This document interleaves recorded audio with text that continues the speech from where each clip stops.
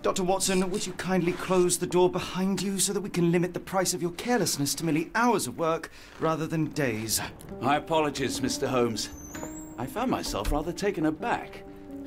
I saw tidier houses in war-torn Afghanistan. Are those my surgical needles? I ran out of tacks and the matter required immediate attention. Was that my supper?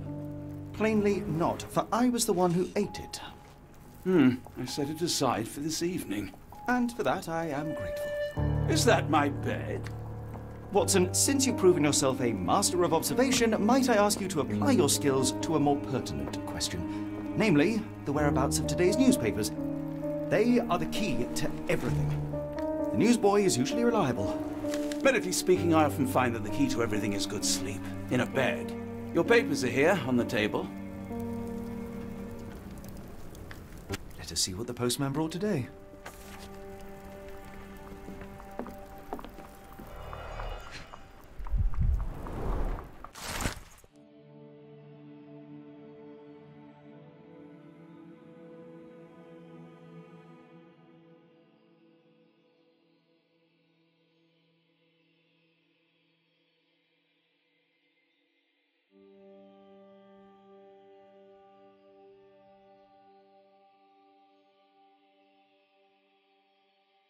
Local gossip, all of it uninteresting. Your order from Barnes' bookshop has arrived, Doctor. Barnes insists on delivering the books to our door, even though we could easily walk to his shop. That's good service. Another letter from Werner. I never reply, but they keep coming.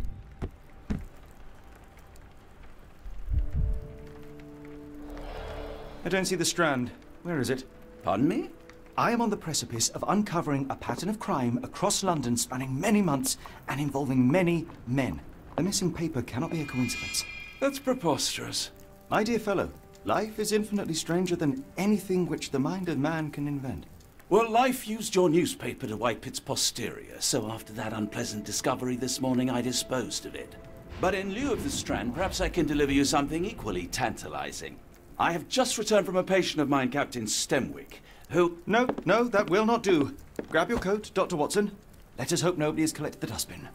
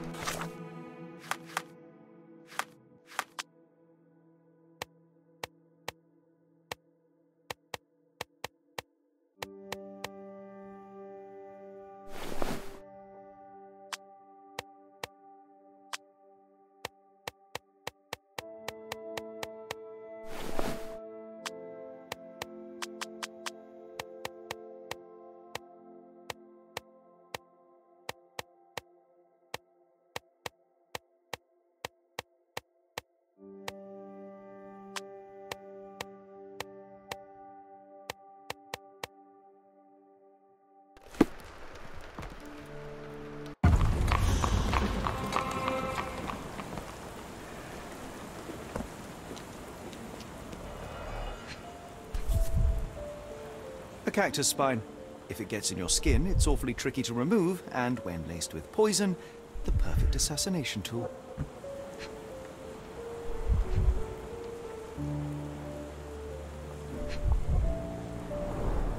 You were mistaken, Dr. Watson. The paper was indeed dirtied, but not how you implied. It's potting soil. See, Watson? The conspiracy is real. Someone tried to poison me. Poison? You? That's madness. Get the Strand! Get your copy of the Strand here! Sorry, Mr. Holmes. I just sold my last paper. Blast. Then why are you still here? Boss pays by the hour. No sense in returning early. Any breaking news today? The dock accident. It's the talk of the town. Yes. Besides the tripe on the front page, anything about burglaries? I'm not sure, sir. You're a bright child. I presume you see everything that goes on around here? Nothing gets past me, mister. Then tell me, did you notice anyone suspicious at my door this morning? Like the man with your newspaper? Precisely. What do you know? I know the value of a shilling. Dr. Watson, Cool, now I can take the day off.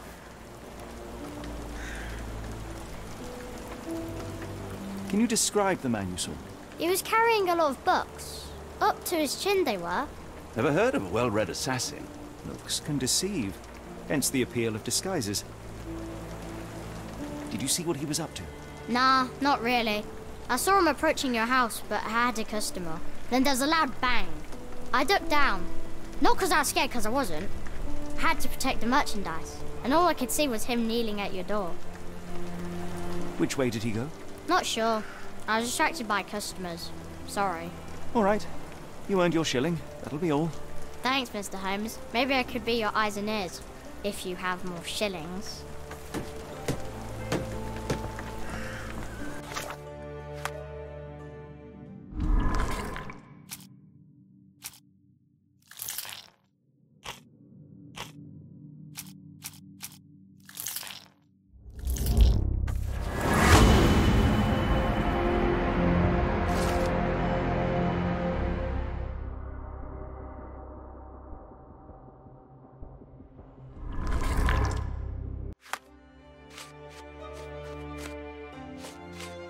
Come now, Mr. Holmes. Murder?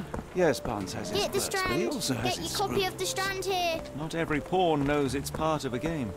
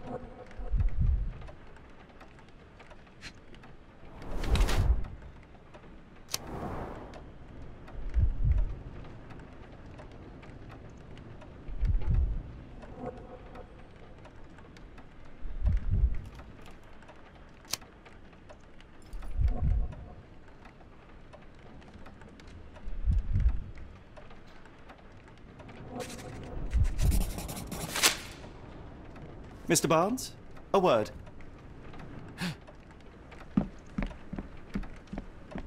Oh, for goodness sake.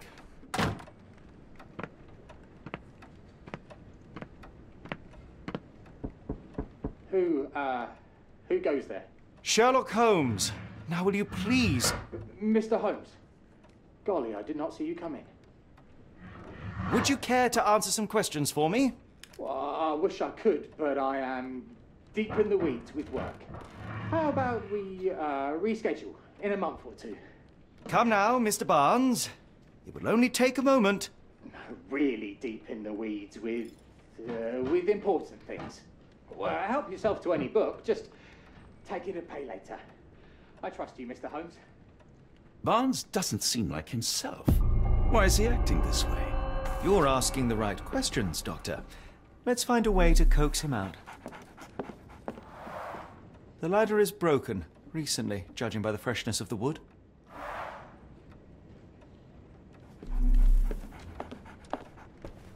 So, Barnes has a dog now. Who's a good boy? Apologies, but I can't hear you.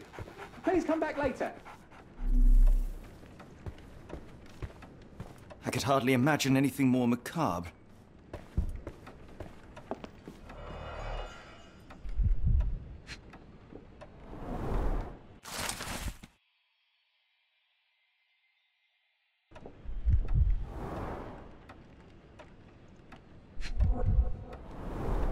Basics of cryptoanalysis, cryptography in Egypt. It appears Barnes has an interesting hobby.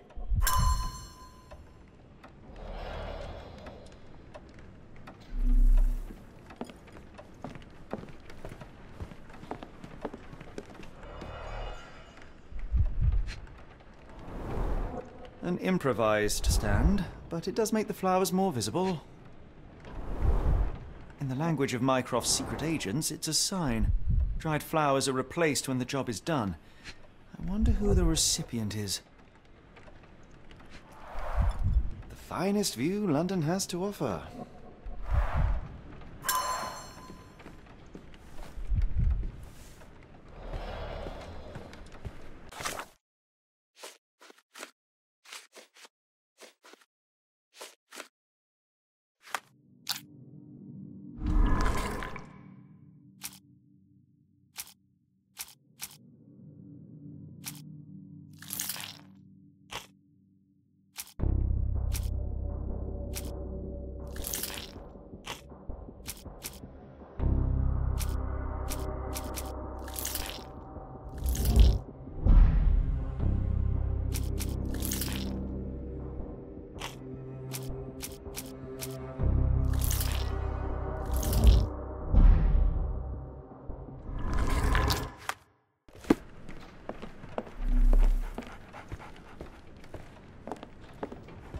Barnes has always been a little odd, but this is uncharacteristic even for him.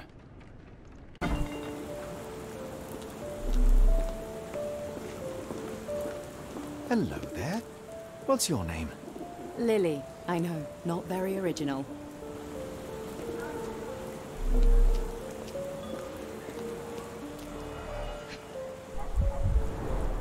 Encouraging people to stop and smell the roses? Our national emblem. God save the Queen. It must take patience and care to produce a bloom so beautiful. I imagine so. I merely sell them.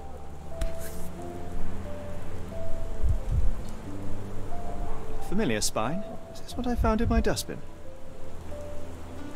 The pot is damaged.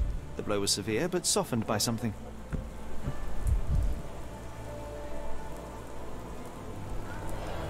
Anything tickle your fancy, Mr. Holmes?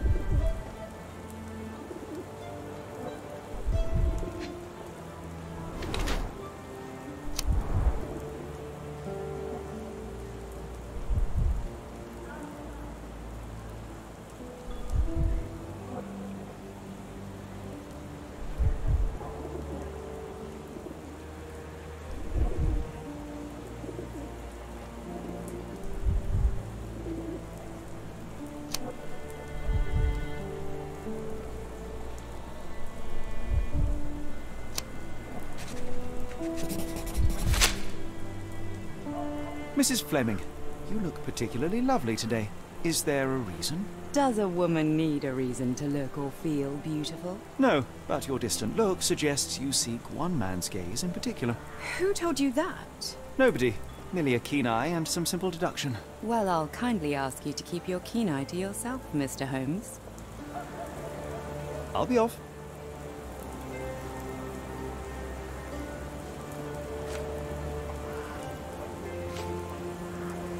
Are you sure you're asking the right person? I'm just a flower seller.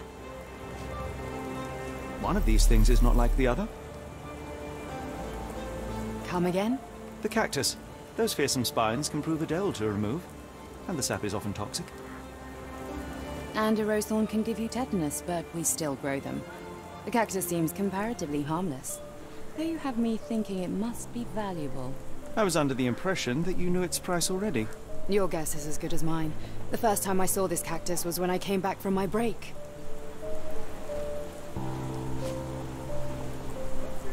Are you sure you're asking the right person? I'm just a flower seller. What do you make of the flowers in Barnes' shop window? Well, they could use a bit of water. Do they mean anything to you? Mean anything how? I'm not sure I follow, Mr. Holmes. Why do you think they're there? Are you suggesting the flowers are for me? It seems likely, does it not? Oh, I hope you're right. I'm afraid I can't help with that, Mr. Holmes. I don't know anything about this, sorry.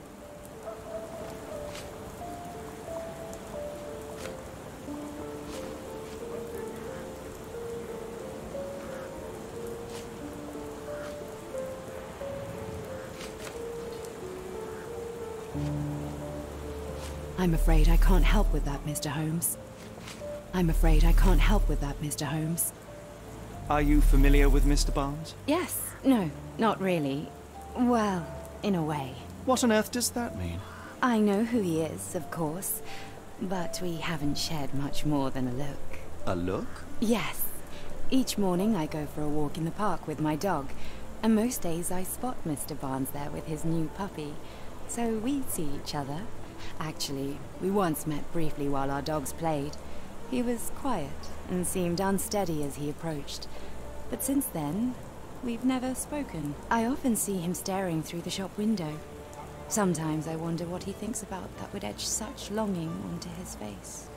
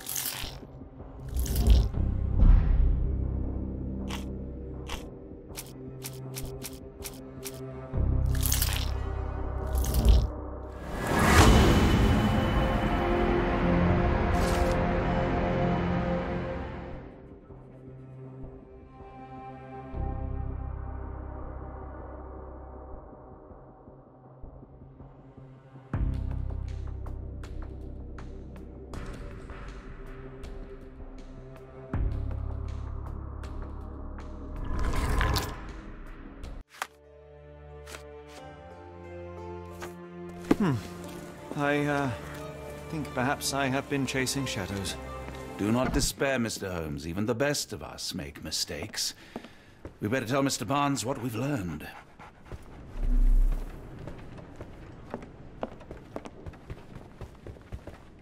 Mr. Barnes, I know what you did, and I know why you did it. I'm sorry, Mr. Holmes. I can't hear you very well from behind the door.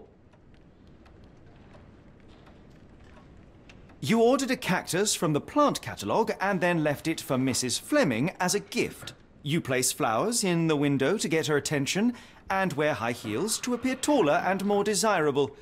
You are her secret admirer. I couldn't read this morning's edition of The Strand because it was covered in soil and spines. I know you dropped a cactus on it and then fled. Barnes, it's Dr. Watson. Rest assured we are not interested in disclosing your personal affairs to anyone, including Mrs. Fleming. Please come out. All right, then.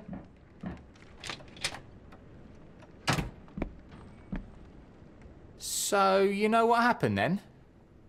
I was on my way back from the post office, having picked up the cactus and some books. It was quite an awkward package, heavy too, and when I got to your door, I dropped the cactus and your paper. Forgive me. I needed that paper to prove a theory and prevent a crime. Your actions were rather disruptive. Your clumsiness carrying the post is matched only by the clumsiness of your romantic gesture. Oh, it's true. I am useless with this sort of thing. I'm not even sure if Mrs. Fleming noticed. As in most things in life, truth is the answer. Cease with the abstruse signals and anonymous gifts, and simply talk to the woman. What is the worst that can happen? She rejects you, and you are freed from this endless purgatory. That... Yes, you are correct, of course. I do have a slight tendency to overthink things. Thank you. So, at last, we return to the matter of the paper. I'm investigating a string of burglaries. Did you perhaps read of any before the edition was spoiled? I don't recall, but you're welcome to read our copy for yourself. You had an issue of The Strand here all along? Well, naturally. I am a bookseller. I have a subscription to every magazine and newspaper in London. So you ought to be familiar with the concept of burying the lead. Oh no, my apologies, Mr. Holmes. I'll make it up to you however I can. I am an expert on obscure languages and translation and Yes, okay. Just give me the paper.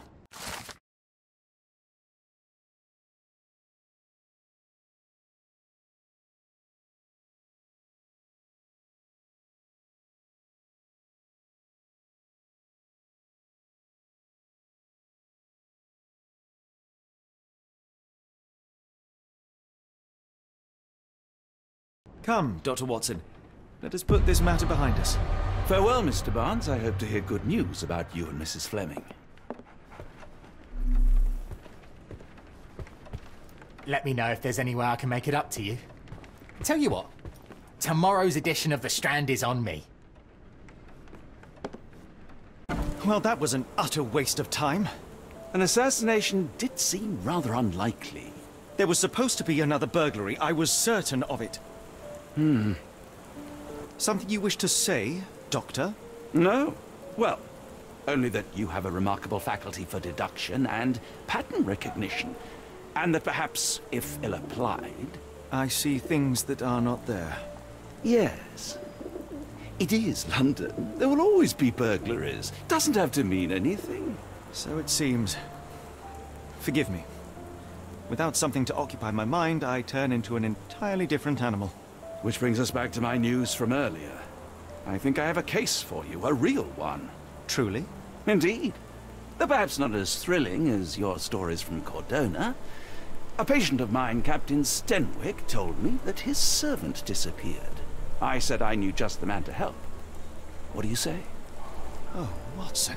Yes, I know it's not the most tantalizing mystery, nor the story to launch my writing career. But... it's brilliant. Let's go. Oh, good. Well, his house is nearby. Come.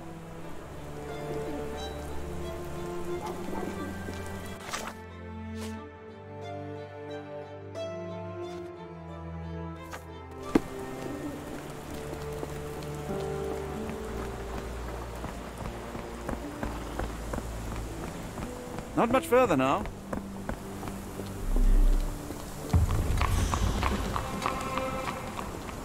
Is this lousy attitude of yours because of my altercation with Inspector Lockhart?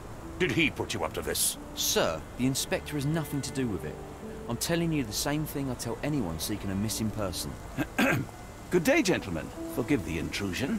Captain Stenwick, this is my colleague Sherlock Holmes, the consulting detective I told you about. At last, a professional. This useless officer refuses to do anything about Kimmy here, my missing servant. What was your name again? I shall be certain to inform your superiors. Sergeant Ruffles. And it's my superiors who made this decision, sir. Why has the police department decided not to help? We investigate murders, thefts, fraud, arson, real crimes. A servant walking away from his master is not our highest priority. That said, if we find Kimahia breaking the law, we'll be sure to notify Captain Stenwick. Have there been other disappearances lately? Of course, here and there. But when life is tough and opportunity comes knocking, you can't blame those who answer. Now, I must be off. Best of luck in your search. You heard that, didn't you? The way that man spoke to me. I shall need your written testimony, then we can lodge a complaint. Captain, perhaps Mr. Holmes' time is better spent learning about your servant, so that he may begin his investigation. Ah, yes. Quite right. Fire away. Tell me about Kimahia. He's foreign. A Maori. All the way from New Zealand. Biggest man you've ever seen, and as strong as two. Dark hair and fearsome tattoos. He doesn't speak a whit of English. Never bothered to learn. But I made do with pointing. I invested a lot of money in him, so he must be found. When did you last see your servant? Kimmy here normally brings me the morning papers, but yesterday I had to get them myself. He must have escaped the night before yesterday. May I see your servant's bedroom? His shack is in the garden. You can't miss it. Did you search the room? Of course, but only to check he wasn't lying dead inside. Everything seemed normal at a glance. I take it this is the first time Kimahir has vanished? Undoubtedly. The man seemed terrified of the city. I think it was all the noise. He never left this estate. Should he cause any damage, I will bear the responsibility, for it was I who rescued him from savagery and brought him here to England in the first place. Is there any reason Kimahir may have left? I should think not. He had all he could have wanted. Gainful employment, new clothes, and all the cabbage he could eat. Did Kimahir make off with anything of value? Heavens, no. I would have mentioned it to Sergeant Ruffles. Still, he must have fled with some money on his person. No. I kept his wages in my safe. For security. All right, Captain. I think I have enough to get started. We shall first take a look around the mansion. Go ahead. I'll be here, mentally drafting my complaint.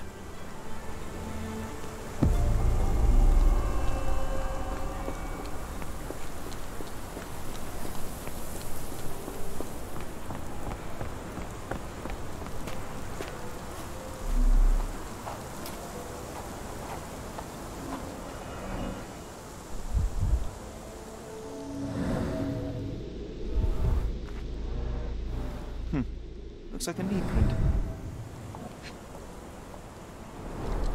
Chewing tobacco.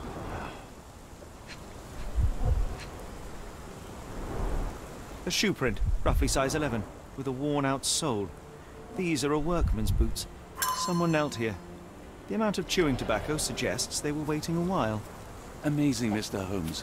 To read the ground like an open book.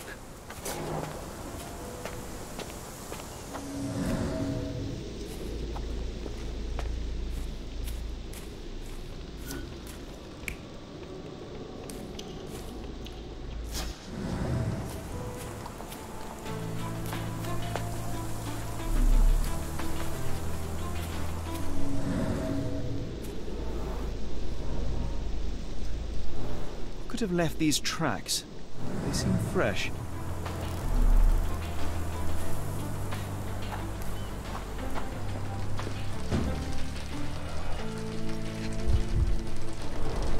A scrap of Hessian.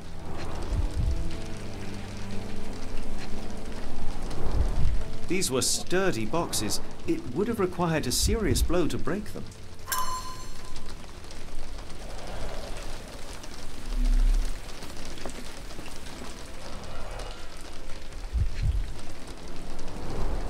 Impressive. The sack of grain retained the shape of an impact.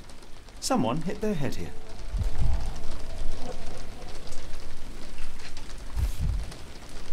A small navy spyglass.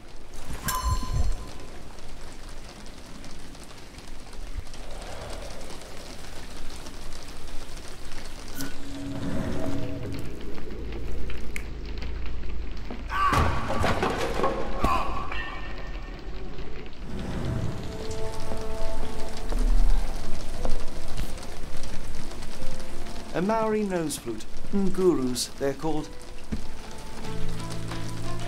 Clothes made of Hessian. Is Sten really so miserly? No air coming through it.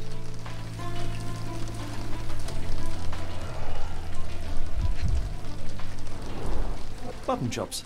The remains of a meal.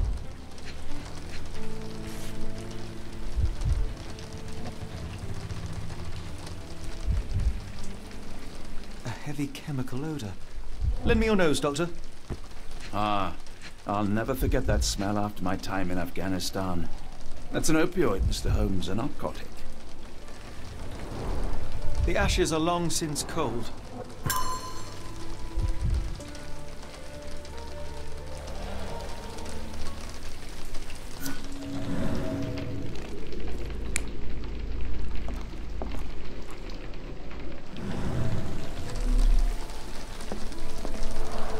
Is this a Taniwha, a Maori water spirit, or something else? Either way, it's giving me chills.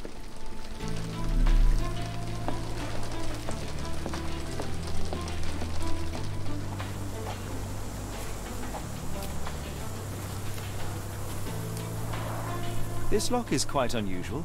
It appears that the key should be bent to the right.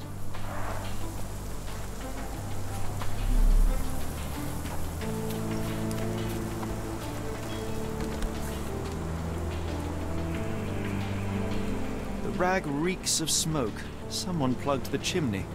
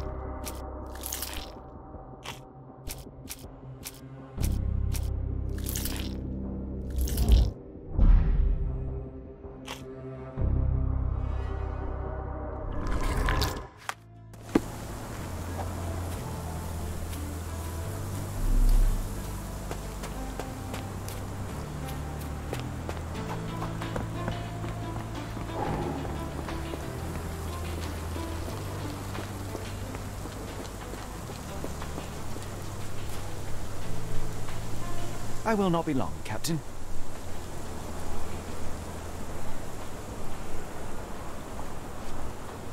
The door to your garden has an interesting lock.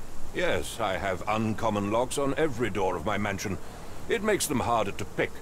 Kimmy here and I both had a set of keys. I'll need to borrow them. No, you'll need to do what I tell you to do. Examine the garden. Where on earth are you going with this? Where on earth are you going with this? I came across a pile of Hessian clothes in the shack. Are they Kimahir's? Yes. I had to give him something to clothe himself. He seemed unfazed by his bare skin, but I found it distracting. Is this spyglass familiar? I don't recognize it. Could it be Kimahir's, perhaps? I doubt it. I never saw him with it, nor could I suggest how he might have come by it. Are you joking? Why would I know this? I thought you were meant to be intelligent. Do you happen to know Kimahir's shoe size? I wouldn't have the foggiest. But I'm sure it was enormous. Not that it matters. He spent his life barefoot. Despite my best efforts, he simply did not take to shoes. Has Kimahir ever indulged in tobacco? No, the man doesn't even drink. Are you certain? I found chewing tobacco in the garden. I controlled Kimahir's expenses since he struggled with the currency. I would have known if he used tobacco.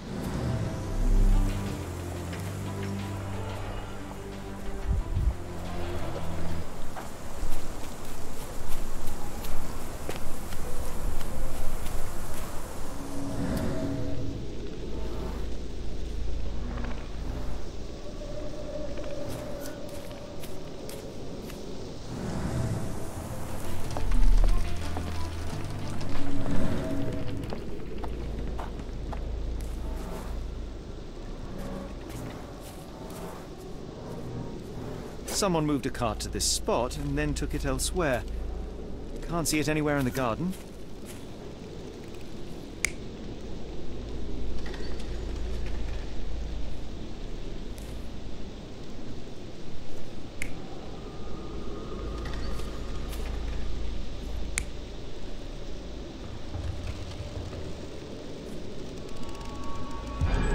Surveilling from afar, the intruder waited for a window of opportunity.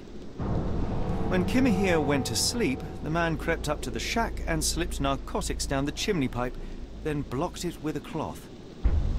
Kimahir inhaled the sedative and fell into a deep sleep. The intruder tried to move him, but the man was heavier than expected. The intruder fell on the sack and dropped his spyglass. In order to transport the servant, he had to use the cart. The final challenge was opening the garden door. Luckily for our intruder, Kimahir had the key in his shack. Remarkable. It makes total sense.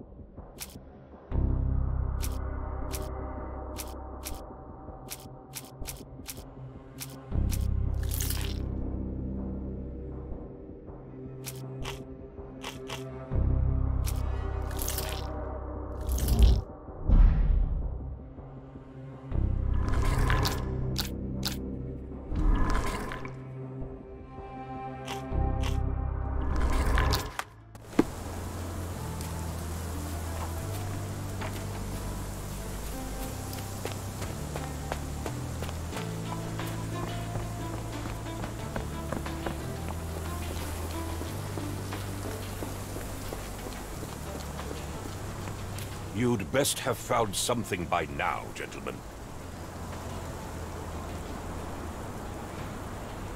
I fear that someone may have spied upon Kimahir. Likely the owner of the spyglass I found earlier. It appears they were watching for some time, as there was an impressive amount of chewing tobacco on the ground. And your point? I found the residue of narcotics in Kimahir's brazier. There are several explanations, perhaps your servant's recreational interest, or an attempt at poisoning. Cut to the chase, Mr. Holmes. You said that you checked the shack earlier.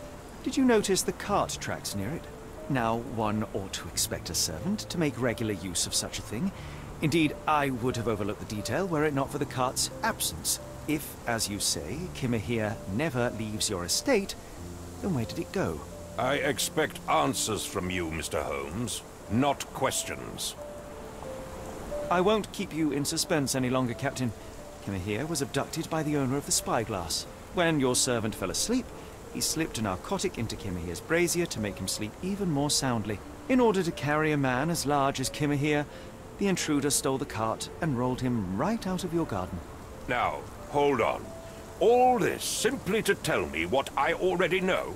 Why haven't you found him yet? I only arrived a moment ago. It is, frankly, incredible that I have already deduced so much. Every second you dawdle here, waiting for me to stroke your ego, is another second wasted. I'm not interested in the how, the why, or the who. I am only interested in recovering my investment. Spare me the claptrap, boy, and go and fetch my servant.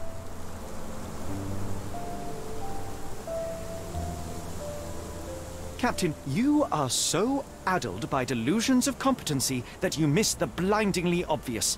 Without the assistance of others, you are utterly incapable. Kimahir endured your nonsense far longer than I will. The point is, Captain, we're telling you this for a reason. The intruder fled through the garden door, and we need a key to follow his trail. Well, then you should have led with that. Here you go. I hope you'll return soon with good news. And in the meantime, please teach your companion the art of brevity.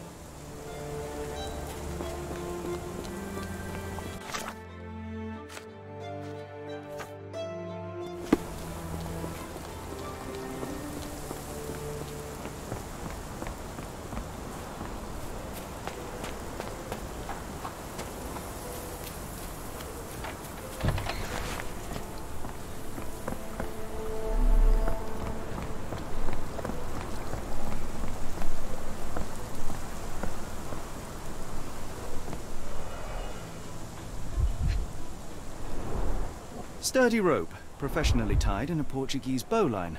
This knot is often used by sailors to create a bosun's chair. Wheels picked up grass along the way. Kimahia's cart, I gather.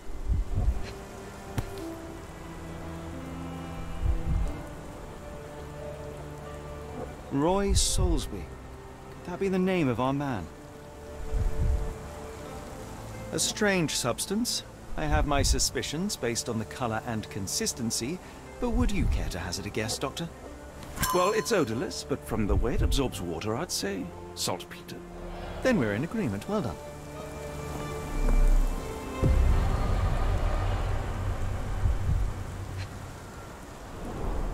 A large pile of horse droppings.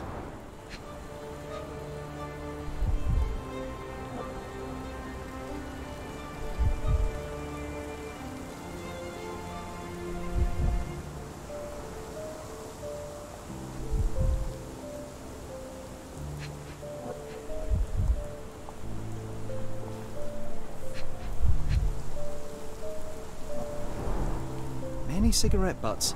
Someone stood here for hours. There was a cab waiting here. Our abductor slipped in and then off into the night.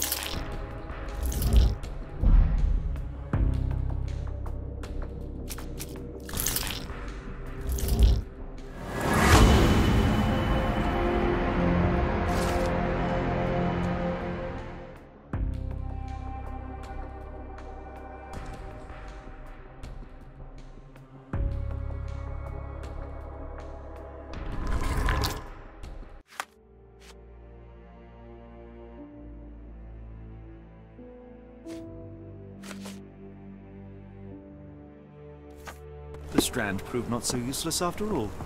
The saltpeter accident. Doctor, do you recall? The Port of London, of course. The footwear, the spyglass. Indeed. We shall need to take a cab there. Where to, Gav? The Port of London, please. I will show you where to stop.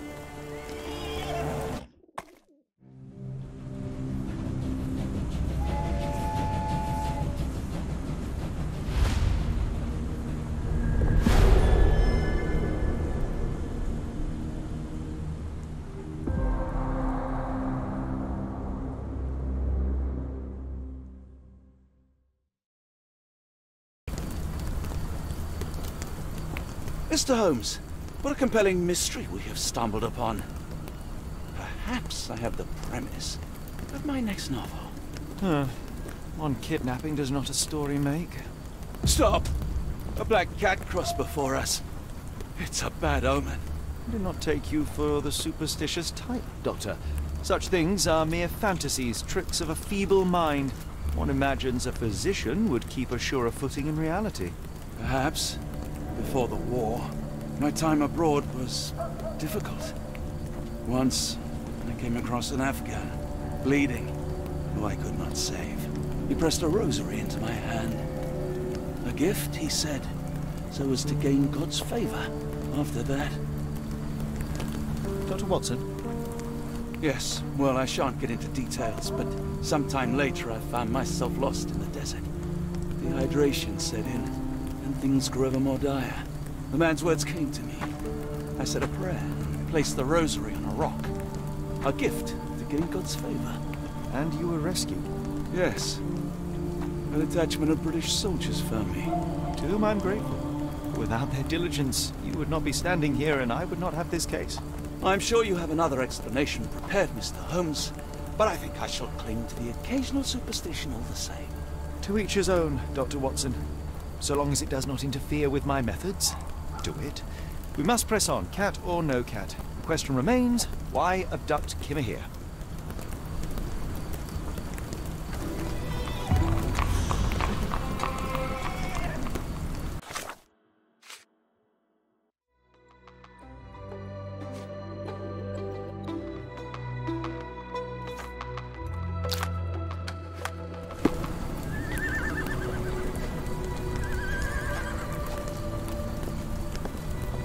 Can I ask you a question? I think I can help you.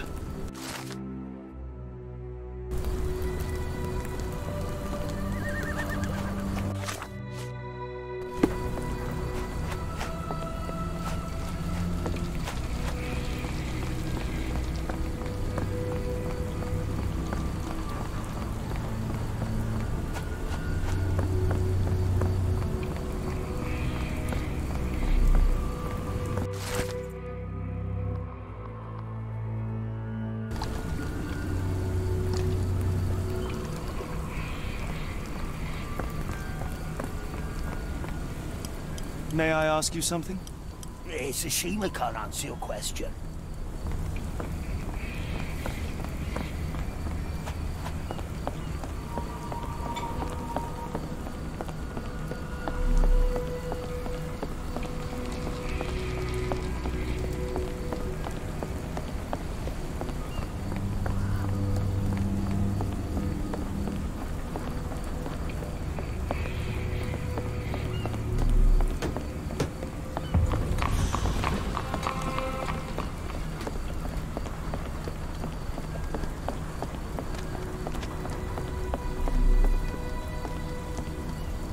Not in the mood, mate. Shoo! Pardon me, sir. I am looking for Roy... Not again. Yes, I'm Roy. But I can't help you find your uncle or whoever you've lost. Now, what makes you think I would inquire about missing people? You are the fourth person to ask this week. Just because I work at the port doesn't mean I keep track of everyone who comes here.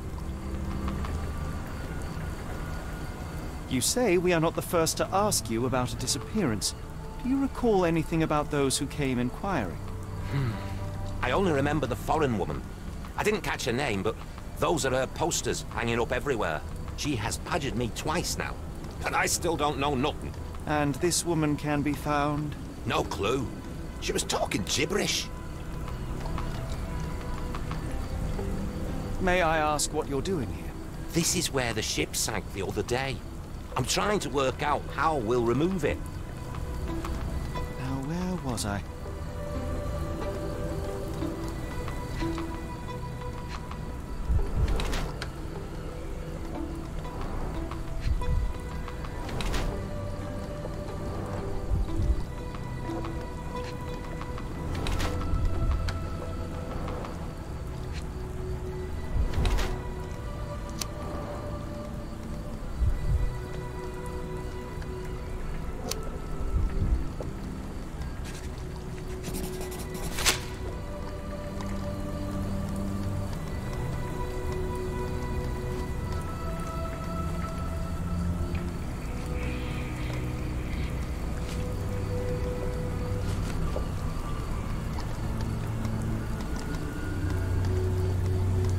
Have you seen this before? My card? Where did you dig that up? At a crime scene near Baker Street involving a young servant's kidnapping, I might add. No. Someone used it without my consent. How else would it end up there?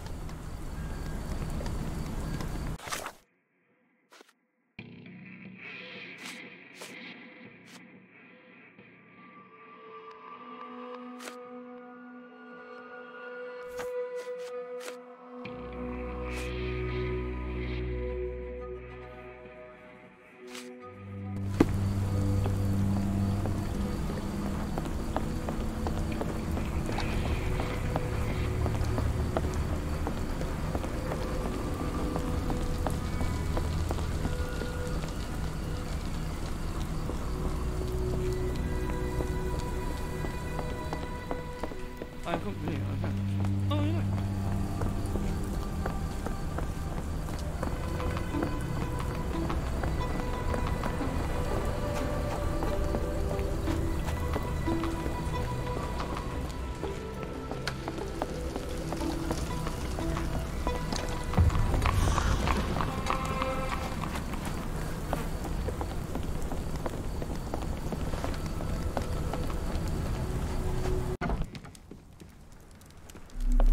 Hello, lad.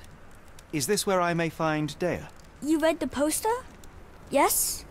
You know where my brother Girves is? Sadly, no. Well, not yet. I want to speak to Dea. Is she around? Amma, my mother. She got sick after the fire. Big red smoke. She couldn't breathe, so I took her to the doctor. Now I am in charge. Where did you last see Girves? He worked at a, warehouse. This man, Roy Solby, gave him the job. He paid him a necklace. How would you describe this Soulsby? He was big and strong. He had a big scary eye. Scary, you say? Yes, like it was made of metal. Do you still have the necklace that Soulsby gave to Girves? Girves left it near the, shrine. I tried to sell it to buy Amma medicine, but no one wanted to buy. Don't go anywhere.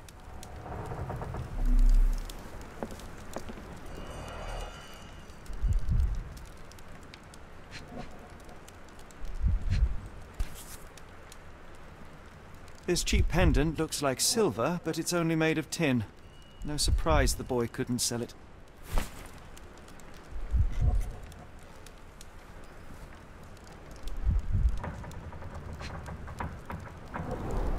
I miss Girves. Do you think he's okay?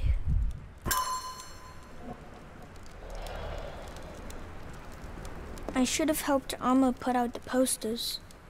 If she hadn't been in the smoke so long, maybe she wouldn't be sick.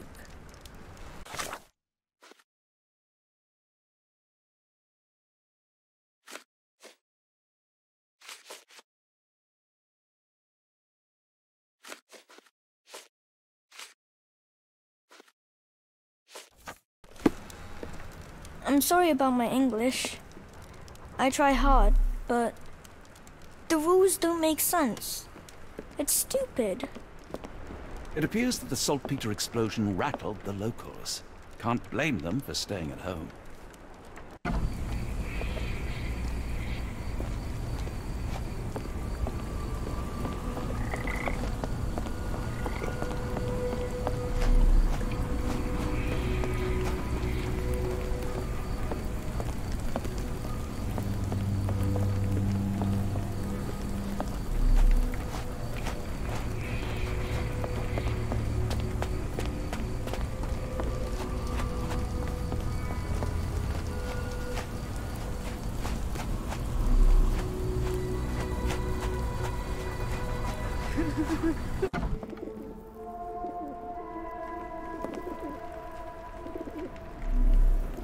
Oh, hardly a reputable establishment.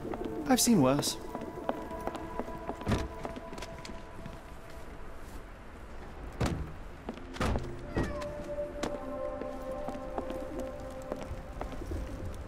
Greetings, miss. I'm hoping you can help us. We shall soon see. I heard tell of a recent explosion in the port. What do you know of it? Ah, yes. Something exploded in a ship's cargo hold. Caused a terrible blaze. The sky was red with smoke till morning. Where precisely did it occur? The ship sank near the third pier, next to the dockyard.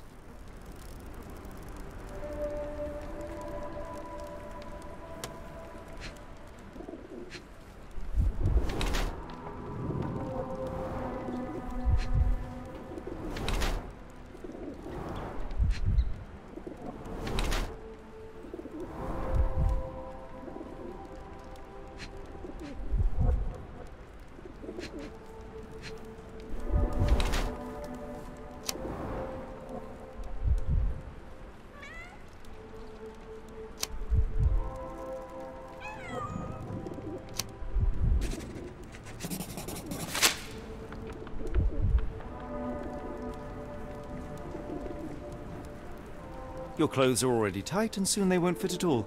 How far along are you? I thought I'd hidden it better. How did you know? Are you a doctor? In a manner of speaking. He's not. He merely has the ego of one. I apologize, miss. Mr. Holmes is fond of his observations, but I am the doctor here, not him. Do you need any help? I'm fine, thank you. Would rather not discuss my condition, nor let word of it spread. My colleague and I are seeking a burly man, above average height, with workman's boots. Half my customers, then. Your description hardly narrows things down. Have you ever heard of a man with a metallic eye? I've seen him, even. Dirty Summers is the name. A nasty lout, with a silver ball in place of a missing eye. I shudder to ask, but where does one find a Dirty Summers? He likely signed on with a ship. I am not one to spy on others, let alone him. I see. My advice, keep away from him.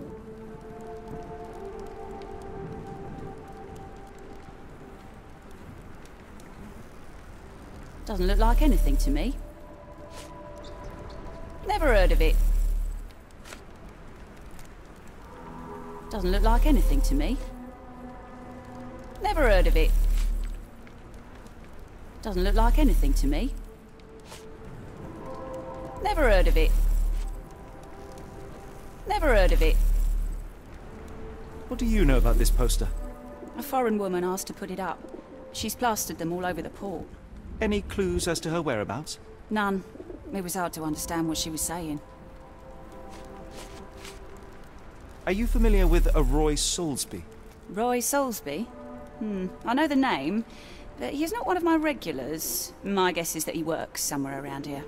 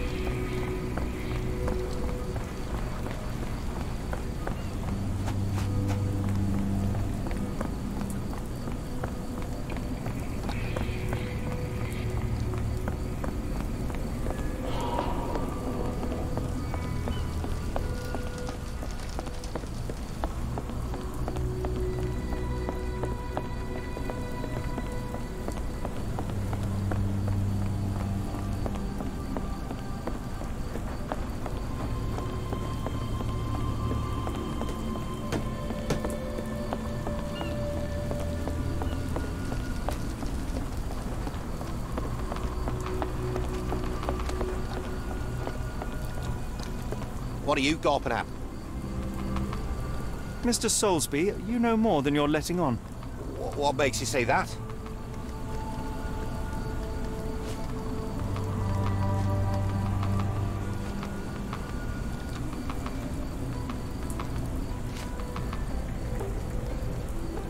A man named Dirty Summers was involved in some recent kidnappings across London. He used your name as a cover for his deeds. What? Really? That doesn't mean I'm involved, though.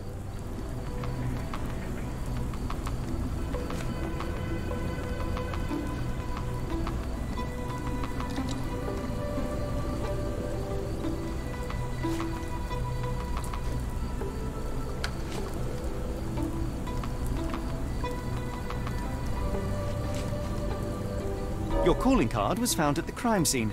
That's enough to make you a suspect. You cannot be serious.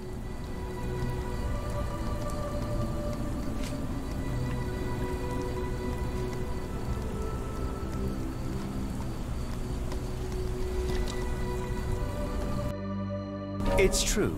And that's before mentioning your gold watch. It's brand new and awfully expensive for a customs officer. Clearly you have found yourself another source of income. I'm sure Scotland Yard will be delighted to investigate further. All right, stop. Look, it's not as it seems. I did not partake in the kidnappings. I'm all ears, Mr. Soulsby. Yes, I know Summers. He paid me to turn a blind eye to his business in the warehouse area. Just that, on my word. You did not tell me which warehouse he used? I do not recall, but I used red paint to mark unsupervised warehouses. Ought to be one of them. What else can you say of Summers? He is a regular at the Cursed Mermaid. Goes there with his crew almost every evening. What for? I don't know. I assumed just for a drink.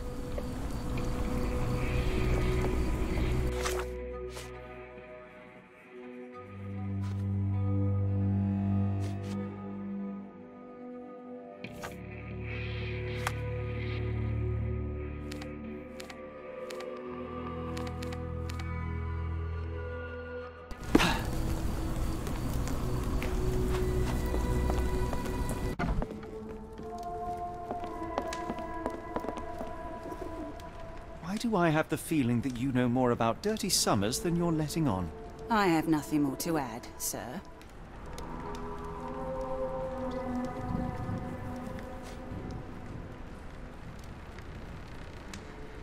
Enough. I have hard evidence that Summers was involved in recent kidnappings across London. I'm not surprised. So what?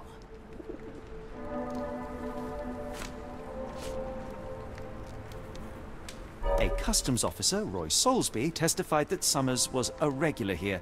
You must know something about his business. All I know is his drinks order.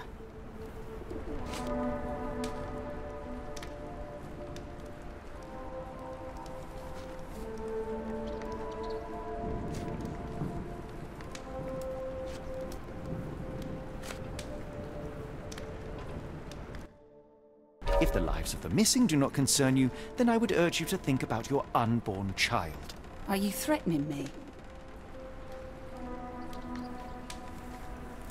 Nothing of the sort, but that doesn't mean that there won't be consequences for your silence. Everyone knows you happily served Summers and his crew. Should the police come knocking, you'll be the one going away. And none of us wish to see you raise a child behind bars. Now, spare yourself the trouble and tell me all you know. Okay. Summers hired my private room. I think he used it to recruit people, but I haven't seen him in a few days. He paid me cash, so I paid him no attention. Nor did I touch anything inside. Here's the key, go and do what you will. Just leave me out of it.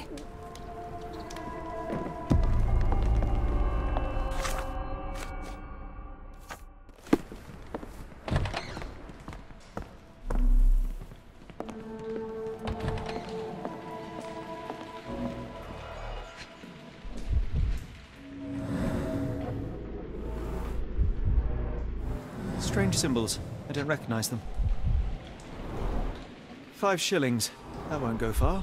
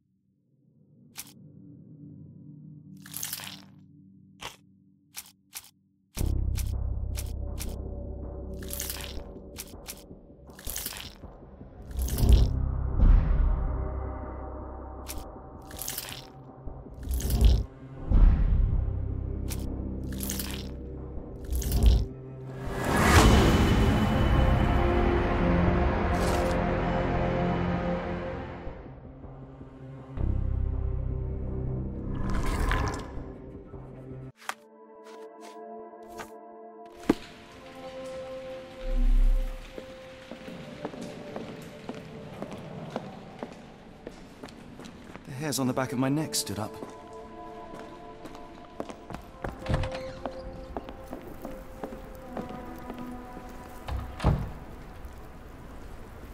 Doesn't look like anything to me.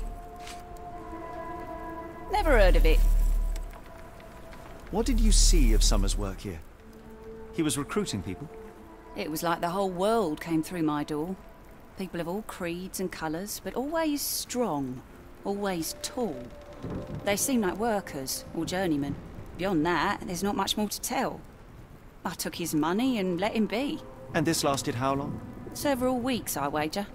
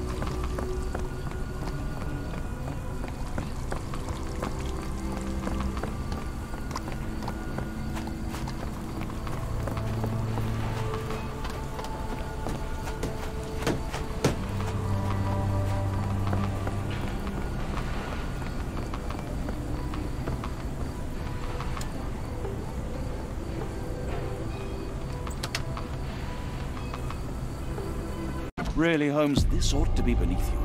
As my brother would say, it is for the greater good. The layers of rust will prevent any movement.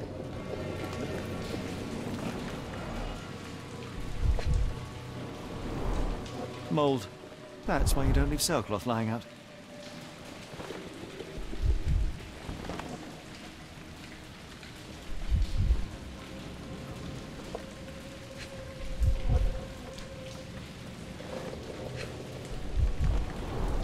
Good quality, but torn in many spots.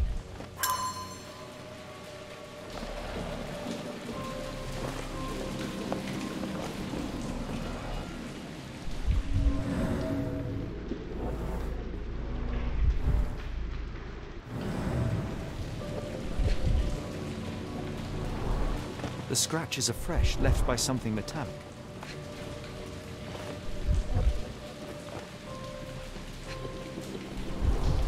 There are a couple of marks on this end.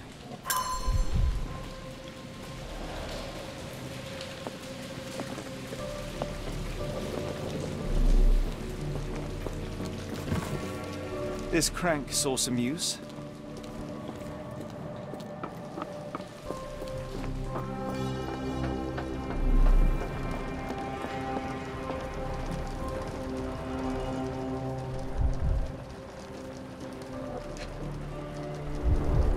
Well oiled and well maintained. Fit for a crank.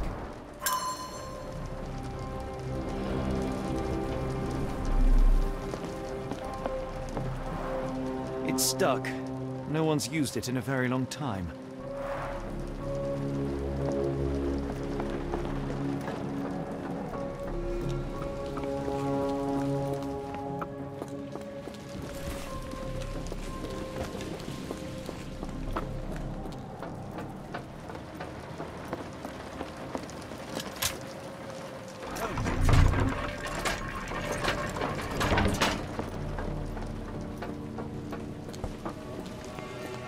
A hidden passage, just as I expected. Wait here, Watson, and keep an eye on the doors. I'll scout the premises. Will do. Be careful down there.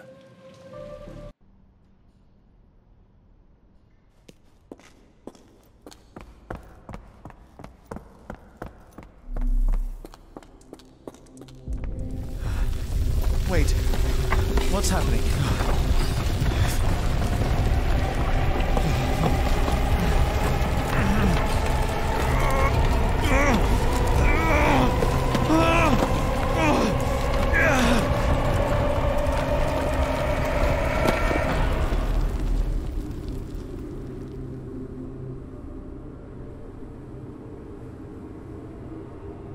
What is this place? Where am I?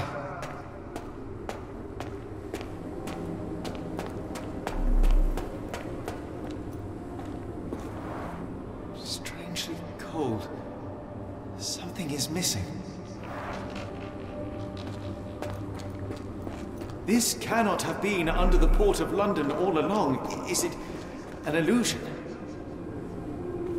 The only way forward is the abyss.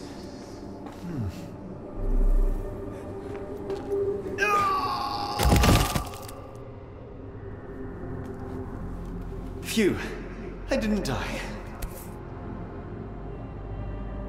It is icy cold and pulsating.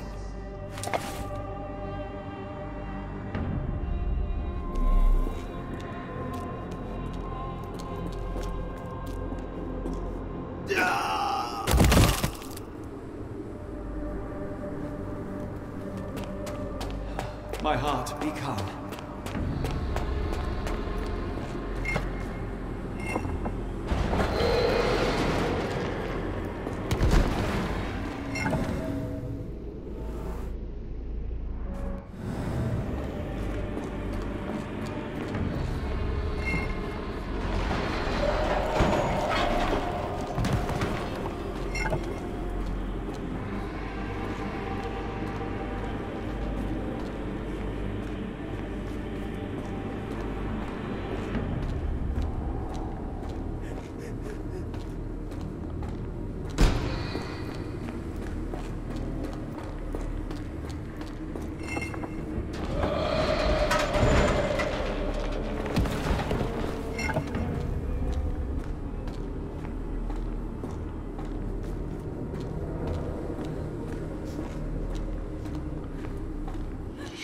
I am somewhere else.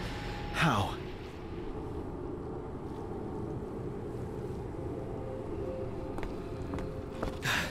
It's harder to breathe here.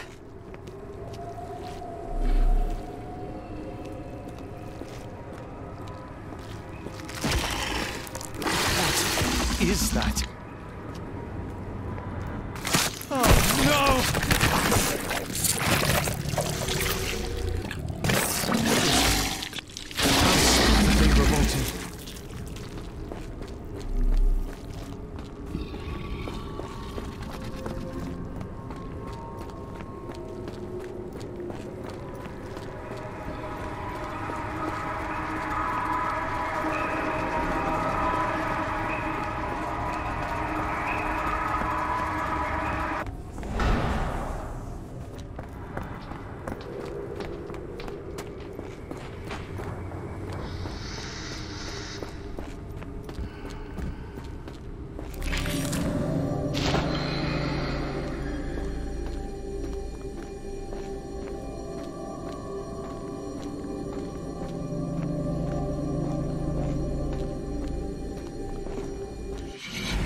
My head is already spinning. When will this end?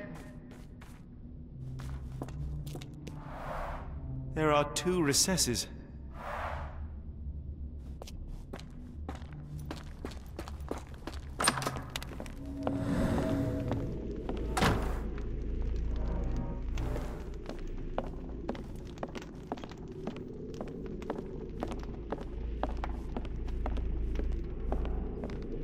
Oh, that is truly revolting.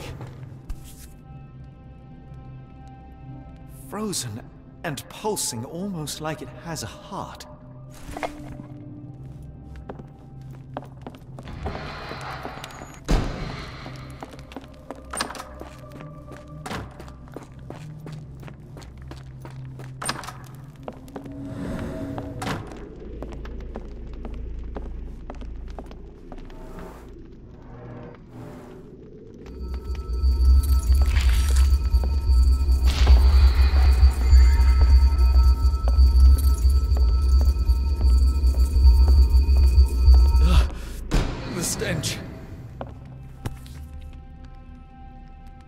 a strange stone. It almost feels alive.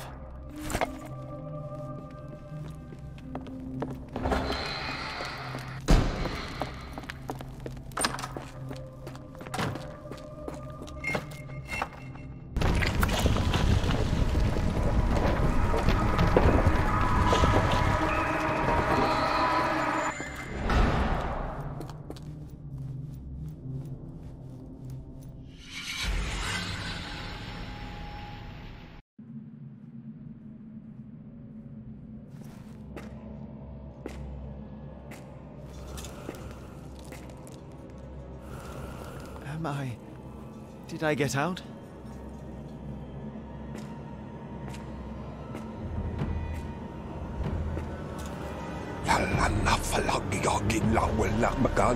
John? What is it, Holmes?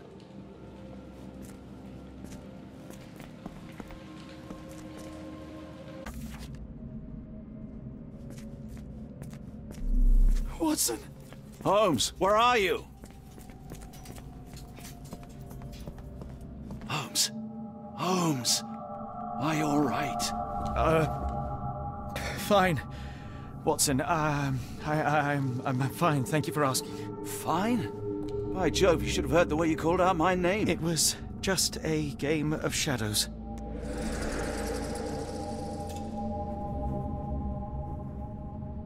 I'm glad. This place gives me the chills. What are we dealing with?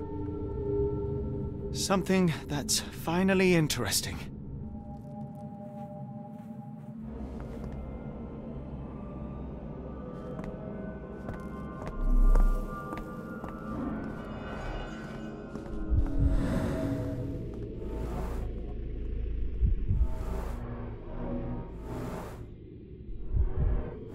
Someone used mud to draw a cross in a rectangle. Why?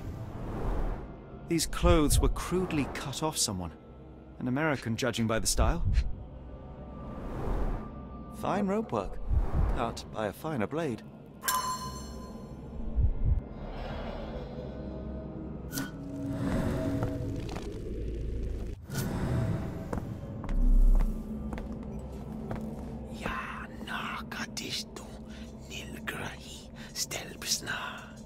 Did you hear that, Watson? I hear you. Kianak, Flegethor, Lebumna, Siaha, Inguft. Finglui, Maglanafa, Kutpulu, Rilia, Waganagal, Fatagan. What on earth? How is that possible?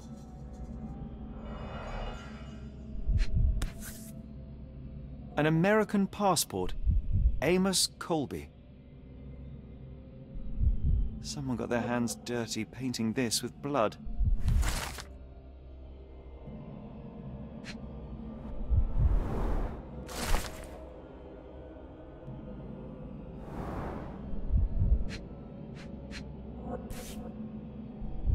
Old blood stains.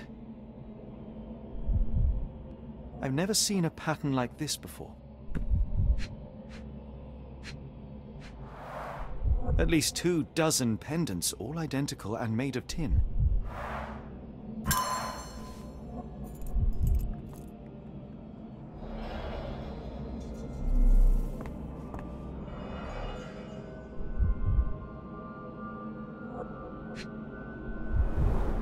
It seems made for simple experiments. I wager they could not afford a better set.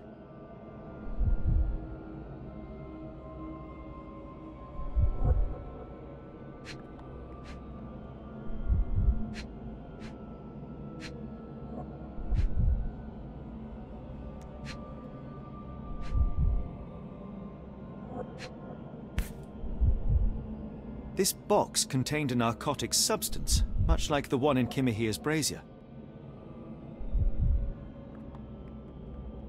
Black Edelweiss Institute, established 17-something.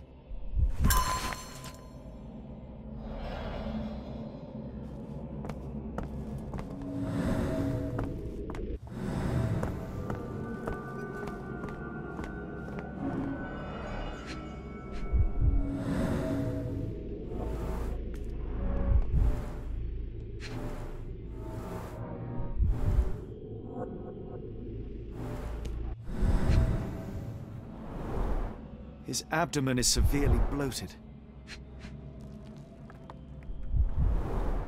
Cyanosis of the lips, marks on the neck.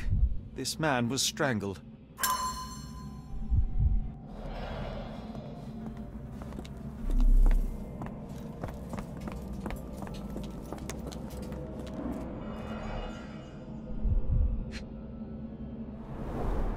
A small bloodstain, but not serious.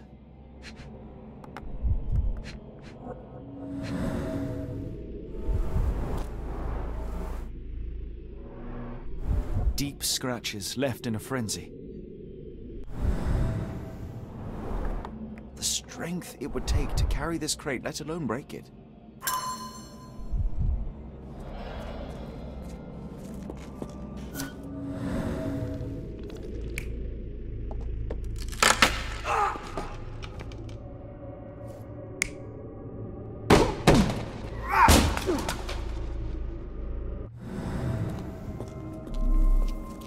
Oh, potent. This sensor has more narcotic residues. Oh, potent. This sensor has more narcotic residues. Miserable food, mass-produced.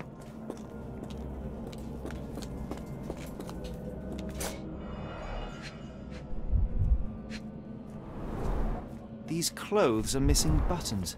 They were forcefully removed.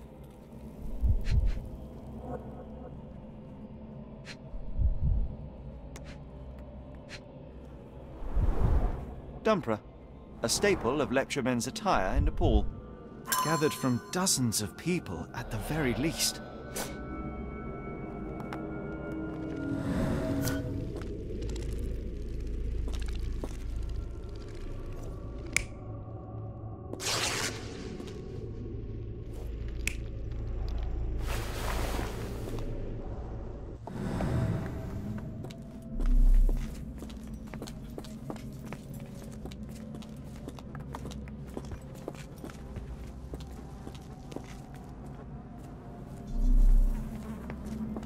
What on earth?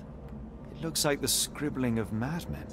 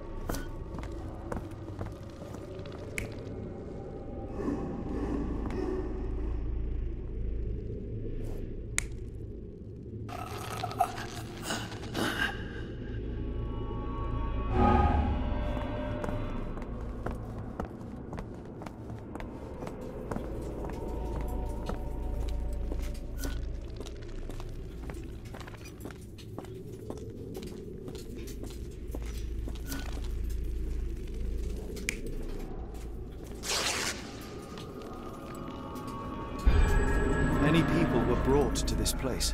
Their abductors stripped off their clothes and discarded them in a pile. The prisoners were kept in a soporific trance by the use of narcotics. A few tried to resist, but alas, in vain. After a few days, everyone was stuffed in a crate and sent elsewhere. Only one captive was left behind. He was strangled to death on this altar.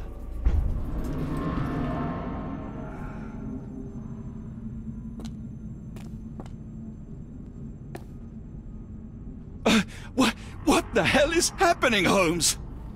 Calm yourself.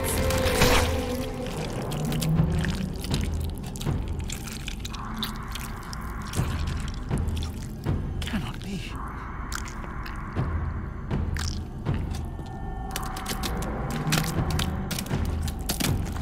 What is it? Oh my God.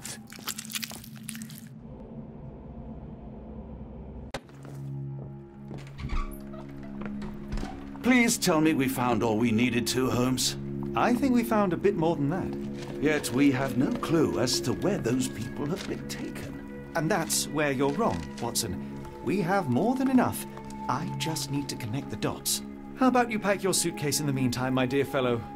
Just in case.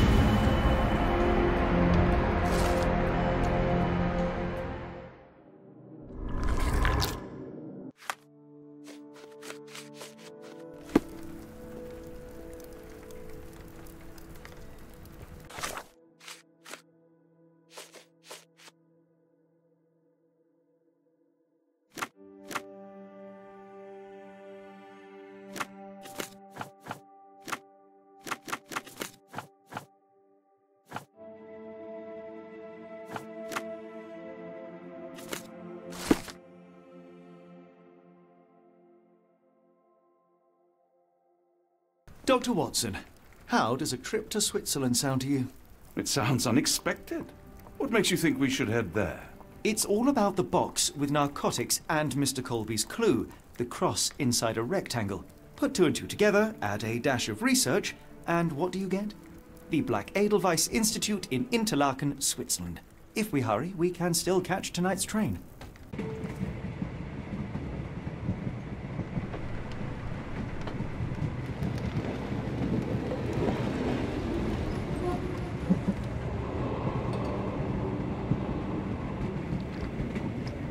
As grateful as I have been for your company, Dr. Watson, I'm afraid you shall have to investigate Edelweiss alone. Hello? Mr. Holmes, I fear you overestimate my abilities. Nonsense. You are a military man, a bastion of British courage. I'm no such thing. As a doctor, I avoided most combat, save for one dreadful day. My troop was ambushed in a village with innocents caught in the crossfire. Too many to help. The man with the rosary. He was one of them? A translator, yes. We were trapped. 6 soldiers and myself. I thought it was the end. But Lieutenant Paget refused to go quietly. The men prepared for a final stand. I rose to follow, but Paget shook his head. He told me to run. That I had other men to save. They charged, and I fled through the rear. So you see, Mr. Holmes, I am a coward. The logic seems inescapable. Yes. You, a surgeon by trade, would have been perfectly useless in that conflict. What? No. And how many men have you helped since? Ailments eased, troubles tended? No more than a handful. Truth be told, I have become somewhat of a recluse. How many people could you help with 30 years ahead of you? Dozens? Hundreds? Paget was correct. You can cease your self-recrimination. Holmes, I don't know what to say. I would start with, I am Dr. John Watson, may I look around?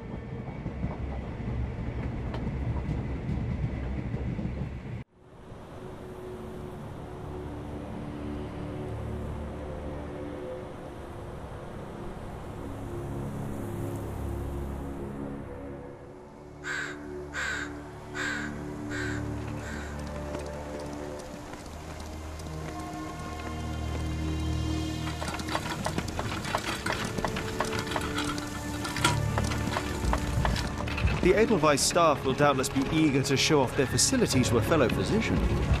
I have already taken the liberty of sending a letter on your behalf to request a visit. And what of you? I shall be pursuing other avenues. Should you see anything troublesome or improper, simply notify the local authorities. Otherwise, try a little analysis yourself. You know my methods. Apply them.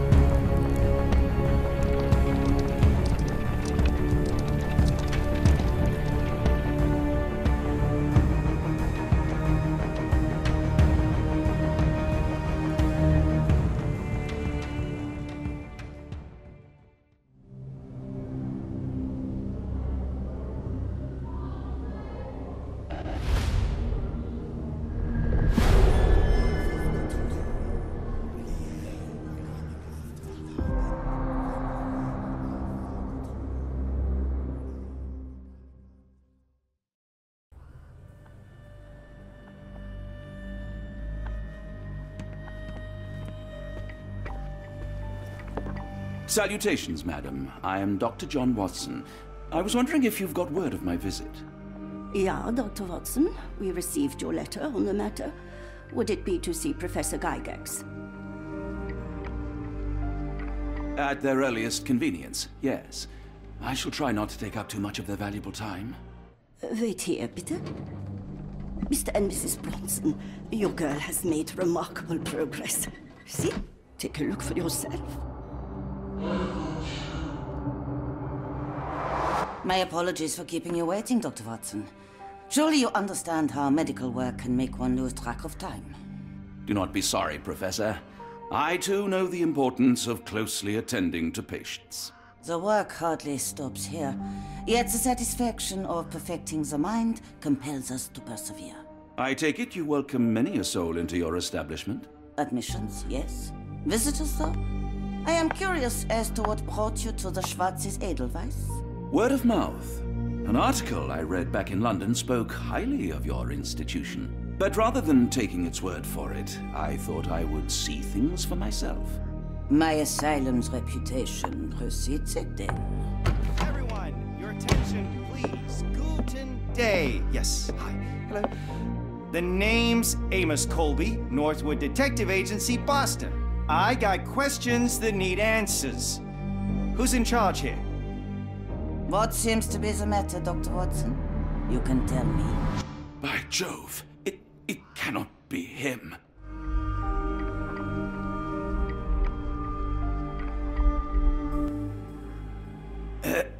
Right. Yes. I was surprised because that man is a celebrity. Yes, that's it. Very famous, Mr. Colby. I couldn't believe my eyes. No.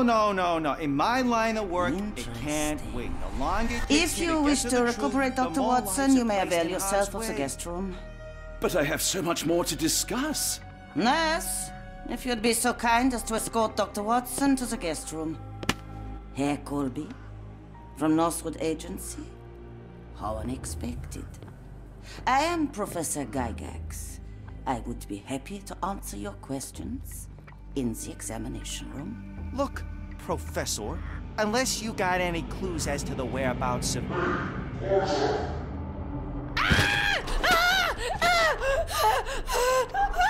There is no need to be alarmed. No one gets neglected in that.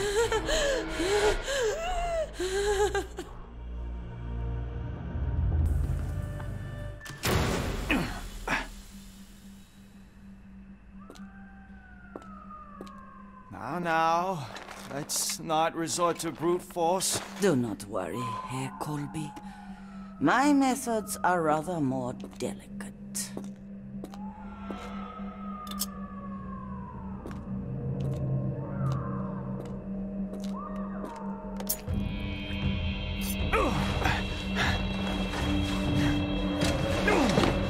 Search him thoroughly. Then take him to the holding chamber. I need to decide precisely what to do with our guest.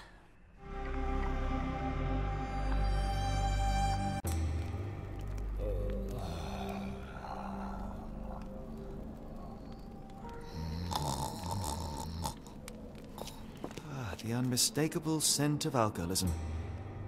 Did you walk through their doors as I did, or did they collect you off the streets?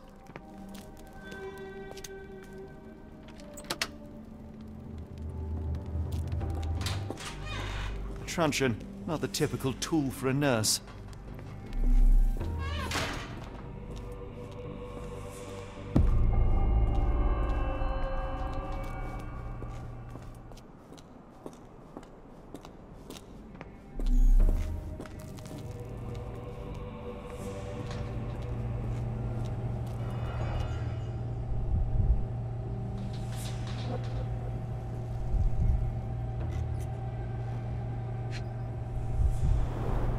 Any chemist would envy the quality of this equipment. The final product, ready to cure madness, or to push one deeper into its grasp.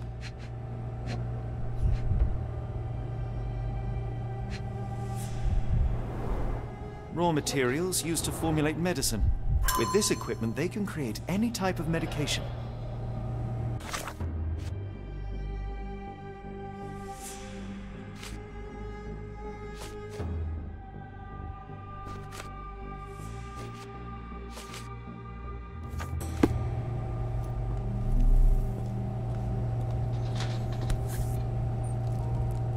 Very sturdy. I might borrow it. What was that? Is someone there?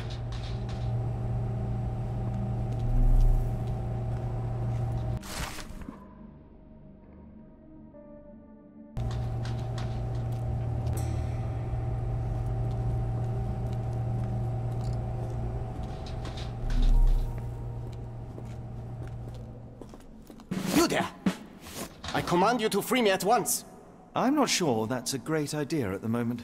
How dare you deny me? I must have my revenge against the lickspittles upstairs. Fortunately for you, I'm here to stop the very same people. You are? Indeed. But first, I must discover all I can about this institution. Tell me, have you witnessed the arrival of any foreign patients? Tell me? The gall! The impertinence to bark such orders! Please, we don't have time for this. Do you know with whom you speak? I am the great Napoleon!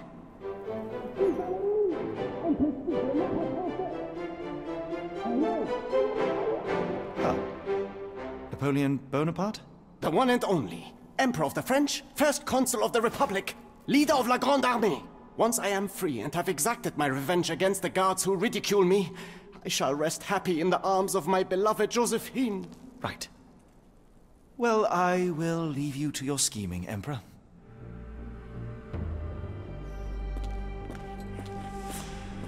My heart is pierced by Cupid. I disdain all glittering gold. There is nothing can console me but my jolly sailor bold.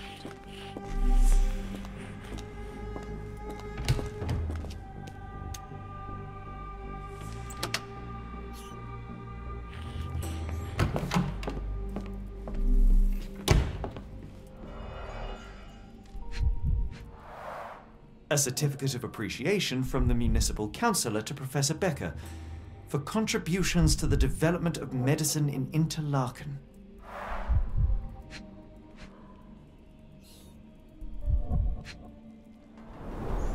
A simple toolbox, yet capable of repairing anything.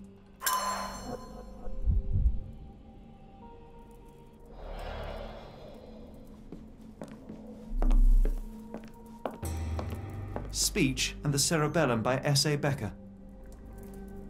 A painting in a mental institution. Vogel would be delighted.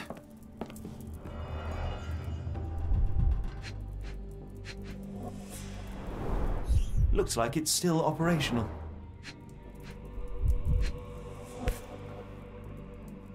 This photo was damaged, seemingly by oil. I can make out the names listed here.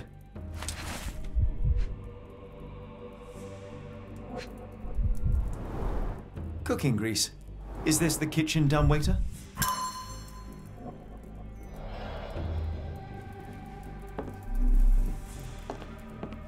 R.G. Hill, Dr. Connolly.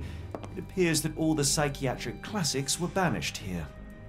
John Sallow, the Tulpa phenomenon. I'm somewhat of an expert already.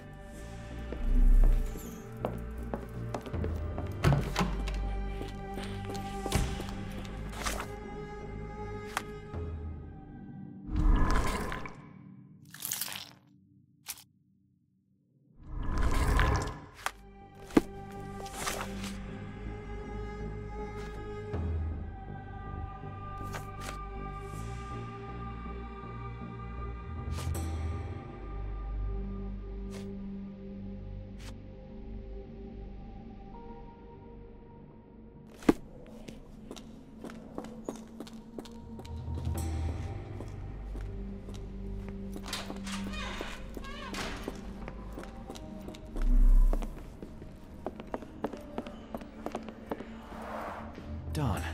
No way I can get past him without being noticed.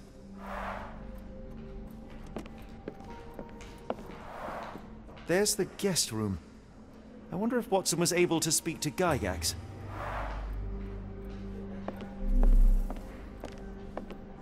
Locked. I suppose the reception will be guarded anyway. I'd rather not sit in this chair ever again. This sedative worked faster than I expected. Perhaps I ought to train myself. Build up a tolerance.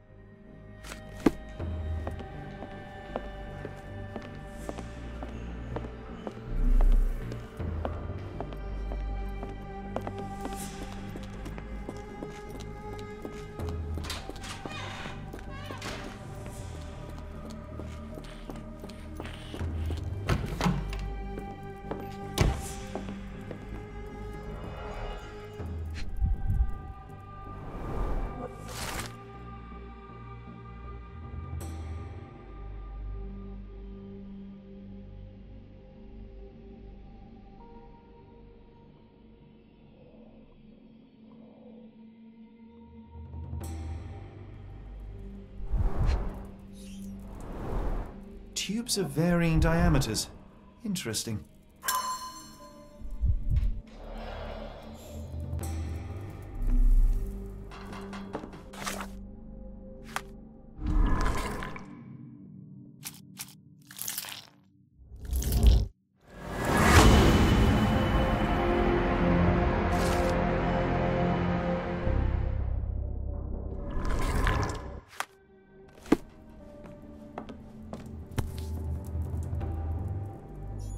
This should suffice.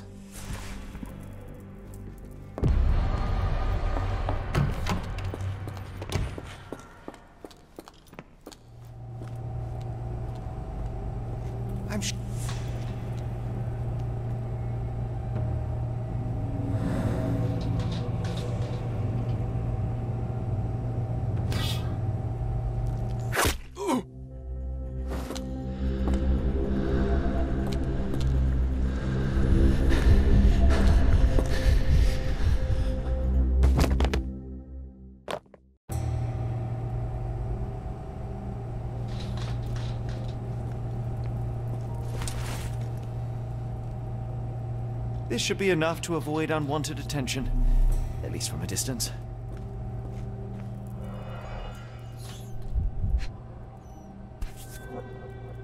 Manufactured and packaged here.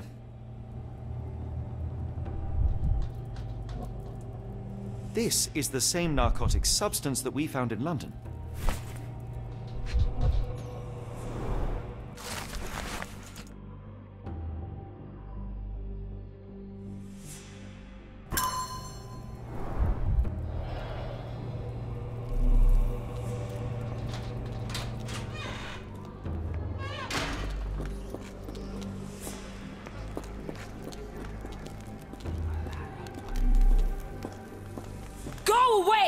tear your lips from your skull with my fingernails! Miss, I'll gouge your eyes out and cut off your hands, just like you did to Heidi. I am quite certain you would, but I'm afraid you have me mistaken for someone else. So, I take it your name is Gerda. Who is Heidi? You talk strange. You're going to Hell's Door, aren't you? To where those other funny talkers finally shut up? Hell's Door? To what do you refer? Only Heidi had answers. Go away, pig! I said go, or you will spend your last moments on Earth screaming. This door won't stop me.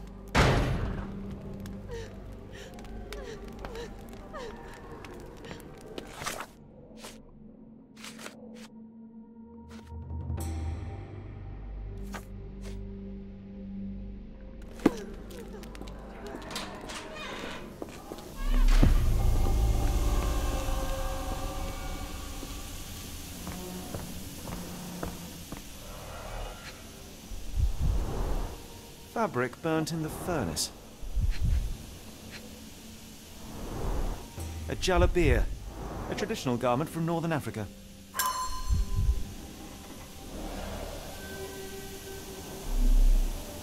The garments of several dozen people at least.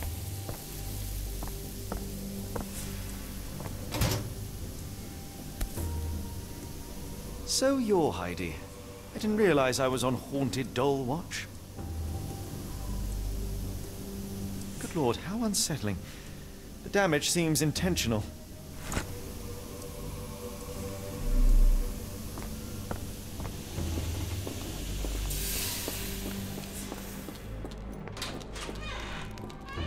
I will make them pay for what they did to Heidi. I believe I have found your friend. Heidi!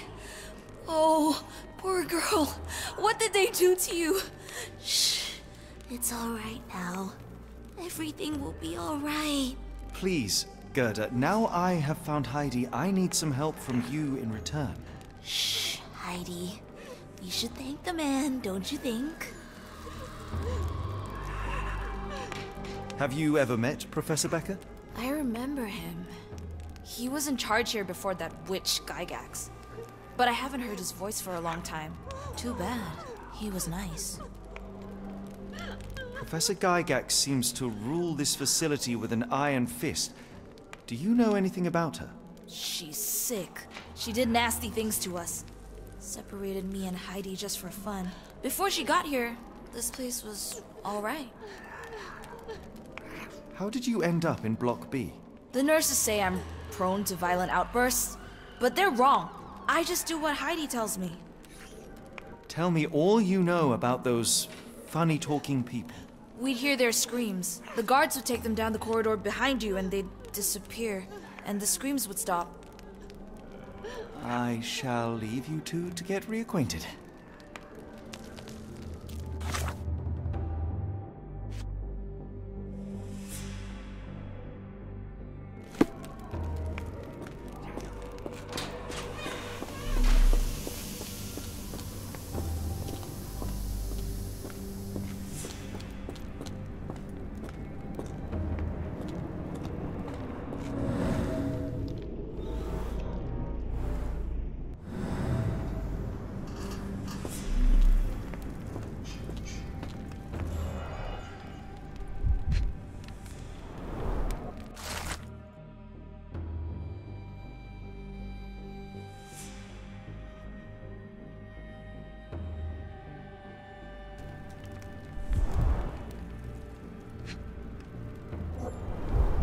So this is how they kept the prisoners docile and harmless.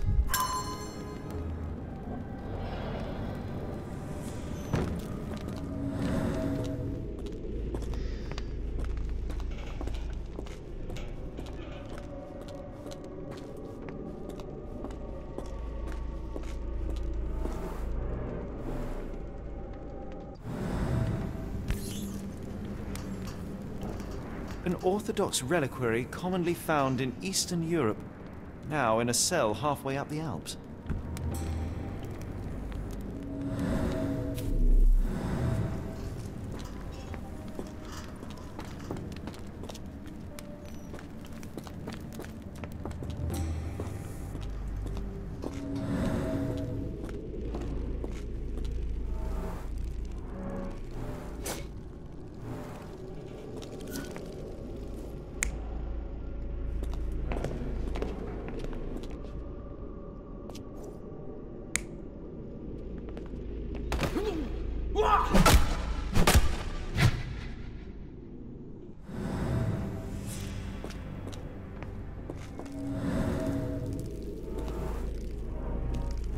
this stretcher was disinfected frequently.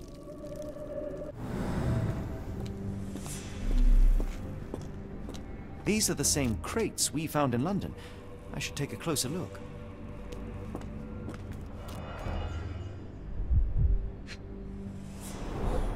I doubt that one could survive such a journey with this little water.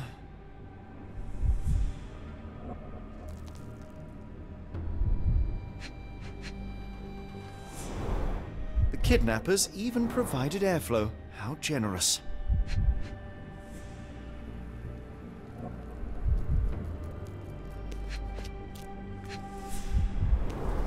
Dirt and sweat. They were locked in here for days, judging by the smell.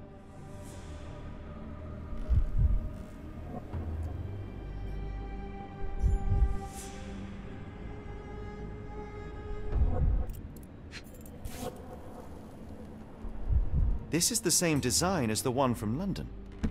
This trip was prolonged and perilous.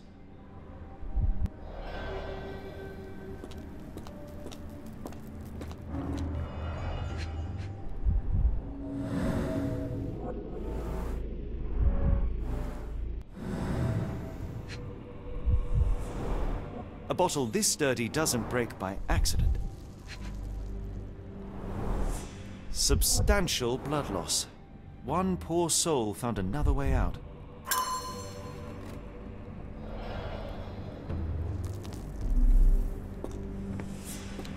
The doors can be opened for deliveries.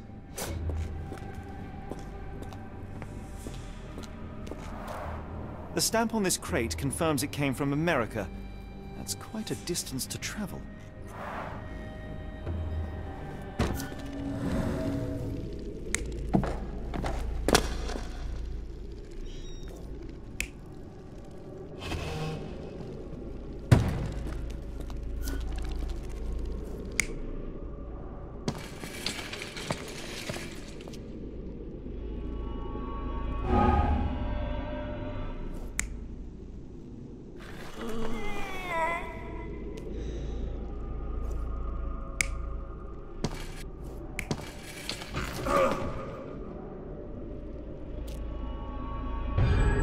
Carriages were backed through these doors, and they began to unload their cargo in secret. Next, the crates were opened, freeing their passengers. Not everyone survived the journey. The dirty, exhausted, and dehydrated prisoners were then herded into cells. But all the cells are now empty, and I have not located a morgue. Time to find Hell's Door.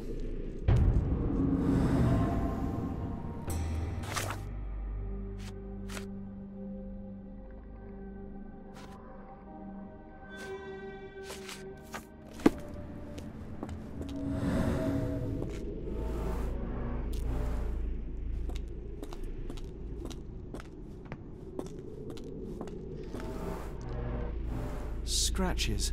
Something has been moved through here.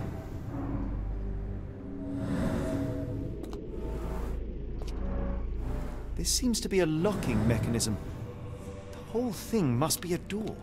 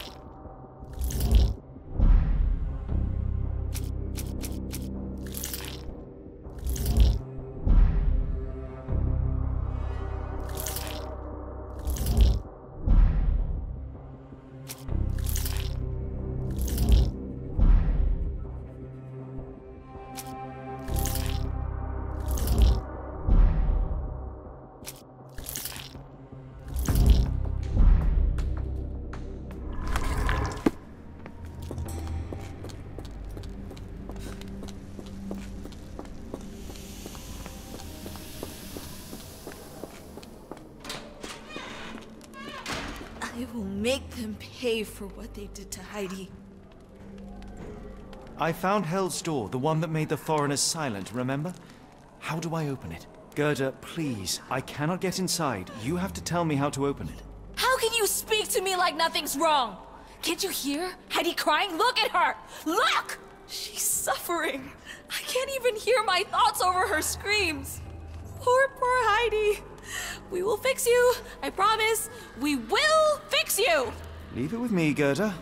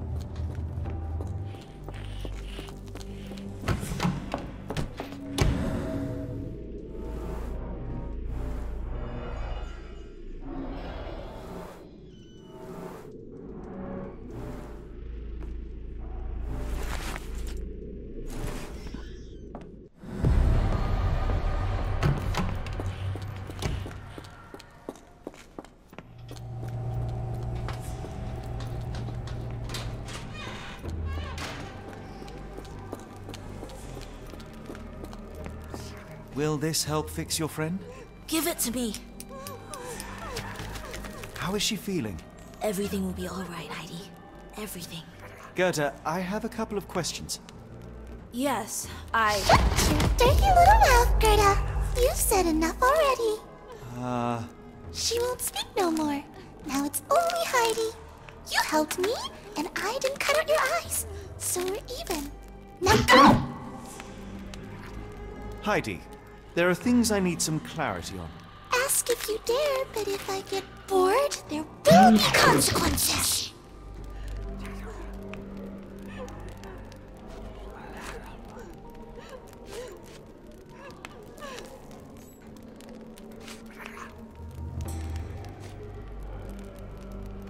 You bore us. Look, Gerda, the man is insane. The professor would treat him like she treated us. Heidi, there are things I need some clarity on. Ask if you dare, but if I get bored, there will be consequences.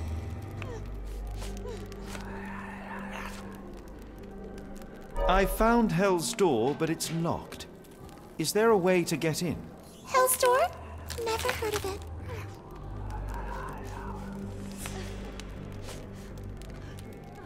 That's not true. You, Gerda, told me that Hell's Door makes people silent forever.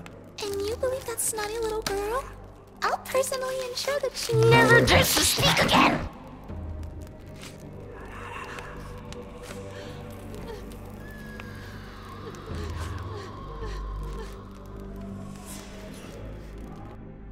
Professor Gygax hurt you repeatedly, scarred your body and mind.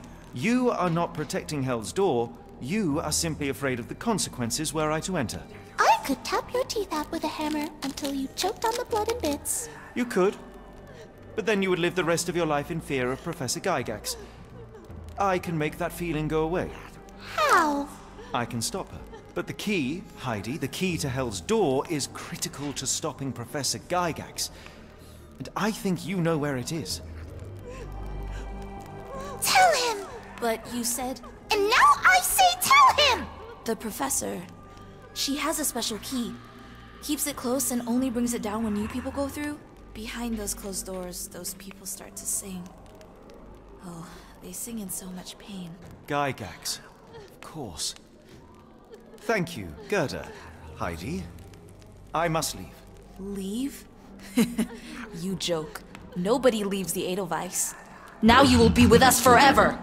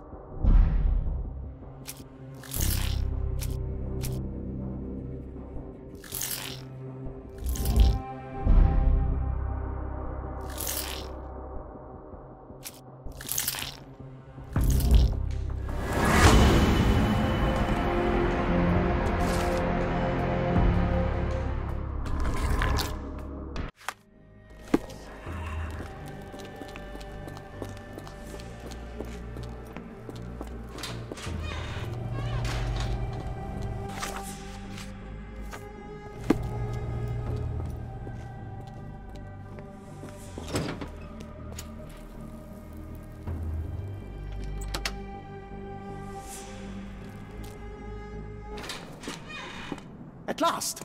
You came to your senses. My humble apologies, Emperor. Spare me your groveling, Englishman. Of course. You are right as ever, for you see, time is of the essence.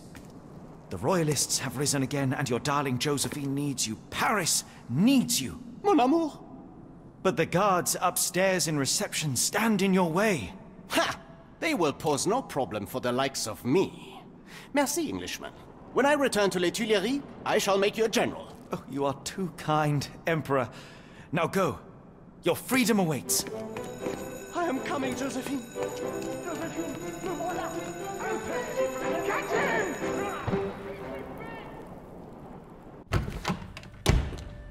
Psst. Watson. Over here. Holmes? What are you doing here, and where did you get that outfit? It is unimportant. I require your assistance. What is happening, Holmes? I need an explanation. It's quite simple. I created a distraction so that I could tell you something important, and in turn, I need you to acquire something important for me. How can you call any of this charade simple? Watson, we can discuss this later. Time is of the utmost importance. The kidnapped people may still be here.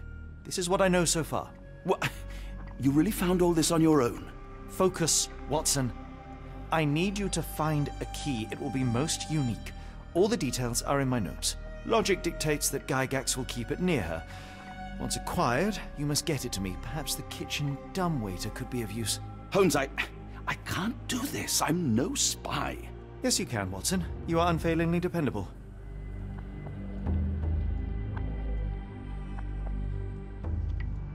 Dr. Watson, visitors are not permitted back here.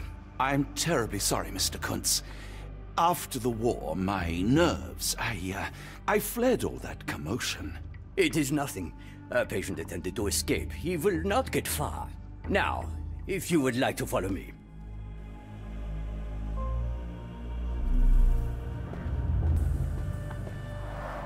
Blood in the water. Someone must have washed their hands here recently. What have we got ourselves into, Holmes? The only reason to hang something this harrowing here would be to create another patient.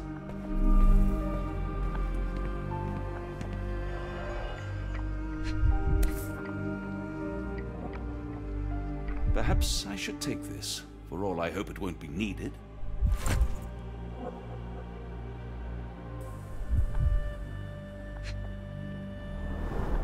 Did a child make these?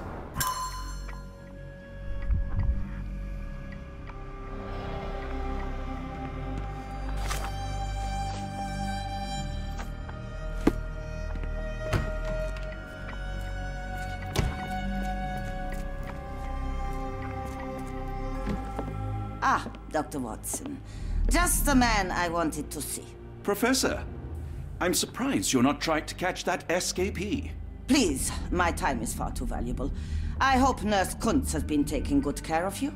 He has certainly kept me out of trouble. Professor, it is time for your appointment with your next patient, Mr. Wolf. Herr Wolf can wait until tomorrow.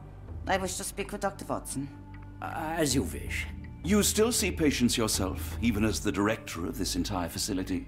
Only the important ones. And yet I rarely get to pick the brain of a man like yourself. I think it is time we got to know each other, no? I'm afraid there's not much to know. I'm just an average chap living a rather prosaic life these days. Dr. Watson, those of us who pursue knowledge are anything but average. Now, who are you? I think once a soldier, always a soldier. For all I wish to help others, part of me changed when I was abroad. Broke, perhaps. So when I read about the Black Edelweiss and your work on the healing of minds, I simply had to learn more. I suppose my Edelweiss was always destined to attract other curious minds. But before we continue, I want you to understand one thing. A broken mind can never be truly healed. Ah, I see. So, what exactly do you do here? It is simple. If you cannot fix a person's nature, you must force them to forget it. Surely there are other methods of treatment. How naive. You remind me of a man I once knew, Professor Becker. But we do not speak of him anymore. A colleague? The former director here. One day he realized that Edelweiss had outgrown him and had to leave his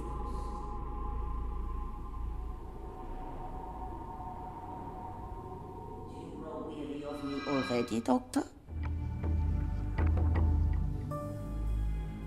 I was simply admiring your office, Professor. Apologies. While I am pleased you appreciate its practicality and appearance, we were discussing bigger things. Was my conversation boring you? No, not at all. I merely... No, I understand full well. You're not seeking conversation. What do you mean? It is obvious. Your mind craves truth, but not in this form. You must witness a practical demonstration if you are to learn. I'm certainly intrigued. Would that be possible? Of course. I propose a journey between the jury of the human brain. You will not leave without being truly enlightened. Kuntz, take Dr. Watson back to the courtyard. Then tell the nurses to prepare the operation room and the girl with the doll. Yes, Professor. Our preparations will take a little time. I will come for you soon, Doctor.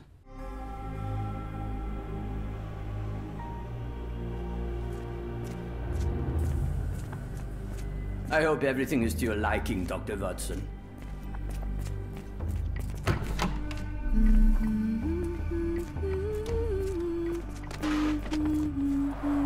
Looks dusty but functional.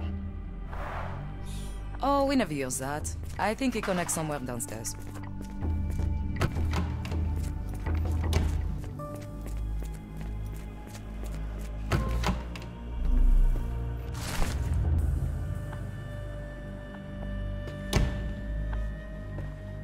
I'm struggling to remember something. It's something familiar. If only I could place it. I must think.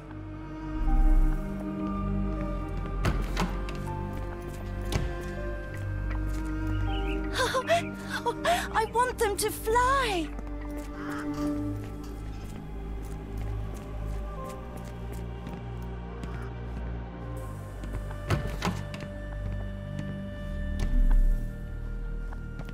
Good Lord, that's a lot of records.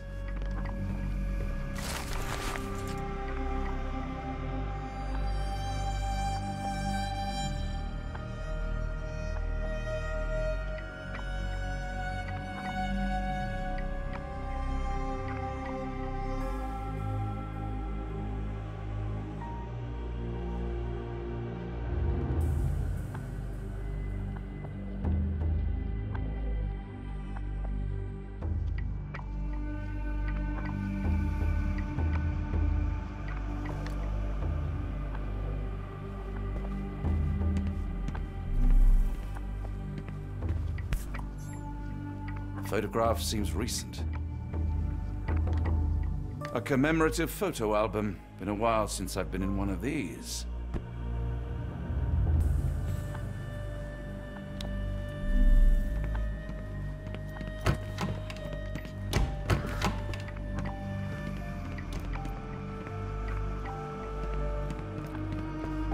I hope you're finding your room comfortable, Dr. Watson.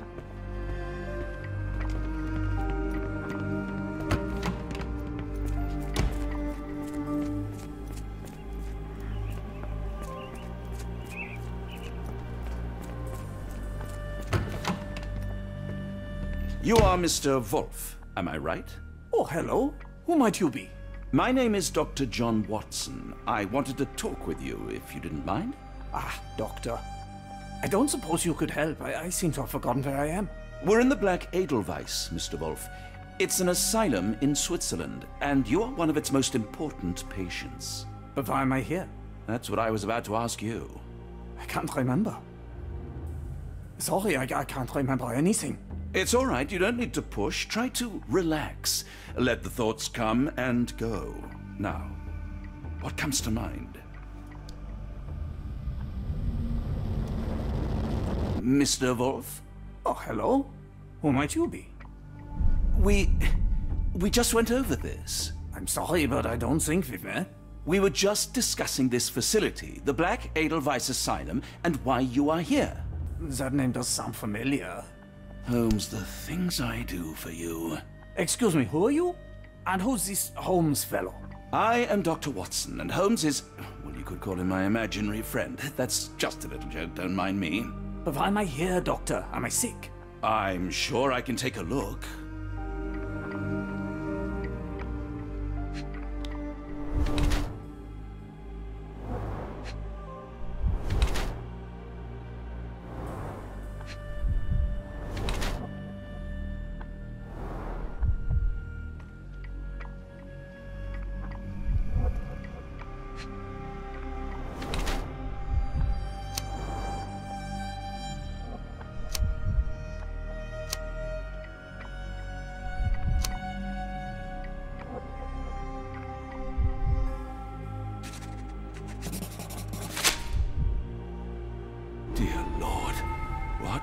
Gygax do to you?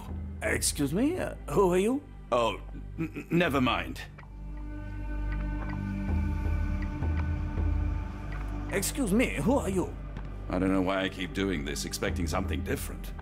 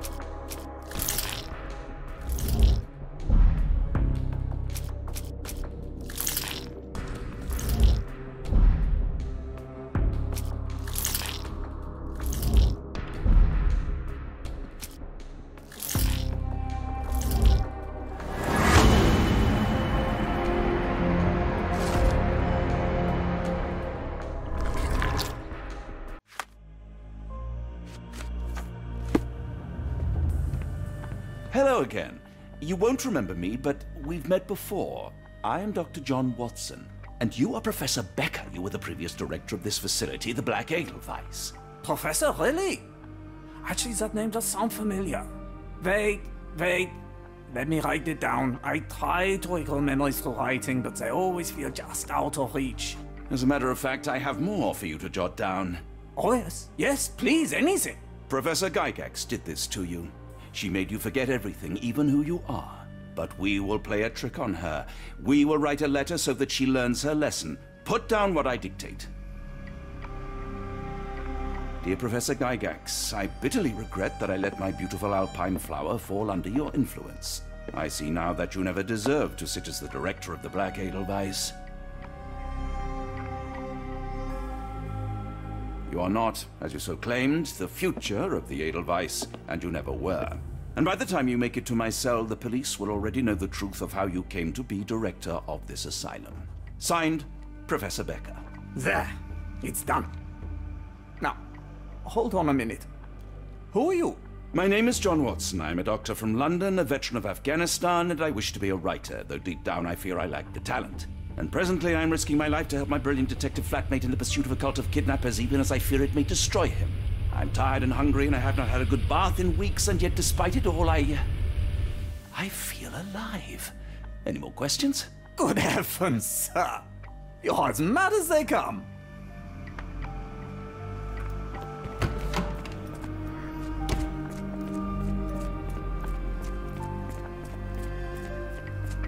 One of the patients asked me to deliver this note. It's for Professor Gygax.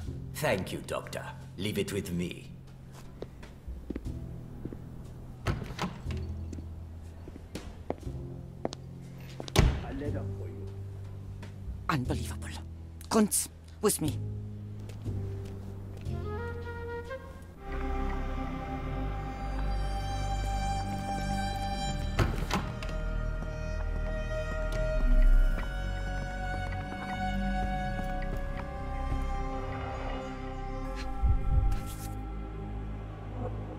Close, but I don't think this is the key.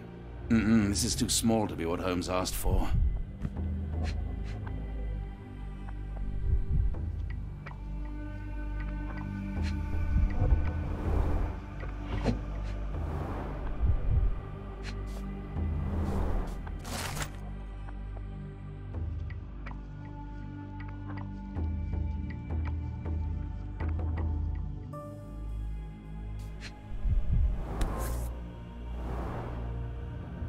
An Edelweiss relief about 2 inches in diameter.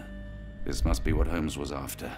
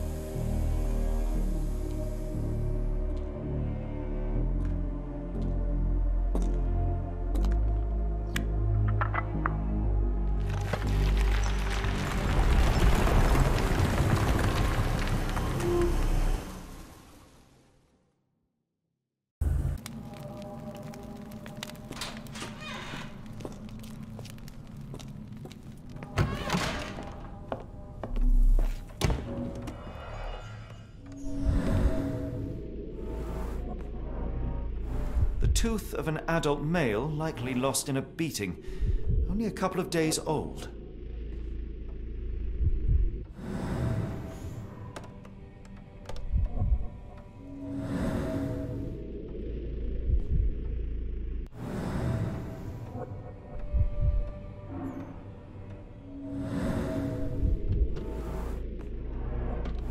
The inside of the cuff is worn. It's been used often.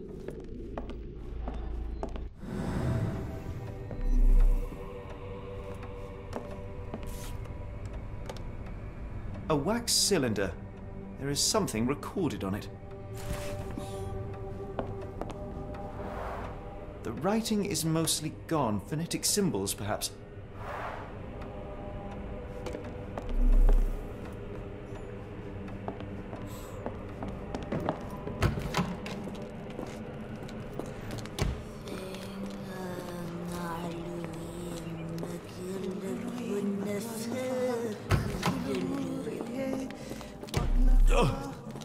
The spell.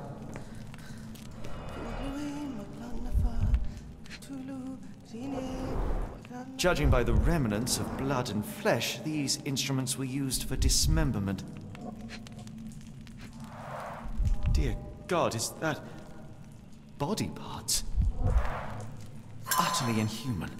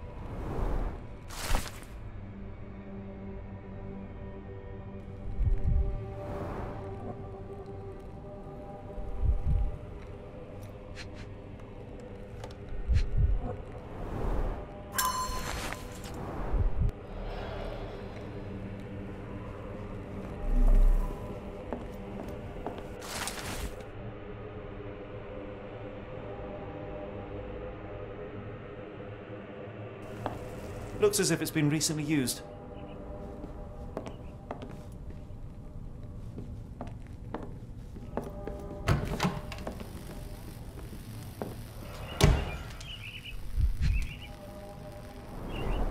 Dynamo machine. Provides electrical stimulation for the person in the chair. Full grain leather straps. Impossible to escape.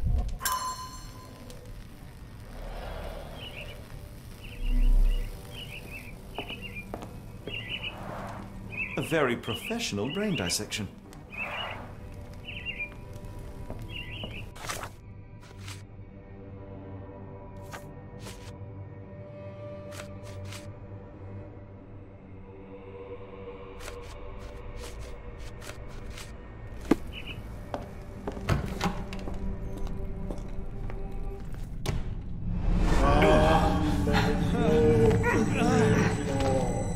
Get out of my head!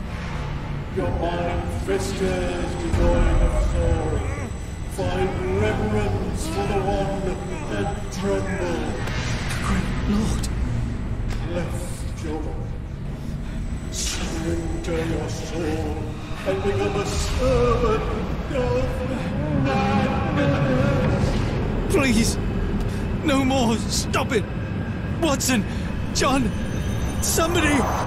Wretched mortal, do not fear what is to come. Let him rupture our world anew. Awaken! And let the World behold!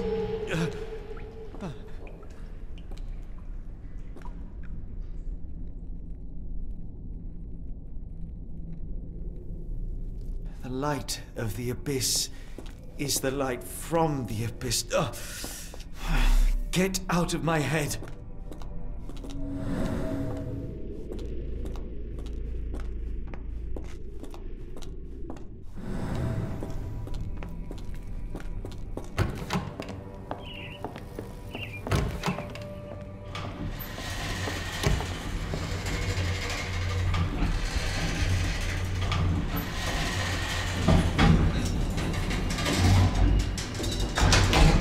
Hydraulic elevator? How ingenious.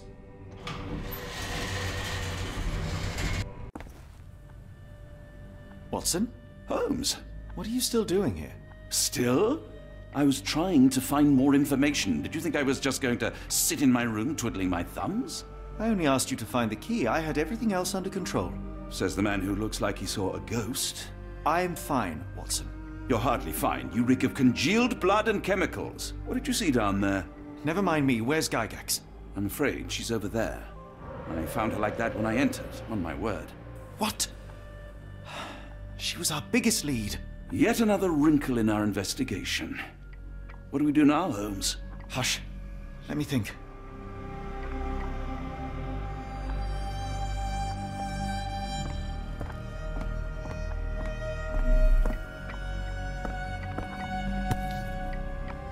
Heidi, how did it end up here?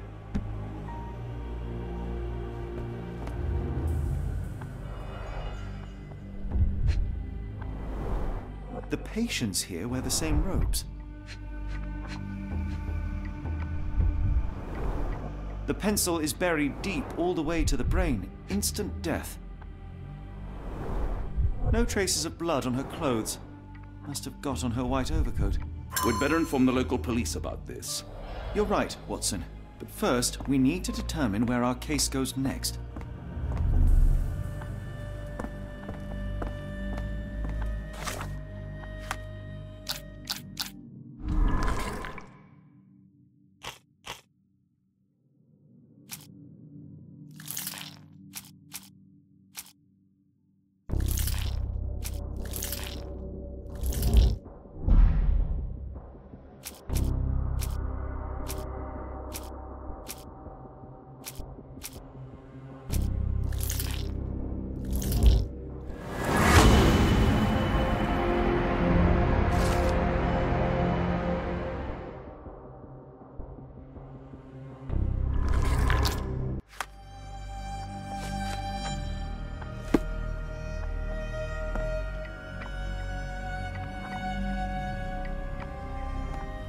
We've got what we needed, Watson.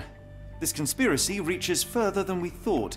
I don't suppose you've ever been to New Orleans? You are joking. I seldom do. Let's go. There's no time to waste.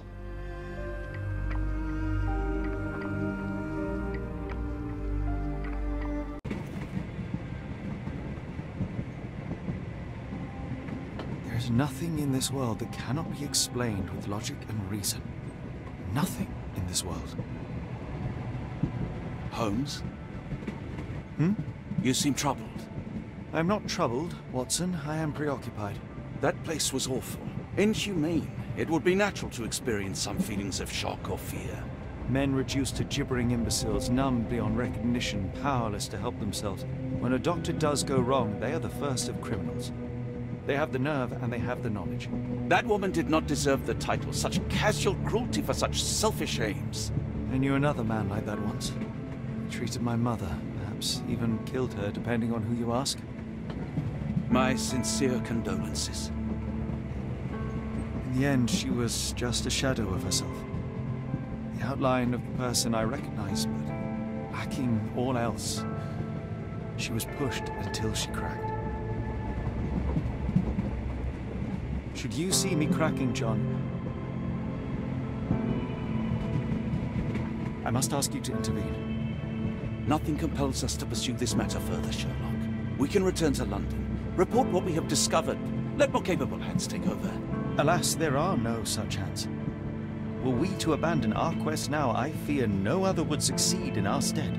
We know nothing of what awaits, what dangers lurk in the darkness. Nonsense. We draw nearer to New Orleans with every passing minute, and thus closer to the answers we seek.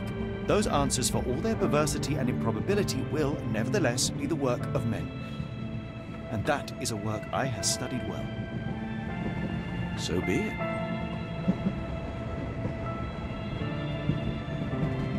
I know you to be a diligent author, but if I may make one request. Kindly omit my mother and her suffering from your tale. Of course. Thank you, John.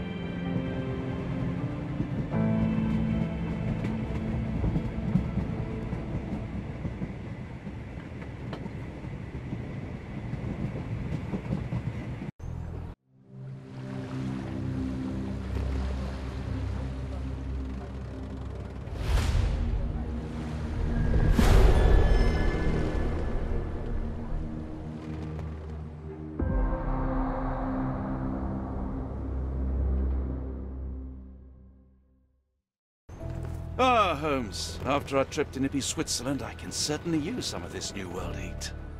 Do not get carried away, Watson. What we could certainly use are answers to my questions. I know, but you look exhausted.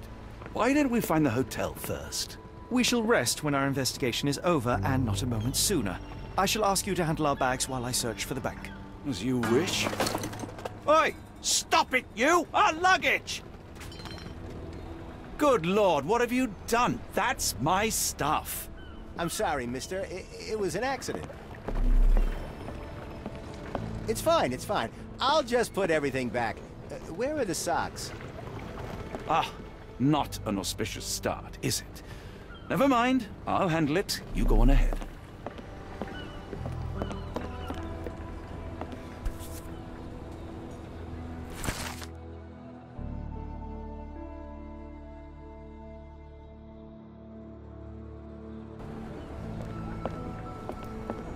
Hey,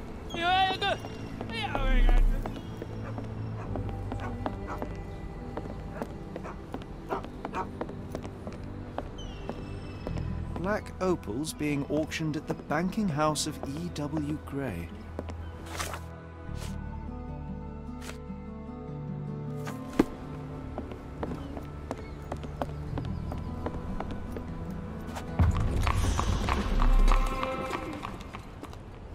May I ask you something? Oh, I know this. Yeah, let me help you.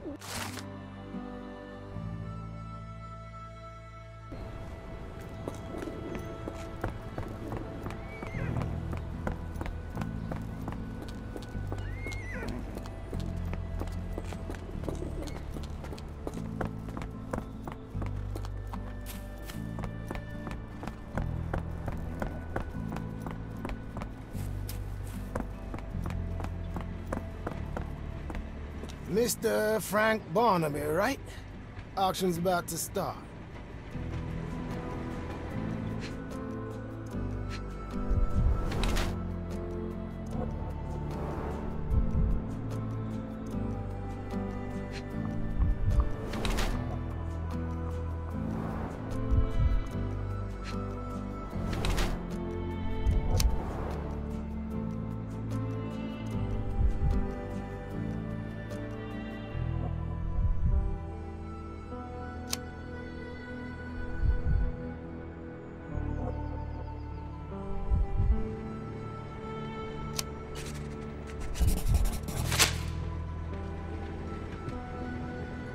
In the flesh. Now, if you'll excuse me. Well, hold up. Written invitation first. Can I present another piece of identification? Nope. That's why we sent the invitation. Holmes, over here. Any luck? None. They're holding an auction, invitation only. The good news is, I know who might have one. We need to find Mr. Barnaby. Who? Frank Barnaby, most likely a local. And you think Mr. Barnaby will be happy to share his invitation? Let us first find him, then we can see if he is the generous type.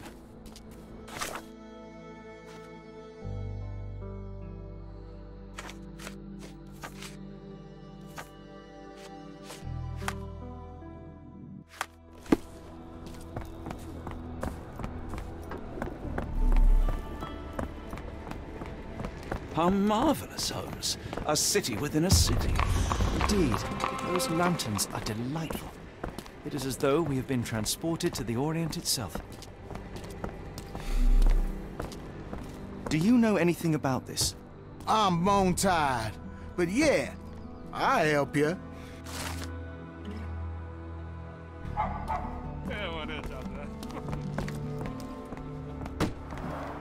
Rather unassuming for a jewelry store. Damn, he at it again. Locked. Barnaby No one's still here. owes you. If he can't pay in greenbacks, he'll pay in blood. Could you help me? I'm bone tired, but yeah, I'll help you.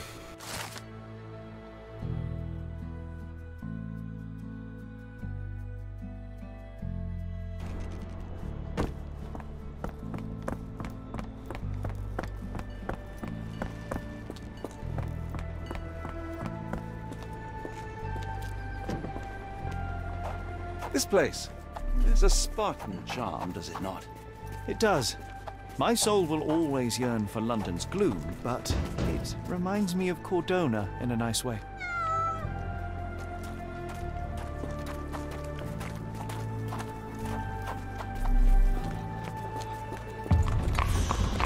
Barnaby, unconscious but with his eyes open.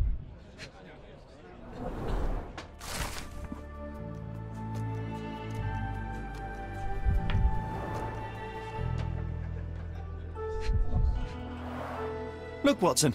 The two of you are just alike. Oh, great. So I look like a haggard alcoholic. Eureka!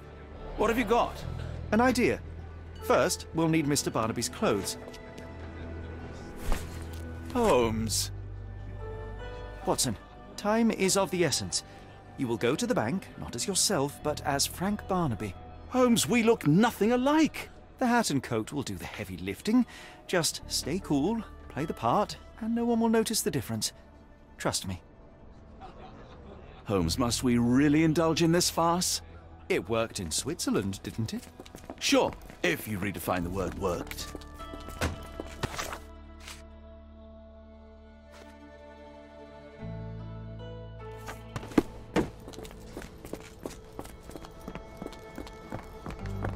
Where's my cash, Frank? In the bartender's tip jar?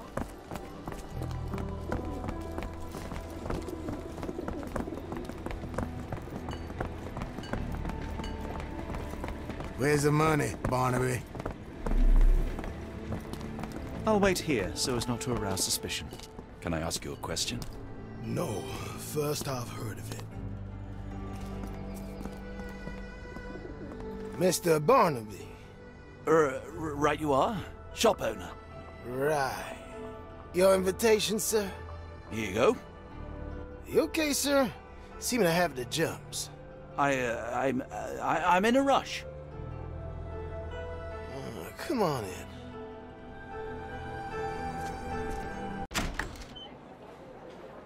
Heavens, I never seen gems so big. I simply must have them. Sorry, I'm just dealing with another client's request. Please wait a moment. They're so black, it's like they absorb light. Rather hypnotic. They're so black, it's like they absorb light. Rather hypnotic.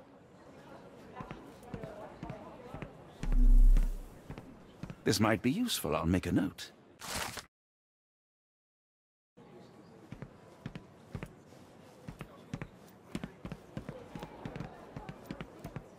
Morning, sir, and welcome to the E.W. Gray Banking House. The auction will begin shortly. Name's Zoe Clemens, and I'd be delighted to help you. Pleasure to meet you, Miss Clemens. I am Frank Barnaby. I do have some questions, if you don't mind.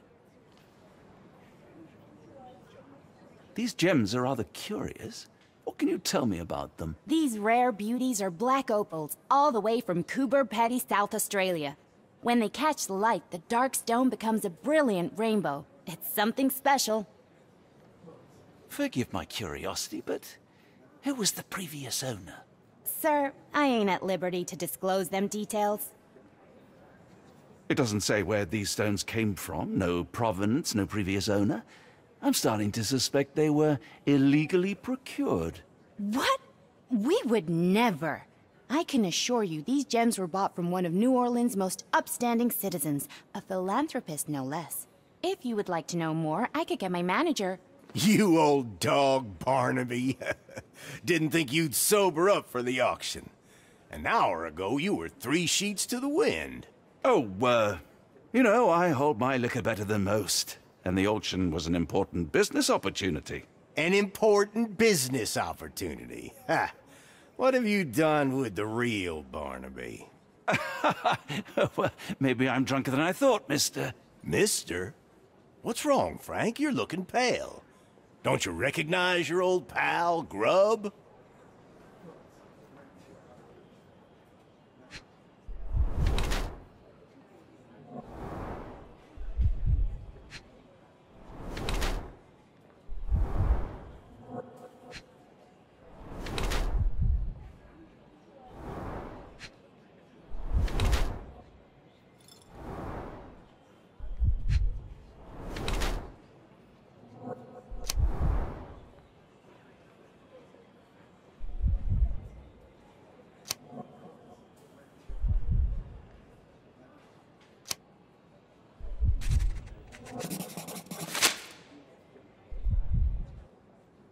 Of course I know you, Sheriff.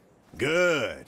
Now, while I have you, there's the matter of your outstanding fines. I've been more than reasonable, but I'm afraid the bills come due. Fines? Right. I'm afraid I don't have anything on me. That's funny. Ain't you at the auction? I weren't born yesterday, Frank. Now, assault, battery, disorderly conduct, that's serious stuff. You got off easy, but if you don't pay up, things get a whole lot worse. Look, Sheriff, I'm not actually... Whoa, whoa, whoa. Think careful now, 'cause Frank Barnaby only owes us cash. But fraud, impersonation, that's weasel behavior. And you know what we do to weasels round these parts. Feed 'em to the gators. So, Frank, what's it gonna be? Here's all I have. Mighty fine of you. The people of this parish deserve peace. They don't take kindly to visitors. Don't miss that boat tomorrow morning, Doctor.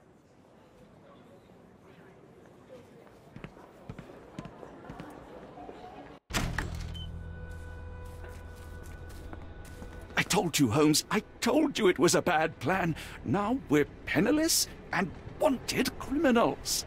Hysteria gets us nowhere, Watson. Tell me what happened. The sheriff saw right through me. He knew who I was from the start. Extorted me for every coin I had. Bah, all that matters is what you learned about the gems. I shan't discuss it while still wearing that blighter's clothes. I'm going back to the boat to get changed.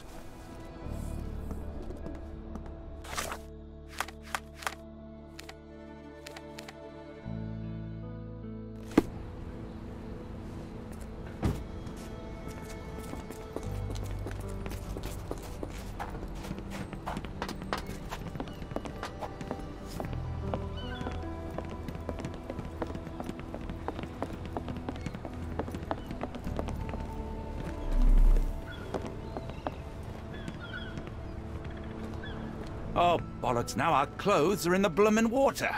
It was like the luggage had legs of its own. Oh, Mr. Pratchett will have my head.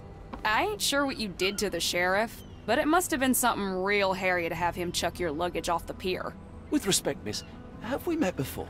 If you were the real Frank Barnaby, yeah, we would have. But where are my manners? I'm Lucy. And you are? John. I didn't mean to be rude. I've just had a difficult day, miss. Well, it's barely noon. And you've already made an enemy in Sheriff Grubb. The man starves his gators just in case someone crosses him. John who? Watson. Well, Johnny, if you plan on sticking around, you better change that suit, or Frank's reputation will catch up with you. And then you'll be a John Doe. Alas, I think one of those gators is currently devouring my spare clothes. You've got yourself in a fine pickle.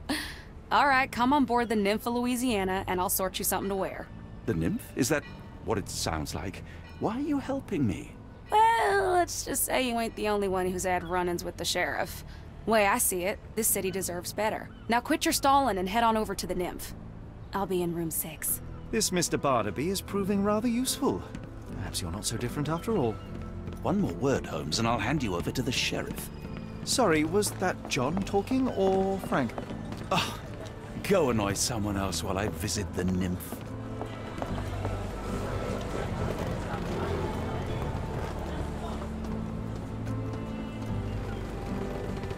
Well, look at you. All dressed up with nowhere to go. I can't thank you enough. As I was saying, our journey has hardly gone to plan. We seem no closer to finding our missing people than when we left. Well, if there were anything to know, Champagne'll know it. She's across everything in New Orleans. Look for her in the fisherman's village behind the Creole Quarter. Thank you again, Lucy. I shall make my way there now. Good luck, Johnny. Keep out of trouble.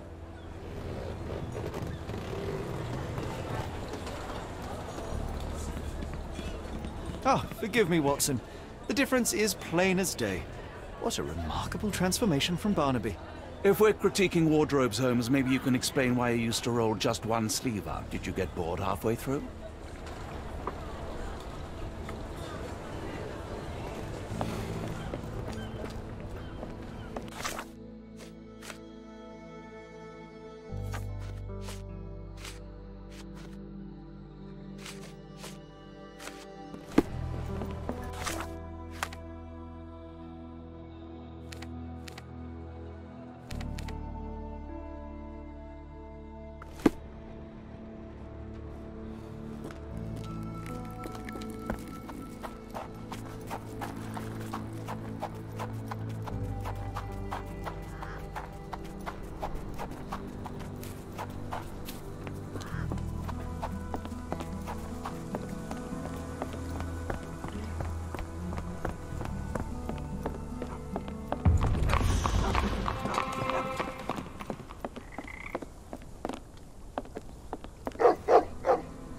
Tocqueville? Lafayette! Hush now. No offense, Sheriff.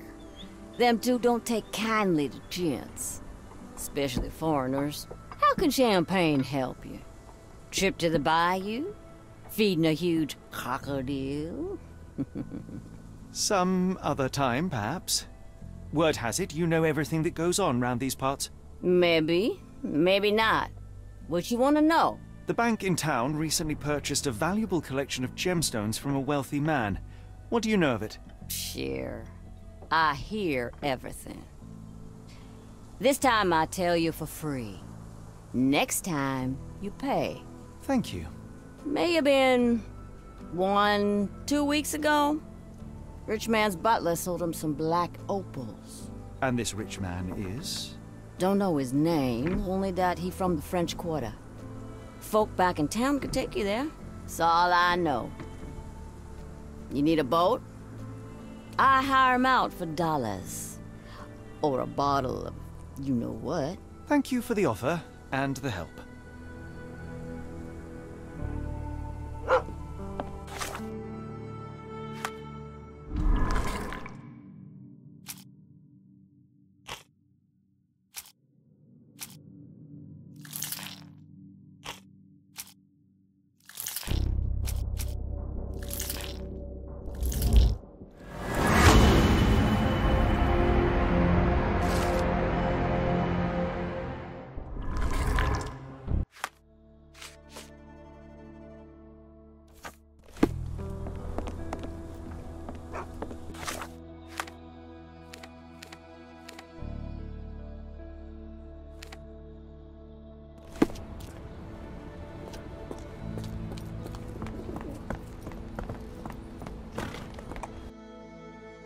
French Quarter, and get us there fast.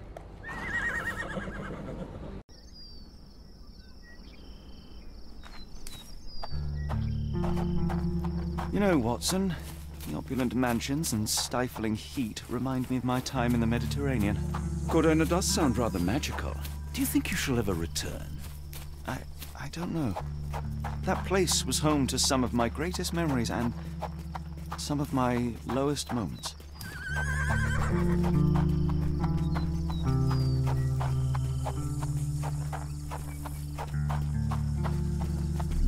Lord help me.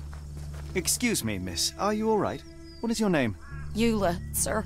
Waiting for someone, Eula? Yes, sir. My brother Davy. He works for Mr. Arneson in that mansion yonder. Been 5 days now since I last heard from him. Come now, why all the tears? Something happened to Davy. I feel it in my bones. Do you think he may have left the premises? No, sir. Davy, he ain't like you and me. He's smart in some ways, but he can't talk. Not a word. He's pure and kind. Fear not. We will look for your brother. One presumes this gate is locked. Is there any other way inside? There's another entrance through the stables you could try. That's where I meet Davy normally, but I couldn't get in. See, I couldn't find the key. It wasn't in its usual spot. Please hurry, sir. Find him for me.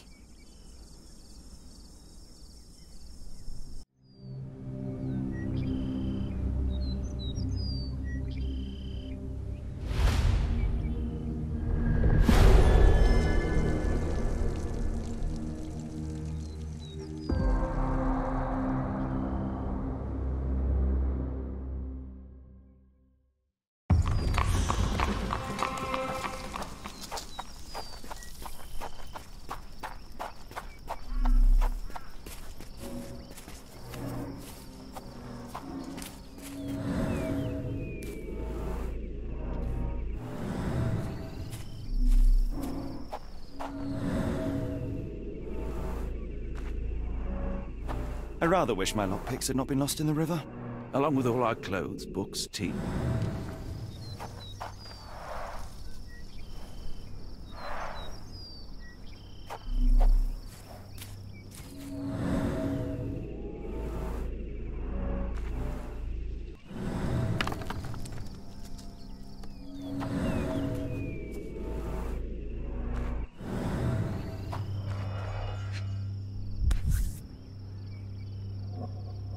This must be the key to the stables.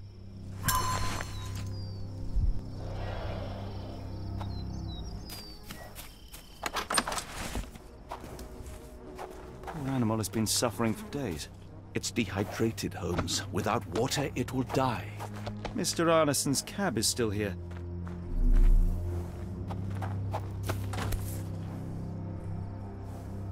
Cayenne pepper. Half empty. Or as Watson would say, half full.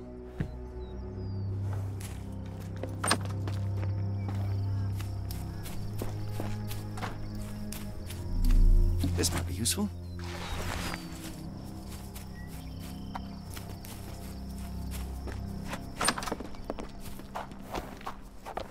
At least that's one life saved.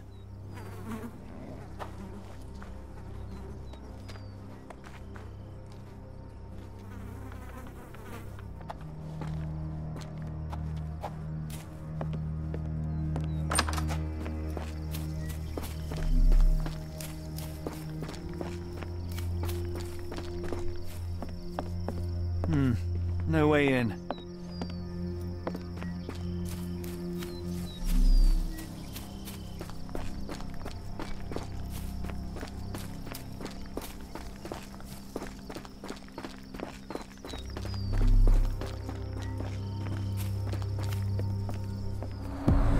There's blood here. Ah! Do you smell that, Holmes? Something bad happened here. I know. Be prepared for anything.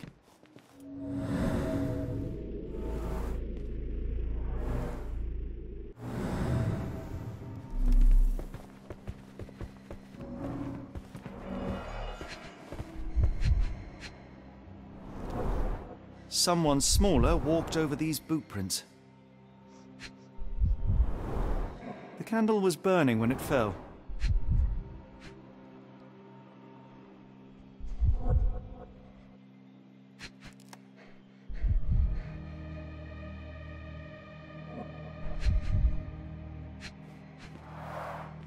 A trail of wax leads to the door.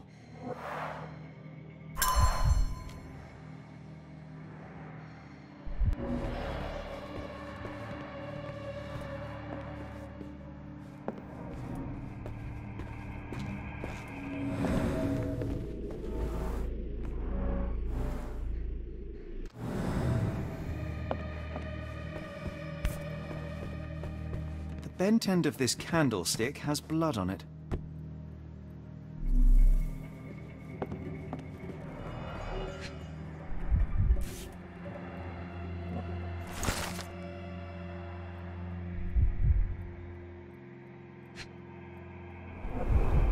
Burnt papers, now completely unreadable.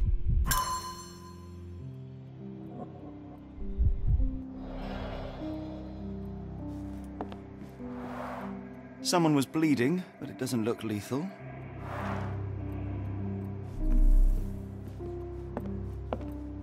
Watson, would you please lend me your medical expertise? I'll do my best.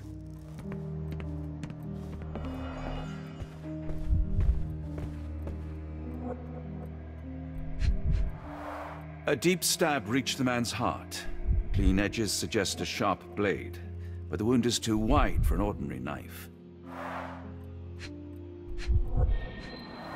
The hand can bend freely. Rigor mortis has passed.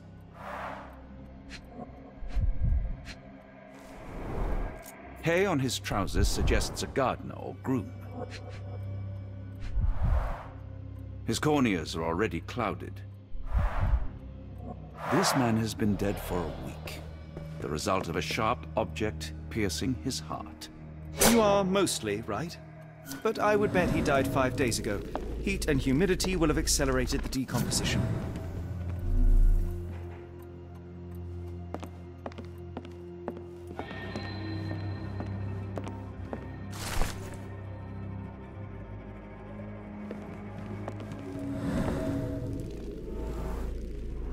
A few drops of blood, but not from a mortal wound.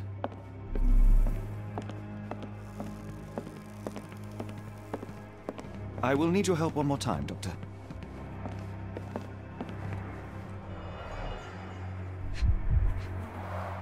An enormous blow shattered her ribcage. Blooded, broken nails. The poor woman tried to put up a fight.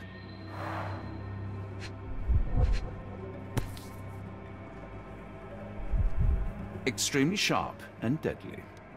A wound like this could only be dealt by a man of incredible strength. And cruelty.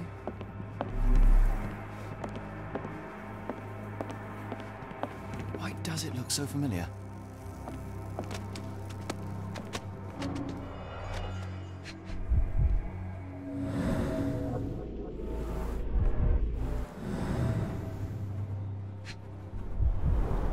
Tea for two. An odd glimpse of normalcy amid the horror. A used kitchen towel.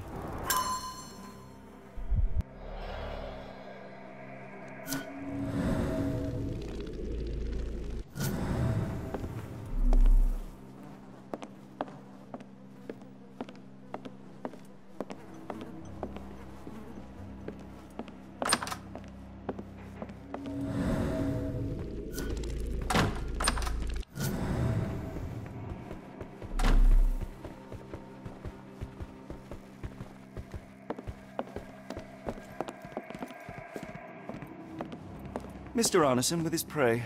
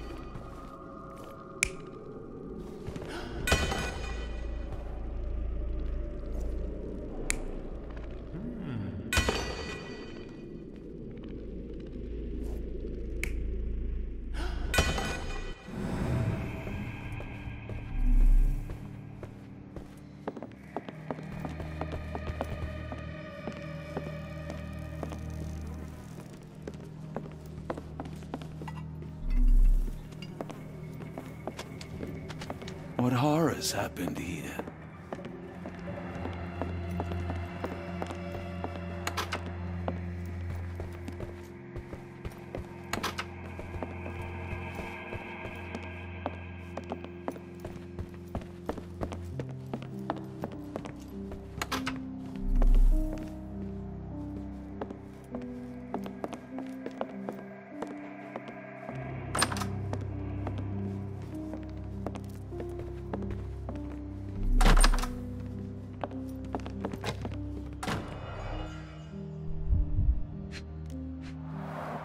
Note the blade, Watson. A curved dagger, probably of Persian or Indian origin. 9 or 10 inches, I'd say.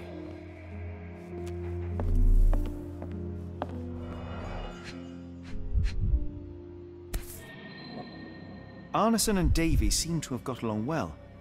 He looks more like a son than a servant. Arneson and Davy, 1881.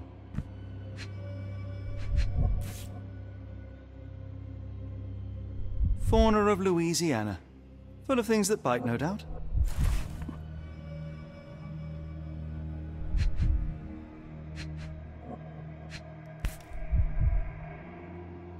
New Pied Piper. Foreigners missing in New Orleans.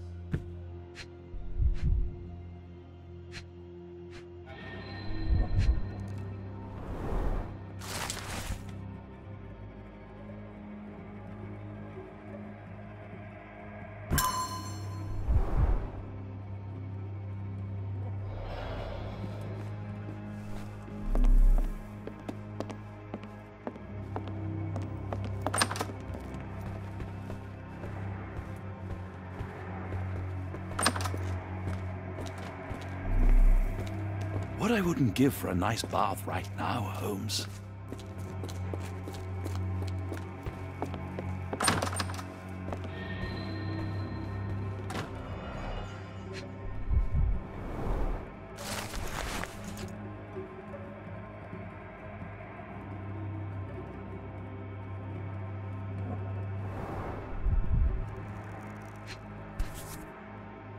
A dull book about local geology.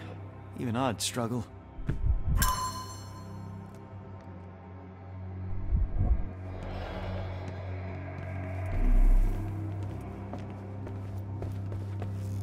A dashing portrait of Mr. Arneson.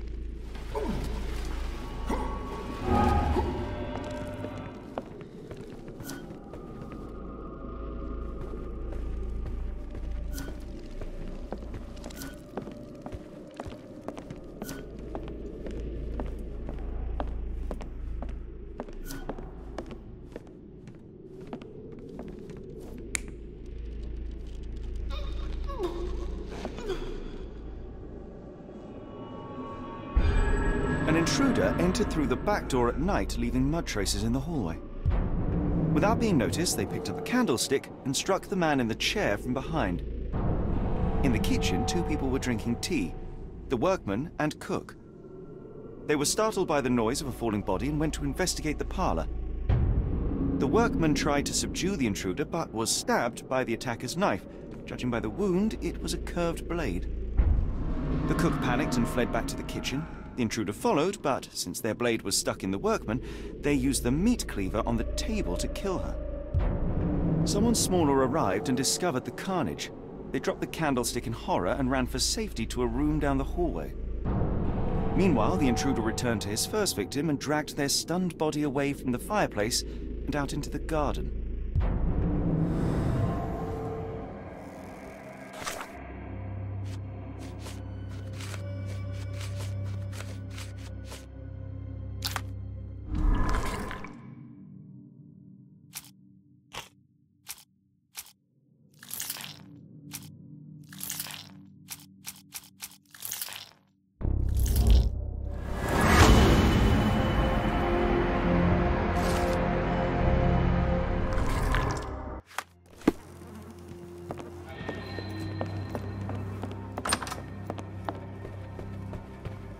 Davy, please open the door.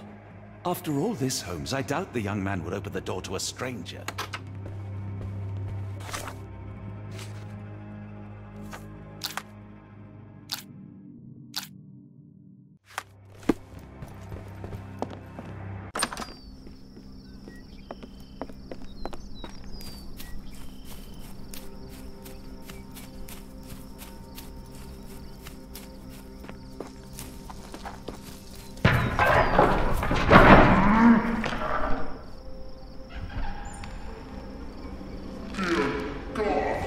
Watson, quick!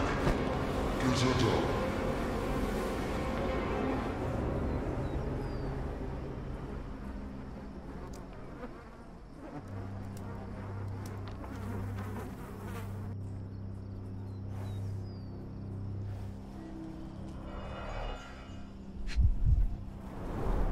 Ligature marks on her neck. There'll be a bruise, but she should be okay.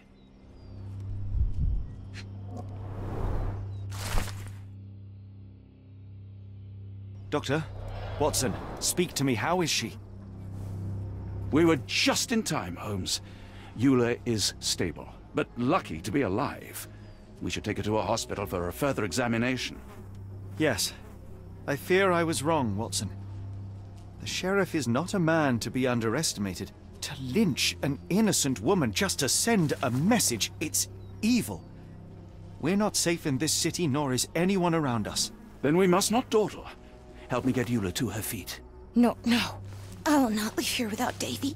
Miss, please, we must get you help. No, I will not be deterred. I will get my brother and bring him home.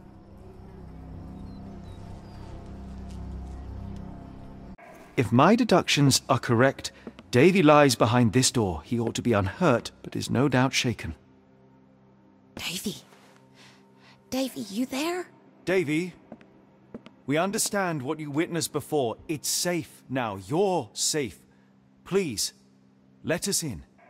Your sister wants to see you. Everything will be all right. I promise. Yeah, them gentlemen speak the truth. Just open the door. Big sister's here for you. Davy! Oh, come here, you! Thanks, sirs. Lord bless your souls. Let me examine him, miss. I want to make sure he is unharmed. Remember, he may be mute, but he still understands you.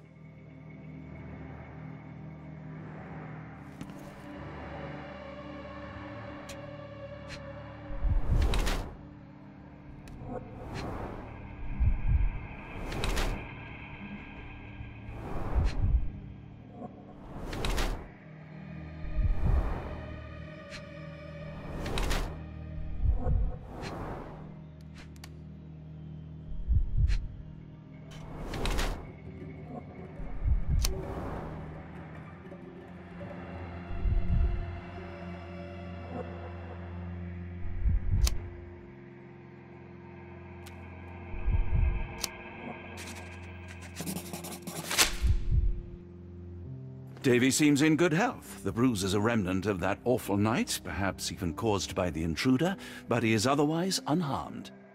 In fact, I believe life here was good for the boy. Arneson and the others cared for Davy. That may have allowed him to withstand such horrors. I need your help, Davy. We know that the man with the curved dagger is responsible for all this. You recognized the man, yes? The same one in the photograph in the office upstairs, standing with Arneson. Good. Please, write his name. And one last thing. The room with an image of a bell on its door may hold important answers. Do you know a way in?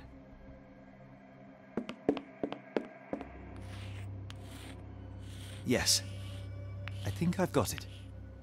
You have been very helpful, Davy.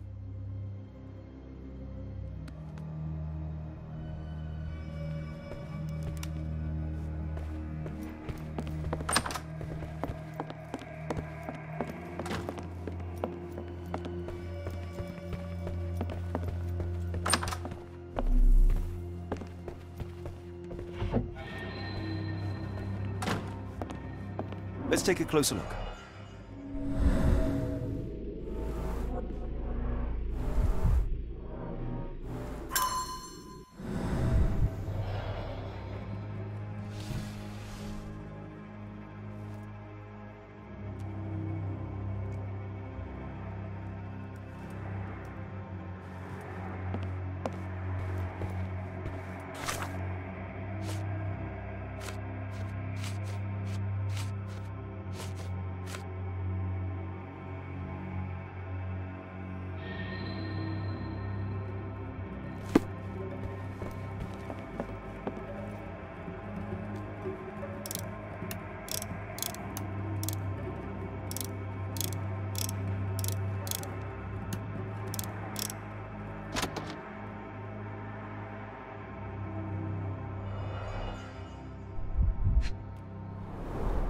These should come in handy.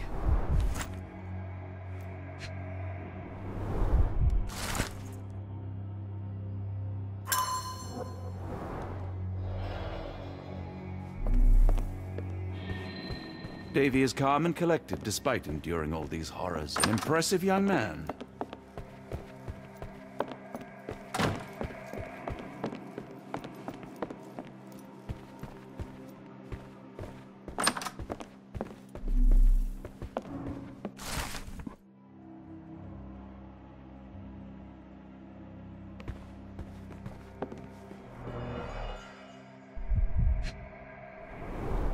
Dense and disturbing notes. It's hard to follow. The scene is impossible, unnatural, but also familiar.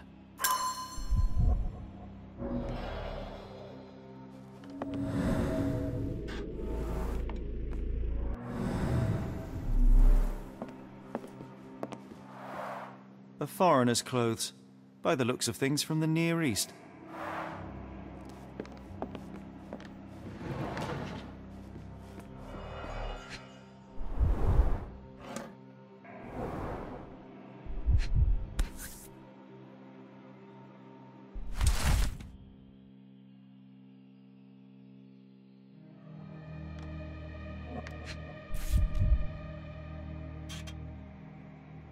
A black opal, cut and polished, easy to sell.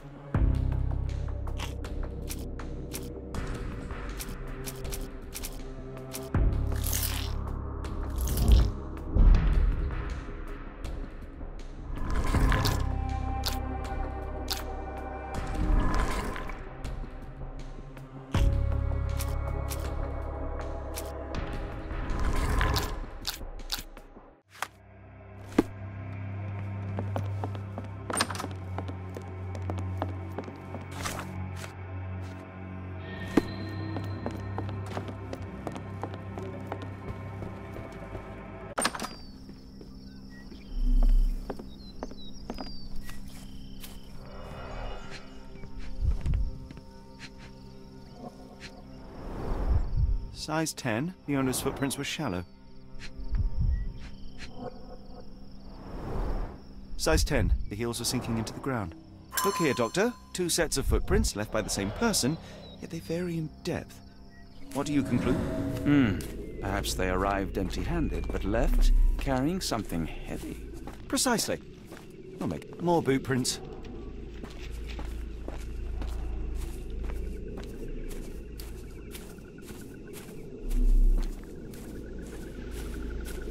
More boot prints.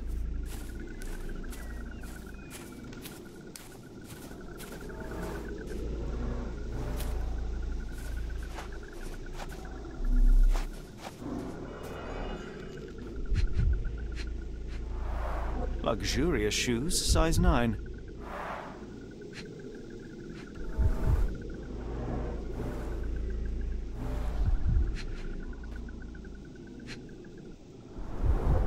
These fingers were severed with a single clean stroke, but I don't see the thumb or middle finger. Look, Watson, animal prints. I wonder what kind.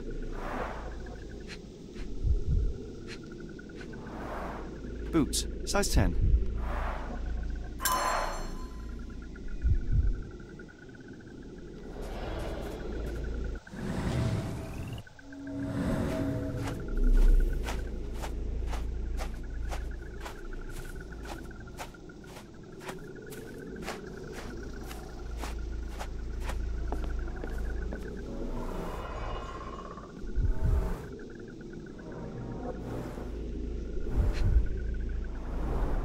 A scrap of silk, soft and elegant.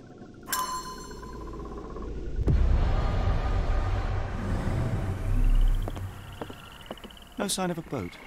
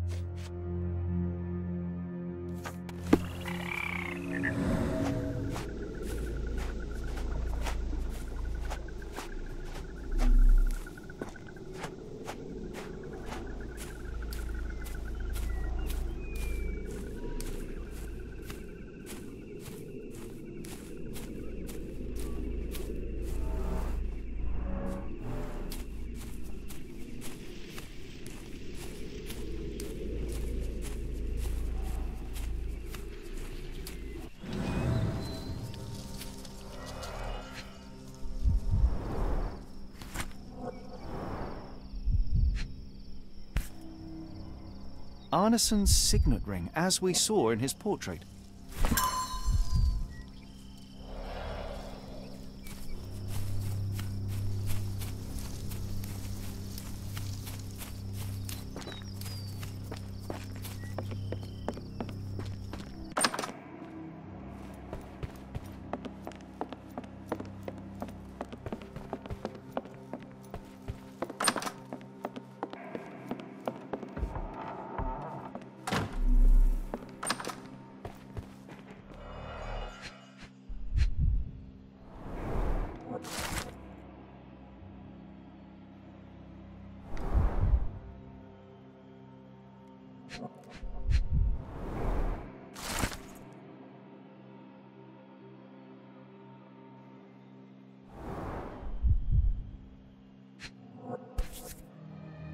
Well, isn't that interesting? Hello again, Lucy.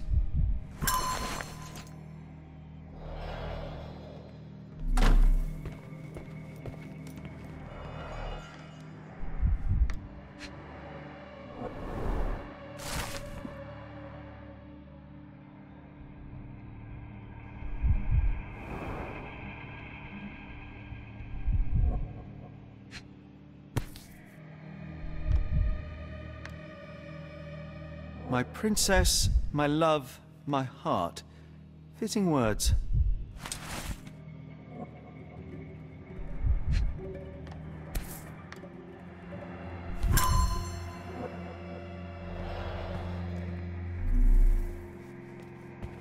It's almost a piece of art.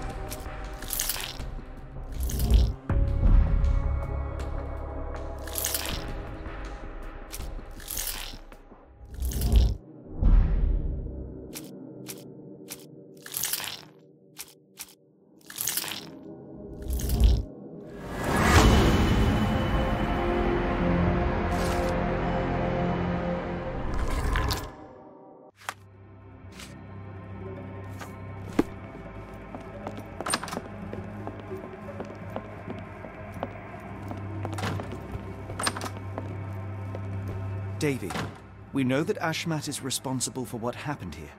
We must catch him and hold him accountable. I know that you are scared, but you are also the only one who can help us. I believe Mr. Arneson showed you a cryptic telegram that was sent to Ashmat. You are an impressive boy with a phenomenal memory. Can you tell us the contents of that message?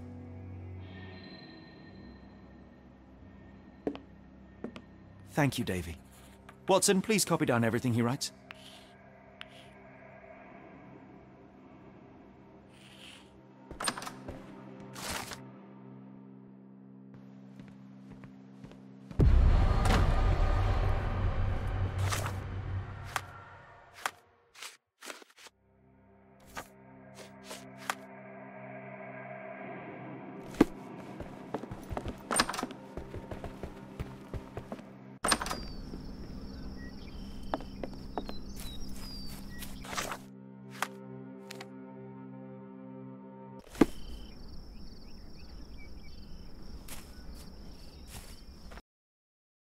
got a spot in mind?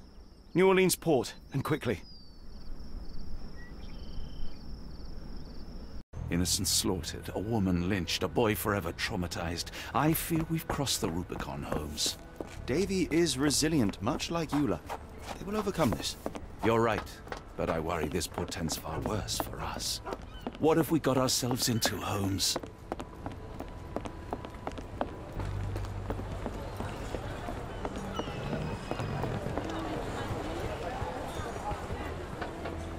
Johnny boy, so how was it with Champagne? Most enlightening, thank you. And now my friend Mr. Holmes would like to talk to you too. Well, ain't you something? What can I do for you? I'm afraid I bring bad tidings. How bad? It concerns your significant other, Arneson. Arneson? Now, who said we were lovebirds? Lucy, we only mean to help. No word of the matter shall spread. What are you implying? The man in this letter seemed ready to declare his feelings for you. Sounds like he was more than a client. It's part of the job. Men can say weird things when they think they're in love.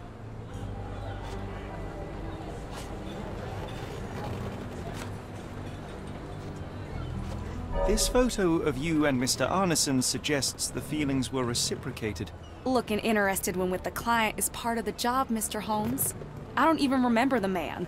You mean to say you take pictures with everyone? If they ask nicely. And pay.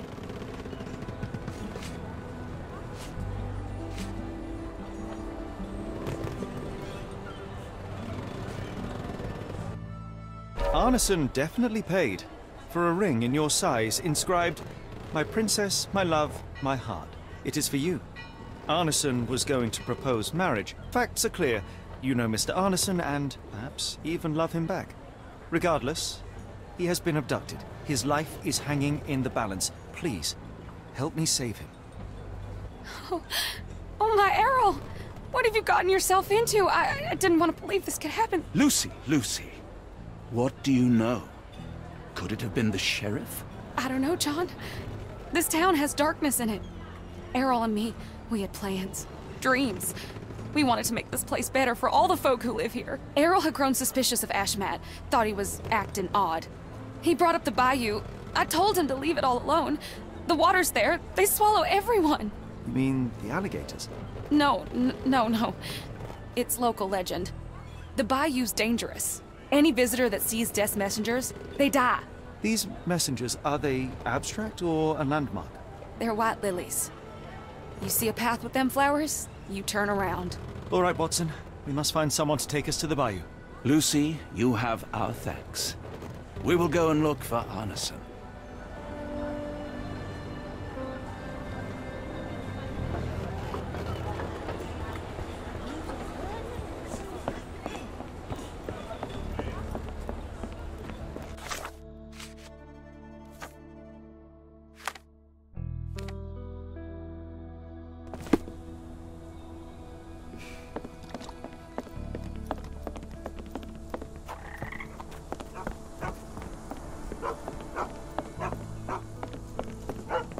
Hello again, and thank you.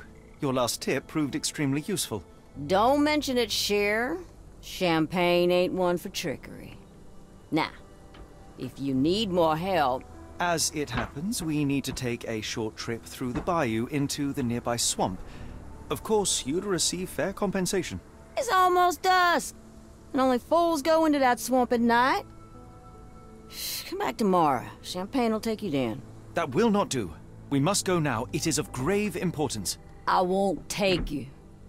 But if you're crazy enough to go, I'll sell you the boat. Wouldn't you know it, I came across a bottle of your namesake. Will that be enough for a boat? It's warm. The bottle's dirty. But we got a deal. I'll even lend you this rifle. If you're going into swamp, you'll need it. One last favor. The boat that we came on is to leave tomorrow for Europe. Would you kindly relay a message to the crew for us? We may need them to hold their departure till 8 in the morning. Of course.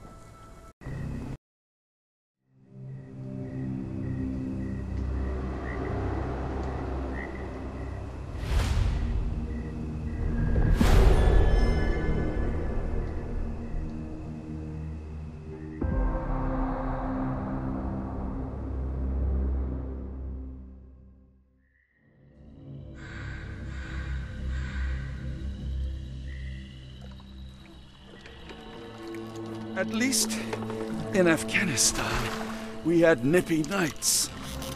It makes one yearn for rainy London. This place, Champagne, did not mince words about it. Keep your wits about you, Watson. We are inching closer to the heart of this mystery, however dark it may be. Hell's bells! I told you to stay away, Doctor. That he did, Holmes. I rule these boys. No hiding from me here.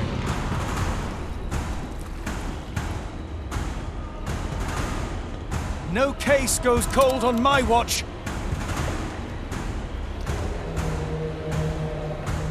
Settle down, boys. Our friends are as good as gone. This is it, Watson. Our moment of truth.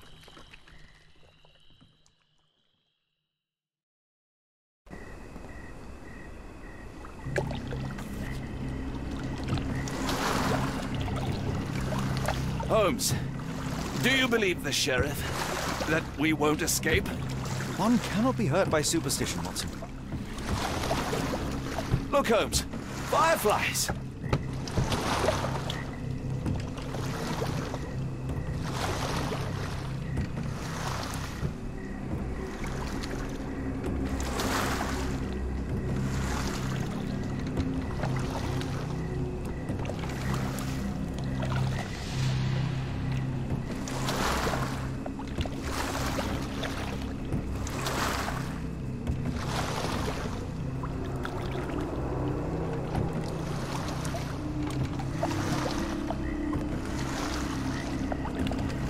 You're rowing like a professional, Watson. University of London Boat Club. Silver medalist, sailing 74.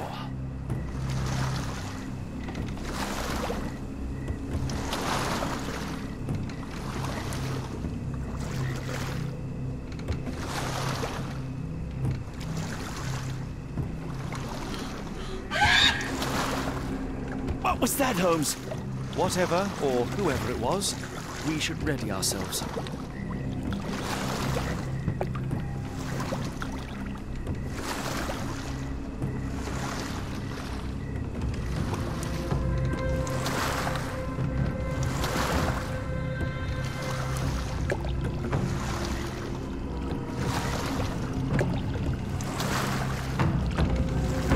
Am I hearing drums?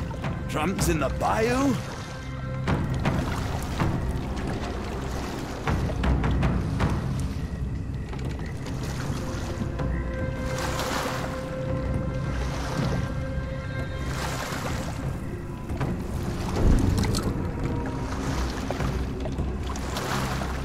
Holmes, I think I heard something swim underneath our boat. Probably just a rotten log. Did you hear that, Holmes? What do you see? A shadow. Nothing more.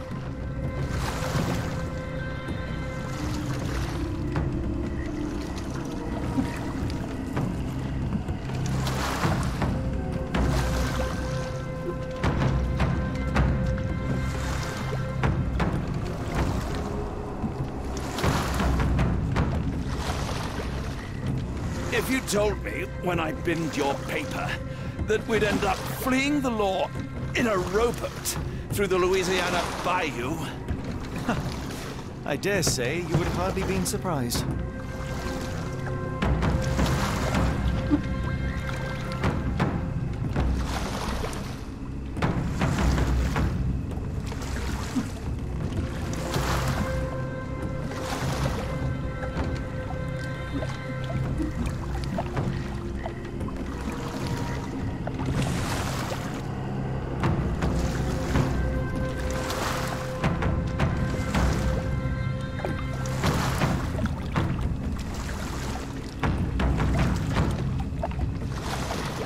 The air is getting thicker, almost suffocating. The stench of death. All too familiar now.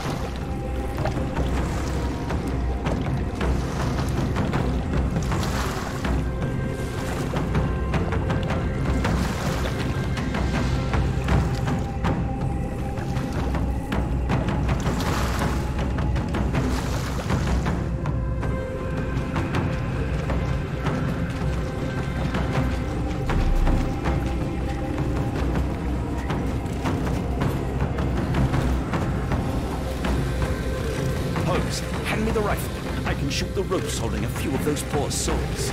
Come on, Holmes, give me the rifle. We shouldn't waste time in a place like this. Watson, stay calm, but be quick. An alligator has noticed us.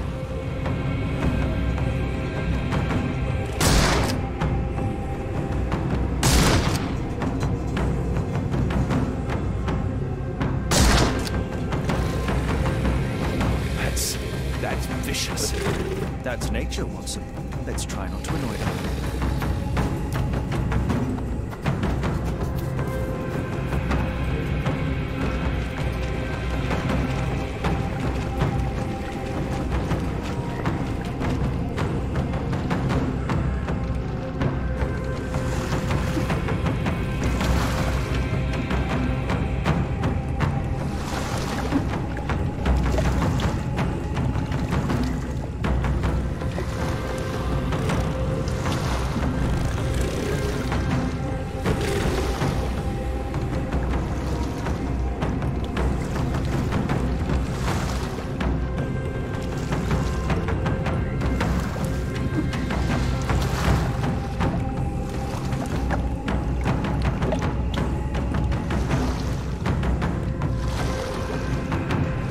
Looks promising over there, Watson.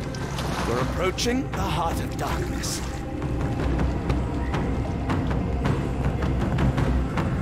This place gives me the shivers, despite the muggy night.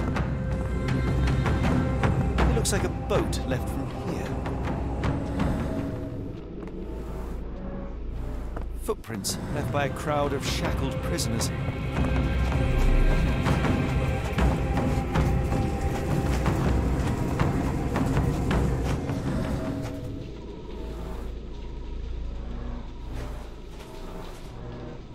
Ashmat dragged Arneson here.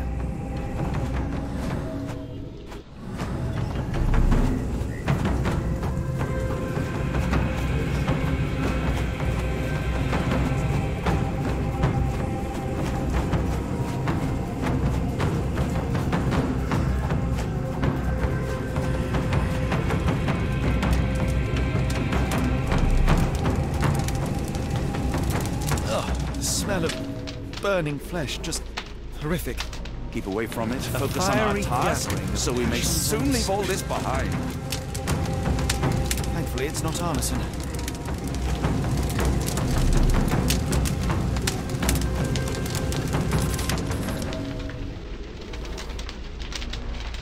The hand tied here was bleeding in 4 places. This had to have been Arneson. This is not Arneson, just another unfortunate soul.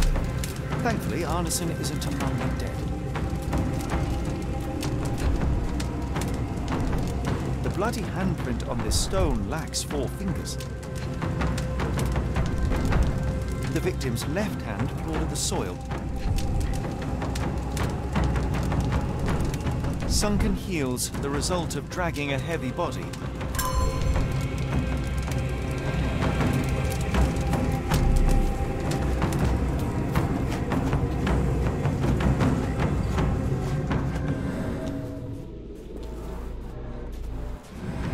Blood was poured over someone, leaving a gruesome silhouette.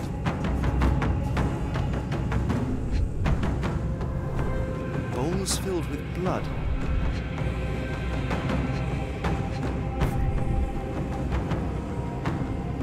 A worn blade, but clean and without blood.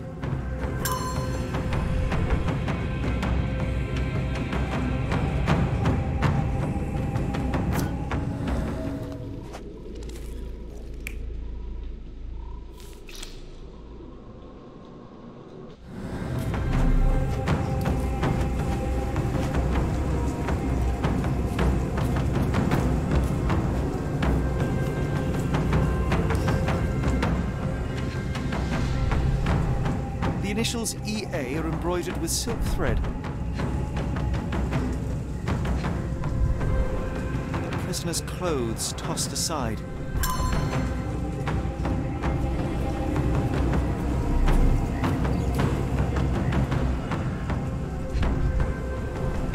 The blood is dry. The axe has not been used for some time. A simple rope.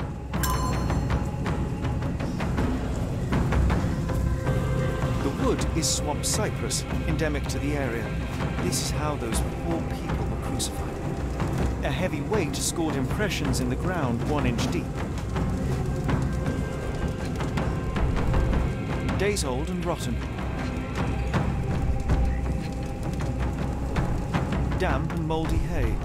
The prisoners were kept like animals, slowly deteriorating under the gruesome treatment.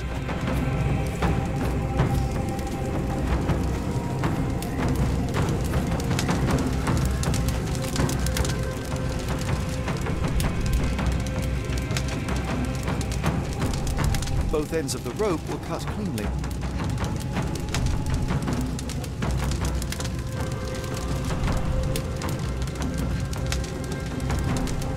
That's a lot of blood, but probably not enough to be fatal. The captive was dragged through hell.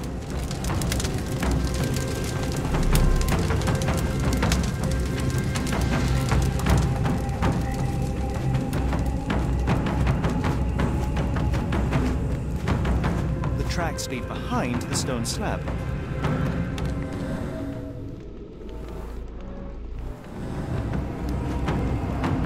Only this indentation was spared from blood.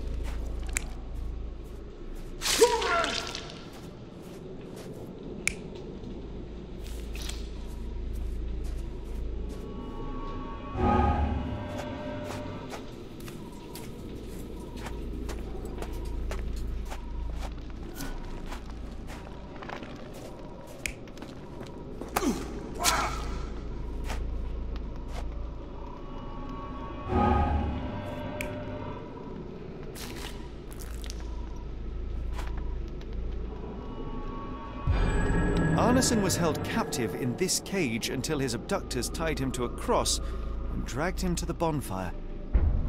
Arneson was left hanging here for a while before being freed and led to the altar.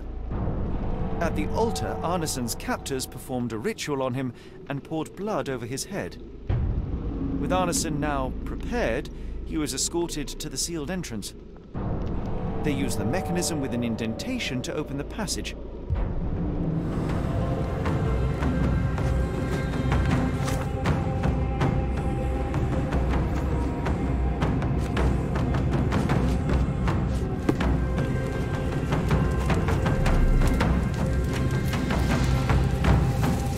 Heavy and covered in blood.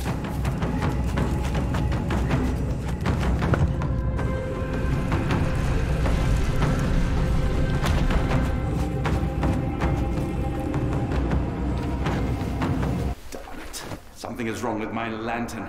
Give me a minute. I won't wait for you. I'm going in.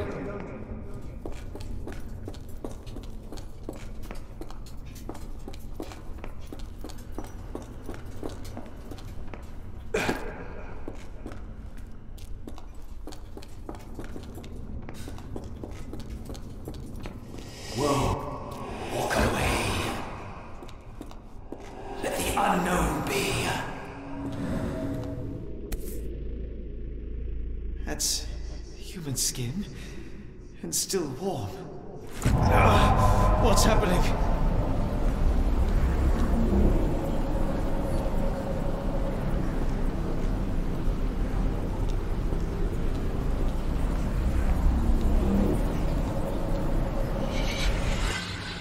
Deja vu, and not in a pleasant way.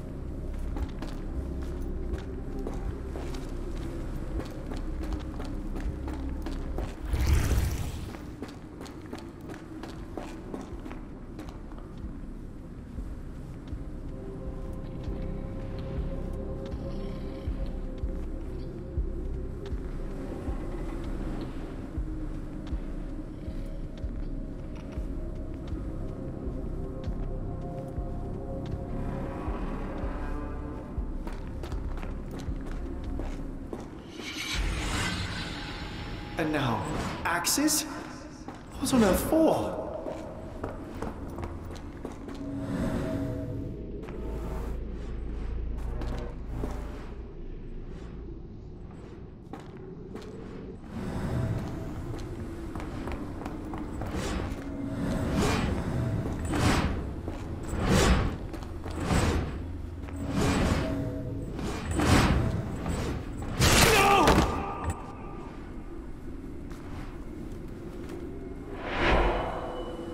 Now it is glowing, but why?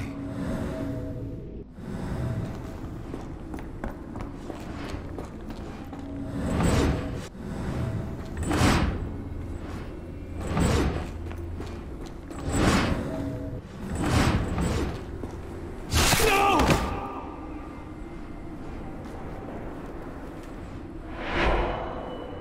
There's that glow again.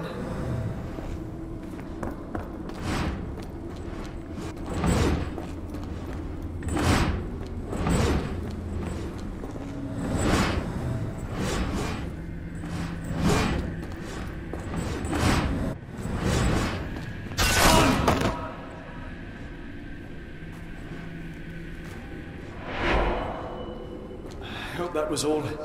I can't take any more.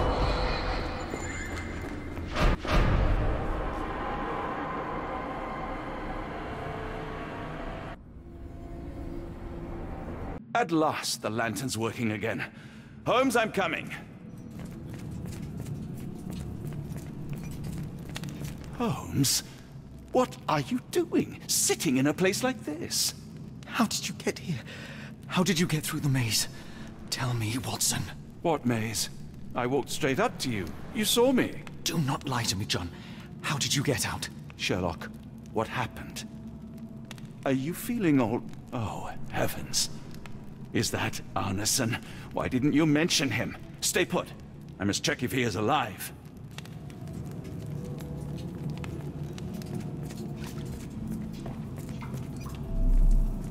I need to focus on Arneson.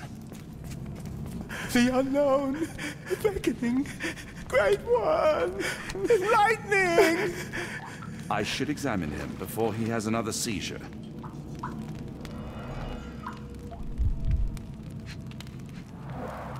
Blunt trauma to the cranium, dilated pupils, lips moving without a sound.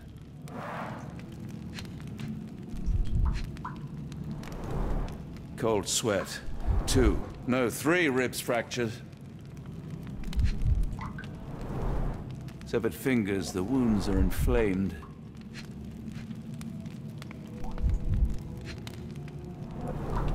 Pulse is racing, 110 beats a minute. Arneson is delirious after all he's endured. We can't get him to the boat in a state like that. It's dangerous to us and him. Please tell me there are no wheels inside Arneson.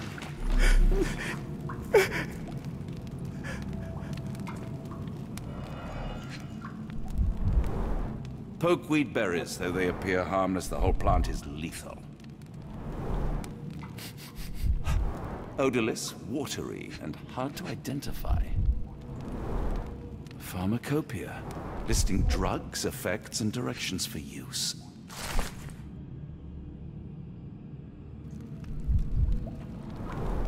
Some kind of amanita mushroom, extremely poisonous.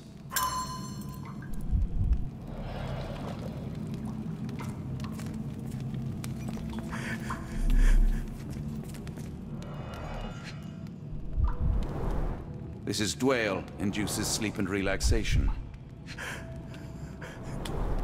Salvia divinorum, provokes visual hallucinations. A gluey decoction. The smell is herby but sharp. It appears burnt, judging by the color.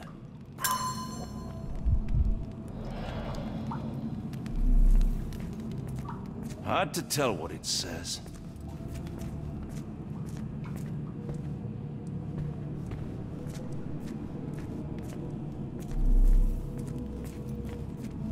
I just need a second, John.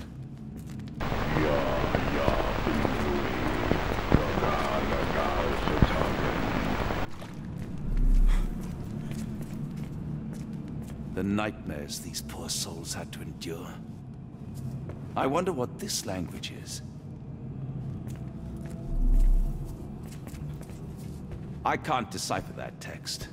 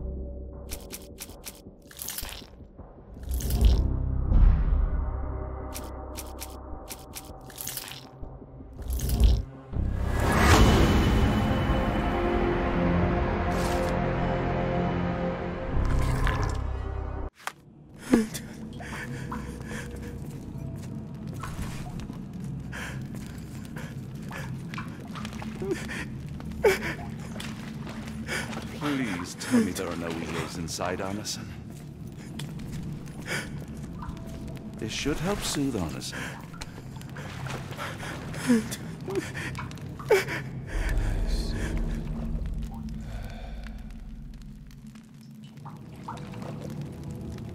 I need some fresh air. Yes, please go. I'll be right behind you with Arneson. Perhaps you can prepare the boat.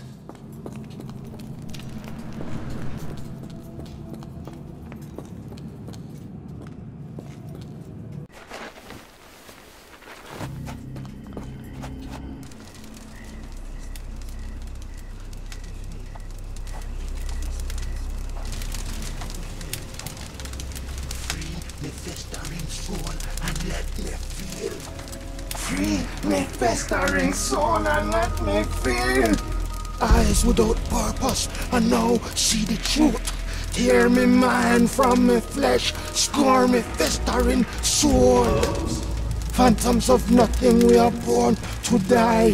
Filth in the eyes of our eldritch lord. Free my festering soul and let me feel. Oh, please, I wish to return. Free me, let me return. Free me and rejoice. Eyes without purpose, I now see the truth. Tear my mind from my flesh. Holmes, are you all right? Here, let me help. I'm fine. Holmes? Sherlock! What the hell were you doing? He almost killed you. I don't... You're right. Let's go, Watson.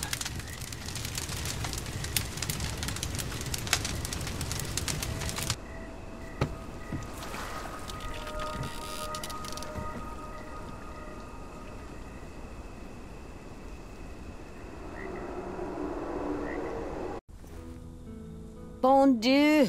Still among the living. We are, though not for lack of trying by the sheriff. Well, he'd been telling people you died in the swamp despite his trying to save you. Crooked man. Through and through. Wait, is that Mr. Arneson? Yes, but he's not well. Do you know Lucy? Belle from the Nymph? That I do. Please bring her here. Mr. Arneson needs to see a familiar face if he's to have any chance of surviving. Power of the heart. I get you. Wait here. Errol?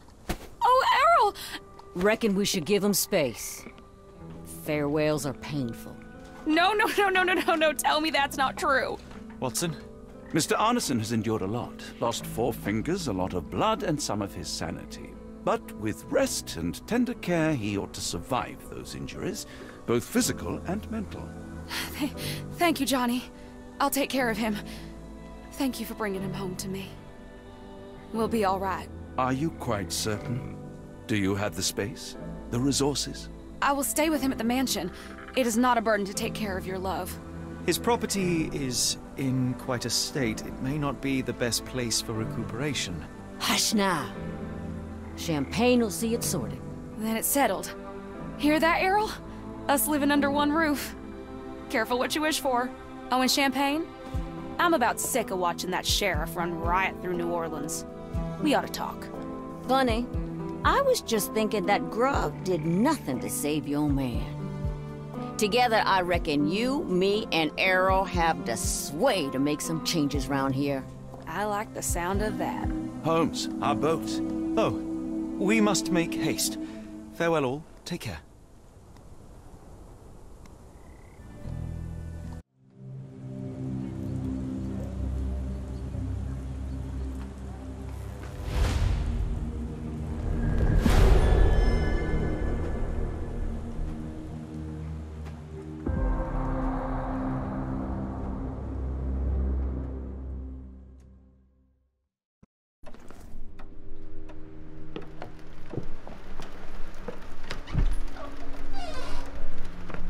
Who's there? Who do you think? Let it be known that I'm handy with this revolver. Nonsense, Dr. Watson. As I understand it, when faced with the imperative to defend oneself, one's comrades, and one's nation, you fled. Aren't you going to introduce us, Sherlock? Watson, meet my brother Mycroft, the Queen's best boy. This is a grim augury indeed, for wherever Mycroft travels, tedium surely follows. In contrast, of course, to Sherlock, a man whose obsessive pursuit of the trivial tears through the most carefully laid plans like a hurricane. Do you have any idea what you have disrupted? Your ego is inflated as much as your waistband. What word comes to mind? You work for the government? International trade is a delicate beast. Your antics in Edelweiss have jeopardized one of the Crown's richest relationships. Oh dear. As rich as all the butter you've been slathering on your bread? We need your help. What? There is evil afoot. Strangeness and savagery like I have never seen. Something otherworldly festering in the dark beyond our reach. We have seen things that defy explanation. Mystic forces, magic. You must help us! It's true. The British government does not invest its resources in the insane or intoxicated. Pull yourself together. I know men like you. Men like you grease palms, whisper in ears, start wars, and you send men like me to die in them. You and the rest of your corpulent cronies. Ha! Corpulent! That was it. Interesting, Sherlock. But as you again drift away from sanity, you find yourself another John. All right, so the choice is made. I beg your pardon? There is only us. We cannot run from this problem. I shall take the book and Davy's cryptic message to Barnes. See what he makes of it. Hmm?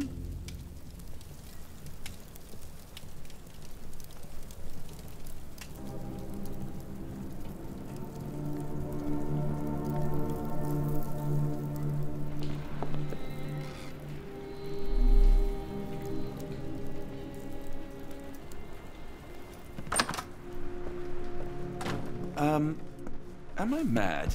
This painting wasn't here last time, was it?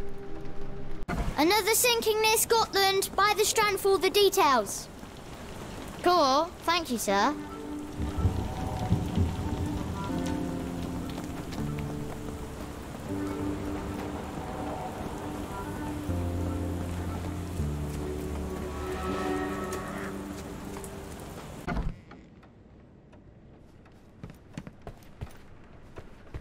It has been a while, Barnes.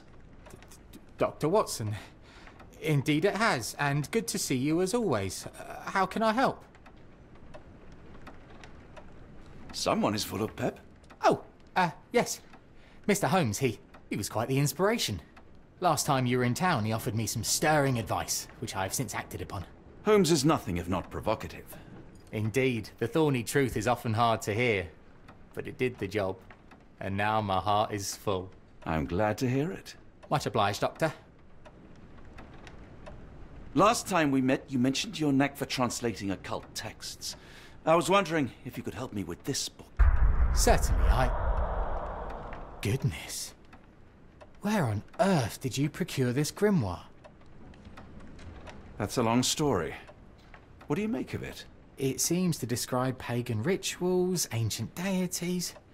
Wow, what a marvel. I can try and translate it for you. Just the pages bearing that symbol. This section, really. Entity of ocean or time. Oh my. Oh, already on it, as you can tell. If you can have it done at your earliest convenience, that would be lovely. Barnes, does Stevenson's guiding light mean anything to you? Well, my mind first goes to Robert Louis Stevenson, an up-and-coming author. I've been following his work in the periodicals. Interesting man. I take it his literary pursuits are somewhat of a deviation from the family business. What makes you say that? He wrote a poem. Let me see if I have it still. Yes. Say not of me that weakly I declined the labours of my sires, and fled the sea, the towers we founded, and the lamps we lit. The labours of his sires. I wonder what they do. I have a book on great British families. If the Stevensons have achieved anything of note, they will be in there. Please, feel free to take a look. It should be on the shelves to the right. Much obliged. For some reason, it makes my skin crawl.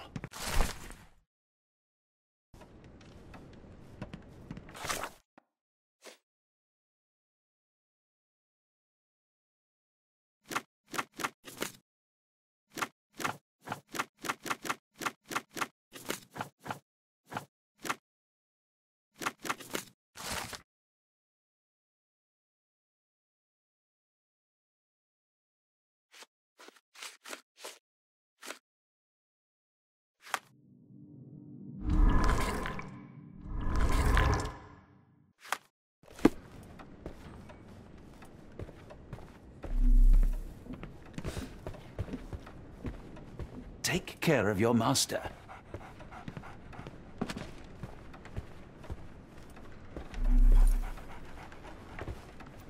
A moment, please.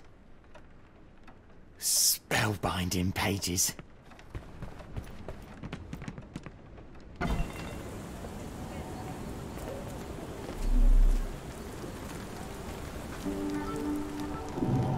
Dr. Watson, how nice to see you, despite the inclement weather.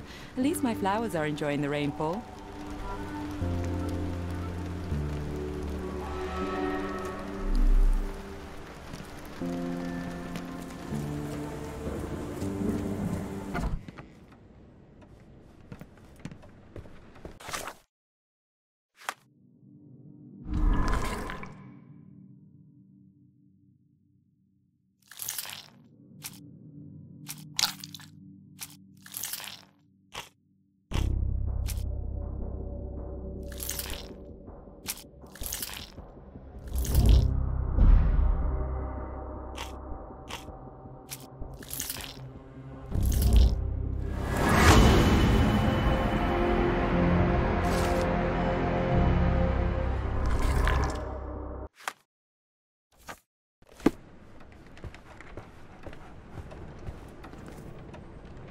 Say, do you possess coastal maps of Scotland? Indeed. Have you figured out what the Stevensons are known for? Feats of lighthouse engineering. You have my thanks for the book. My pleasure, Doctor. Do you need any particular part of the coast? Loch Harbour, West Coast. Right then. I'll unroll it on the desk. All yours. In the meantime, I will attend to my translation. Much appreciated.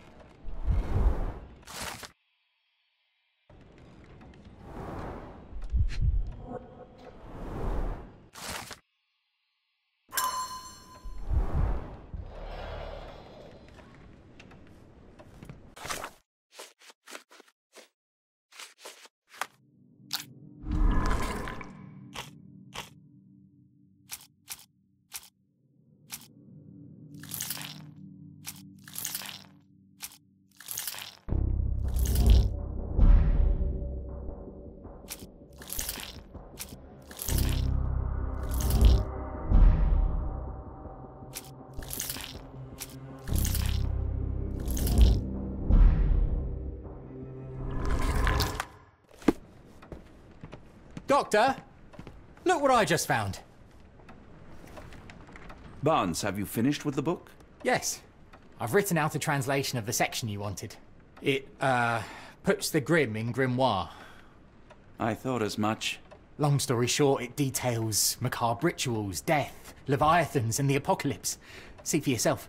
I must ask you to leave the book with me so I can read more of it. It's compelling. Very compelling. I don't think that would be wise. Please give it back. That said, I remain grateful for your immeasurable help. Oh, how disappointing. I hope you will consider lending it to me in the future. Good day, Doctor.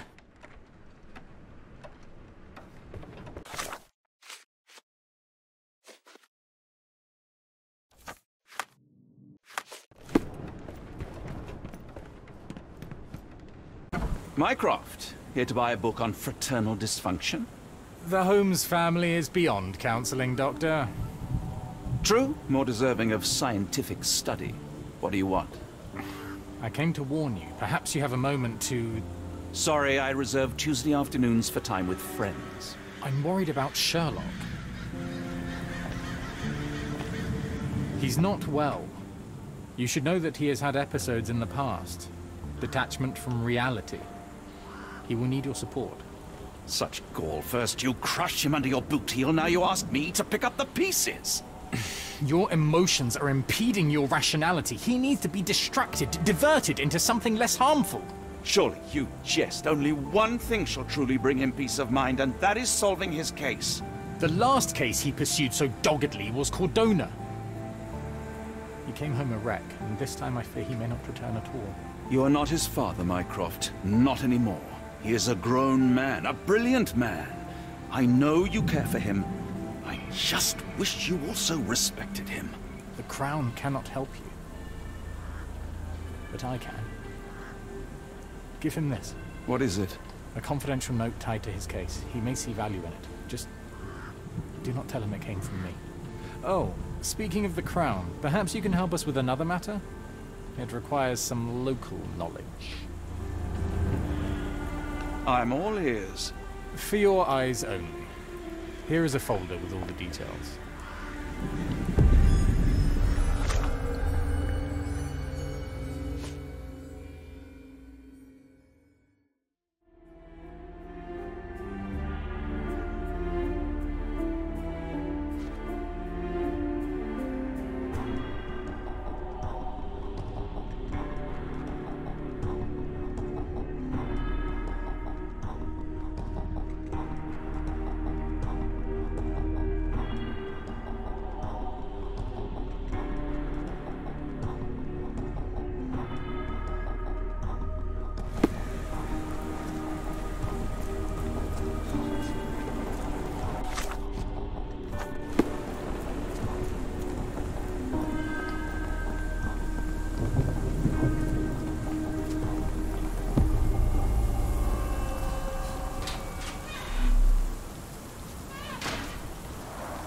A wasp's nest. They might attack if someone draws too close or are otherwise provoked. Much like London itself. Unlike Holmes, I don't carry lockpicks.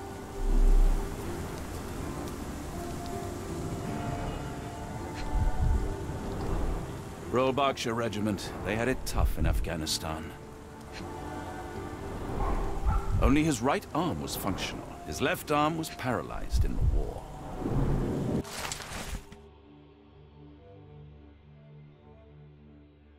A capital M signed by someone else's hand.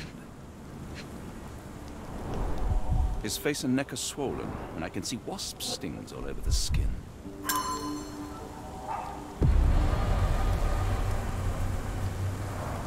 A map of possible routes taken from the embassy. I thought only Sherlock was capable of this kind of deduction.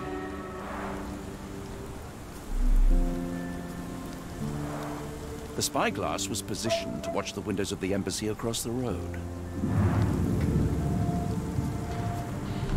Near perfect camouflage. It makes me wonder if Mycroft also spies. Unlike Holmes, I don't carry lockpicks.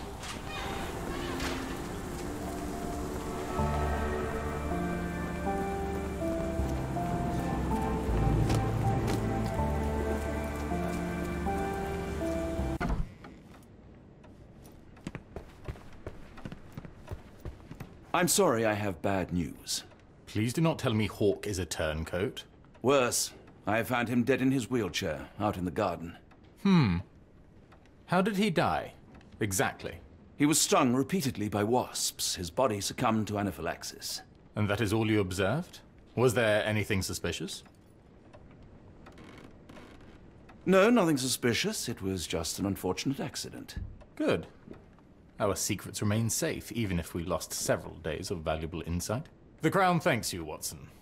I must hasten back and find a replacement informant. Good day. A fascinating book. Thank you for the opportunity, Doctor.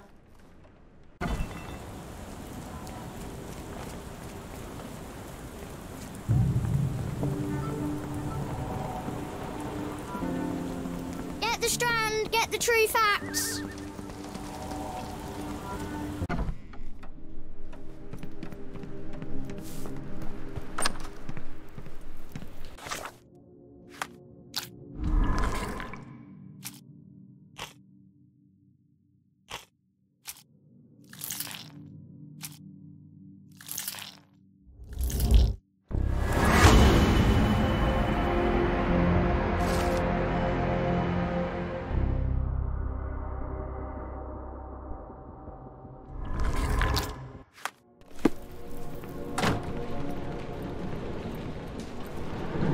Holmes, I have the translation. But Barnes was affected by the book. Holmes? Watson? Did you hear me? Barnes was behaving oddly, but I was able to retrieve the book and his preliminary translation. I think we have a lead. Sherlock, what is it? I find myself burdened. It will come as no surprise that I tend towards obsession. Indeed, obsession oft grants me the insights that have become my stock in trade, but my greatest asset. Yet I cannot deny this nature proves as much a hindrance as a boon. It has cost me friends, colleagues, brothers. And despite my obsession as I contend with the matter at hand, no closer to understanding than when we began, I must conclude that I am of no worth at all. Without an answer, what use is the question? Sherlock, this is no time for despair. The book is real. Those men went mad. John, I fear that I am as mad as the rest of them. Oh, you are undoubtedly mad. And egotistical, irascible, oblivious, infuriating. All right. Self-absorbed, self-righteous, self-congratulatory. Okay. And invariably correct. So fear not madness, for it seems to me your greatest strength. Something stirs in the depths, Sherlock. A danger. A darkness only a madman would dare face. Into the darkness, then. Well, shall we be off? Yes, of course. You can apprise me of your actions while we pack.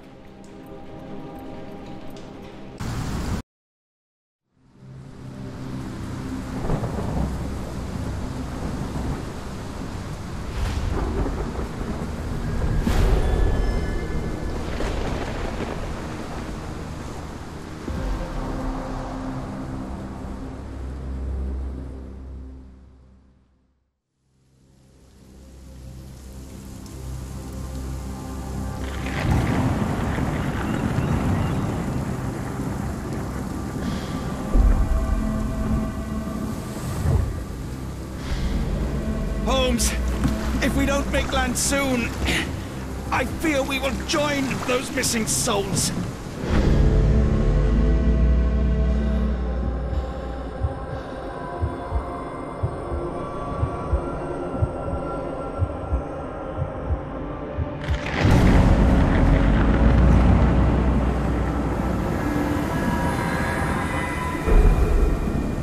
These seas have taken too many, John. Let's stop them from taking more, then.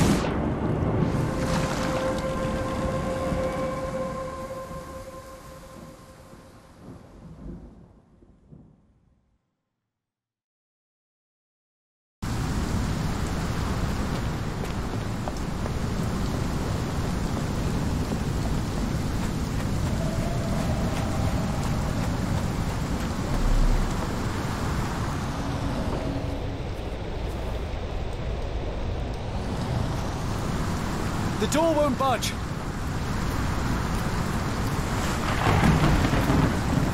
Barred and barricaded from the inside.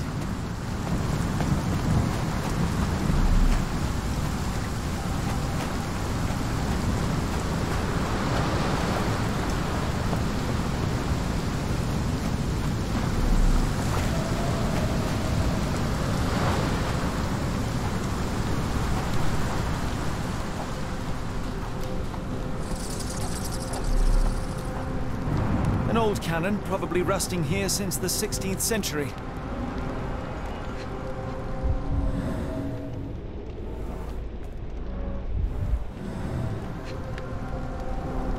Ouroboros, a snake eating itself.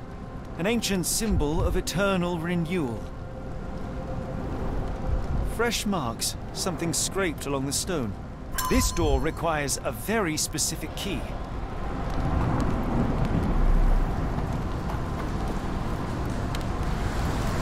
Where did the shirt come from? Holmes, look. There's a body here. Not just any body, it's Ashmat. The body is still soft to the touch. He died recently. Scratches, bruises, and stabs, all self-inflicted. The infamous curved dagger. It's tied firmly to his hand. A broken chain. Something was attached to the end.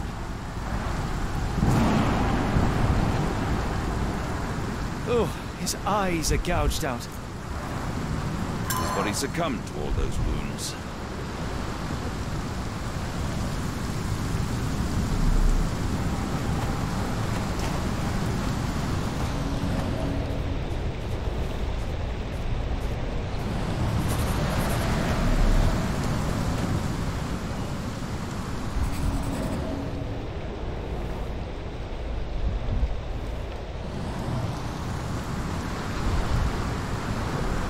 This branch was recently broken. The wood is still green.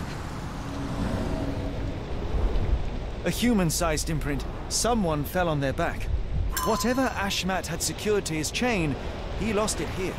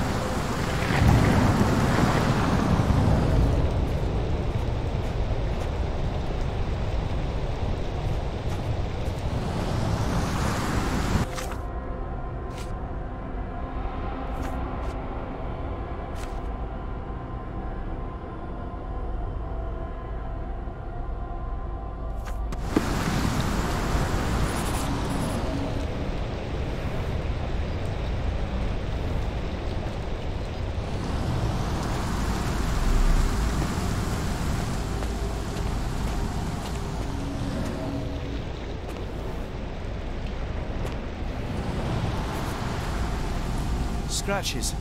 This medallion saw frequent use. Interesting occult pattern. What drove him to this dreadful act? I fear we are about to see for ourselves.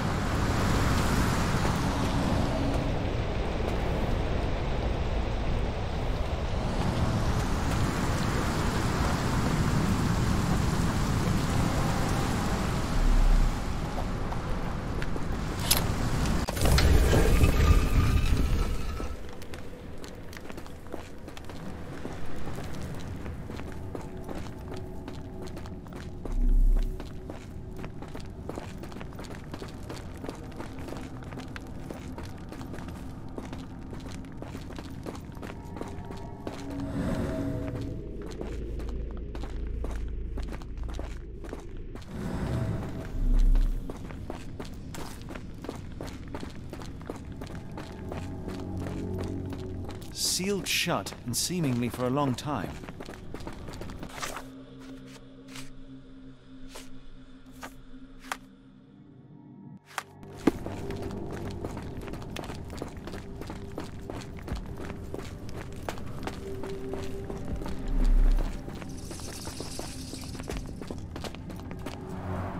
An obsidian heart. Masterful work.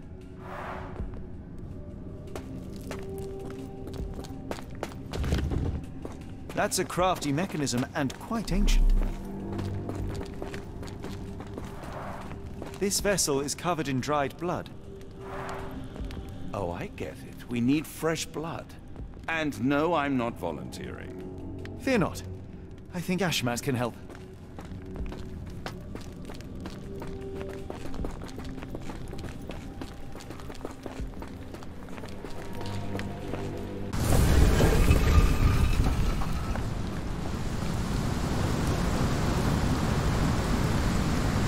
Do you have anything to hold blood, Watson? Fine. Take my flask.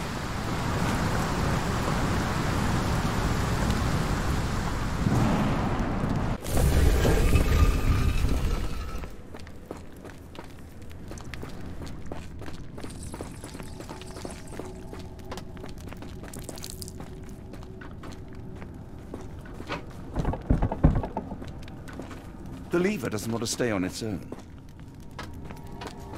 Something in the caves drove Ashmat mad, and it might still be there, so let us proceed with caution. Watson, hold the lever for me. I must investigate.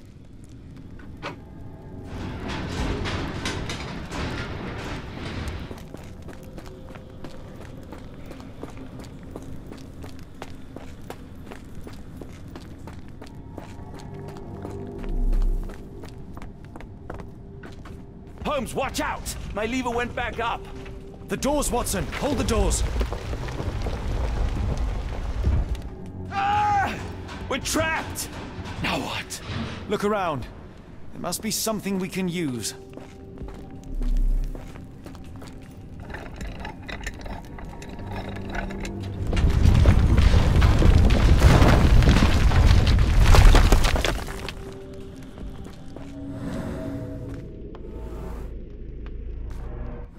Those holes seem to have a purpose, but I won't risk my arm to find out what.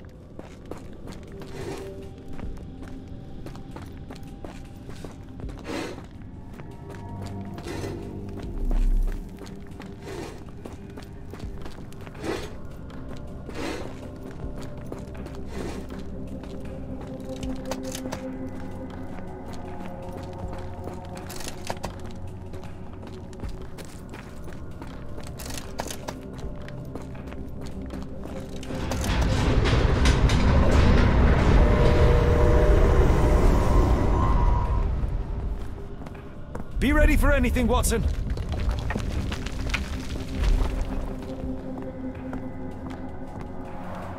It's all right, Watson. It's merely a chest with coins and a dagger, made of obsidian by the looks of it.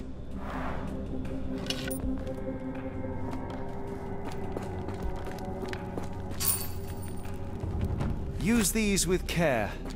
Let us be the first adventurers to raid a tomb without destroying it.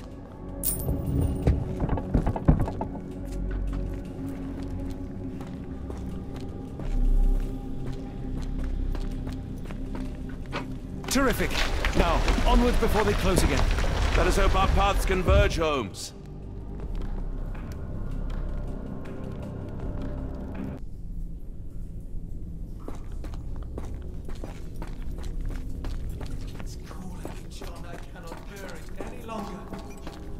Holmes, say something. The abyss. Wide. Ah!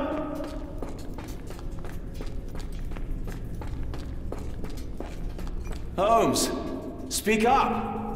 Help me.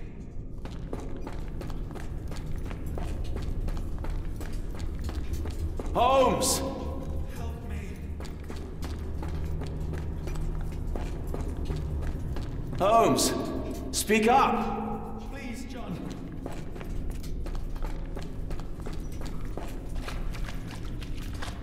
Holmes. Please, John.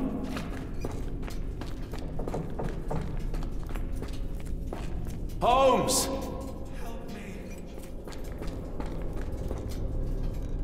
I'm coming! Help! Please help!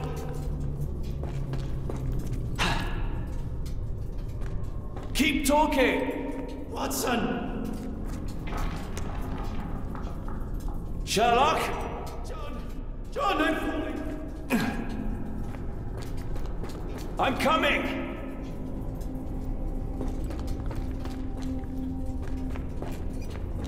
Keep talking! Help! Please help!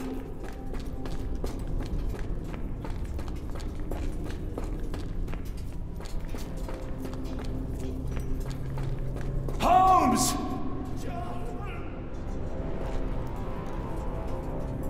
Where are you? Please!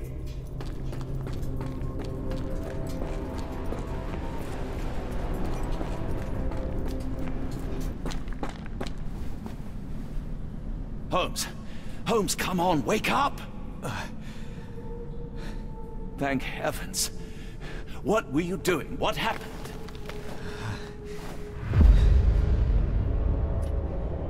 The whirlwind. Stars so distant. The sun inverts. The earth, it becomes transparent. Sherlock, snap out of it. Nothing is everything. We are so small, inconsequential. A shadow in the dark. I think we best go back. You are not well, Sherlock. No. We are so close. We cannot... You asked that I intervene if I saw you cracking. This is me intervening. With every passing minute, another life is extinguished. We must stop. Rochester, we must end this. Ah, Sherlock, you almost died. Do not worry about me, John. You have other men to save.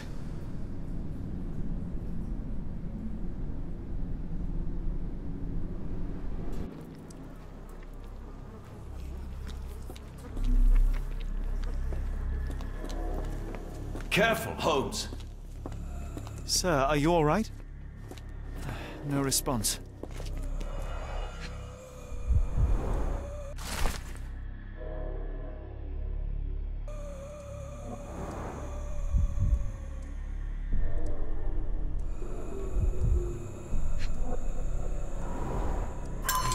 Yeah.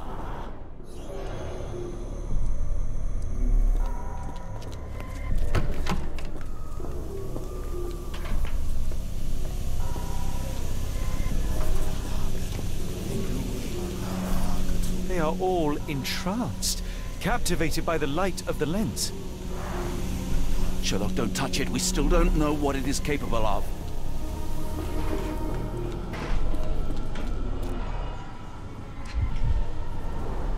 Black, metallic, and with a characteristic hue. Obsidian yet again.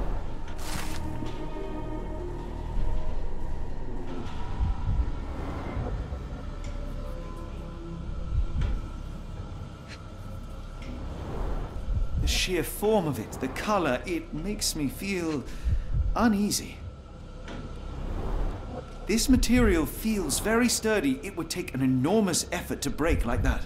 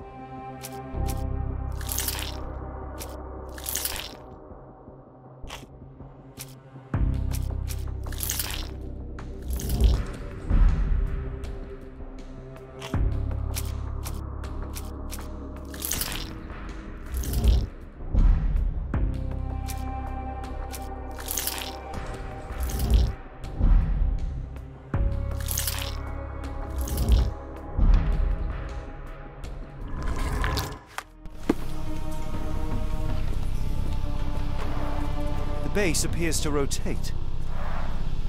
Hands off, Holmes. We have no...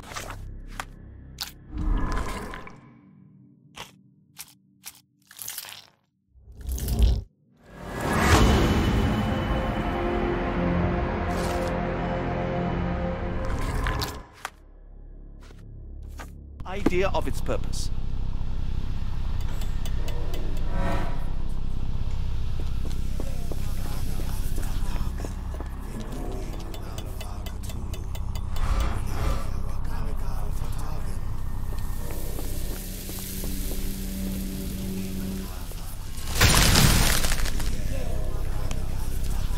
That's it! You did it! The lens broke! John, the worshippers, we need to make sure... Of course, I'll see if they're all right.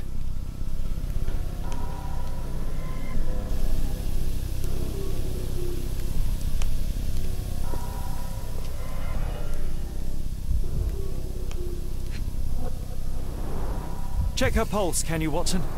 As expected, the pulse is elevated, but within normal limits. Her chest is moving fast. She's hyperventilating.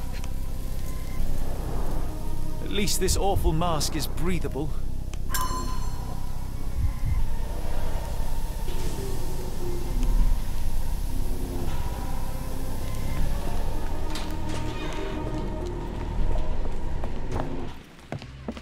Stop there, shipmates! A storm awakens and we've battened down the hatches. Dirty Summers, I presume. Nice to put a filthy, sweat-covered face to a name. That's no way to speak to a captain. Sherlock, get down!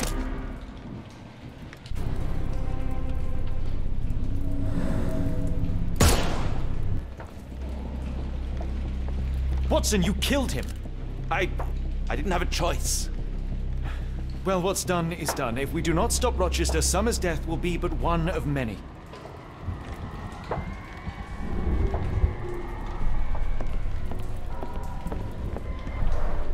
The sailor who didn't survive the storm. The port of London feels so long ago. My sanity Forgive me, Summers. Away. I feel like I've been there. They made sure no one could enter through the main door. Hold on. We need a plan.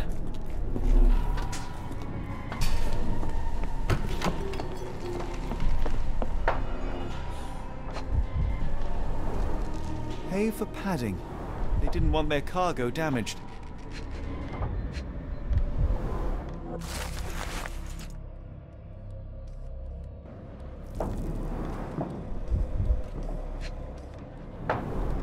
I know this company. They make Fresnel lenses, essential for any modern lighthouse lantern.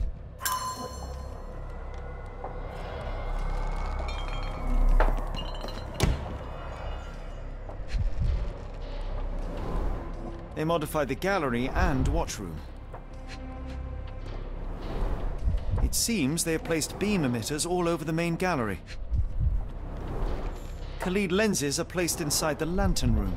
One moment, Watson. I'll redraw this blueprint.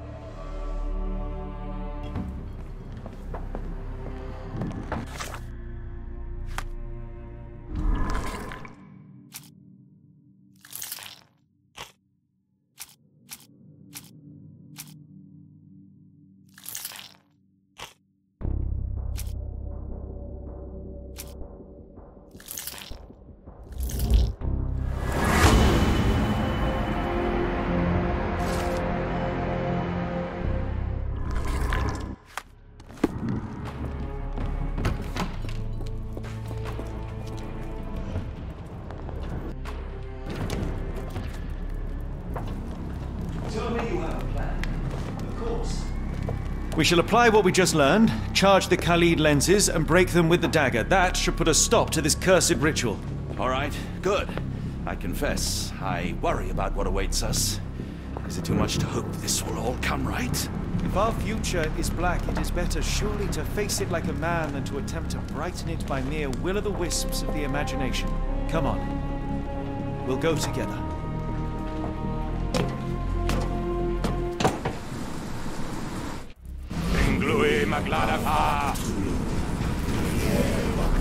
Look at them all. We have to help them. Watson, stop. Rochester will see you. What should we do? We get answers. Stay here, see to the lenses. I shall confront Rochester. He owes me the truth. Sherlock! Sherlock! Mr. Holmes, you are late. Was the path here not as you anticipated? You expected me? We've stood here before, Mr. Holmes. Another you, another me. Many years ago. I wonder what will happen this time. What? What are you talking about? Join me. Bear witness to the end.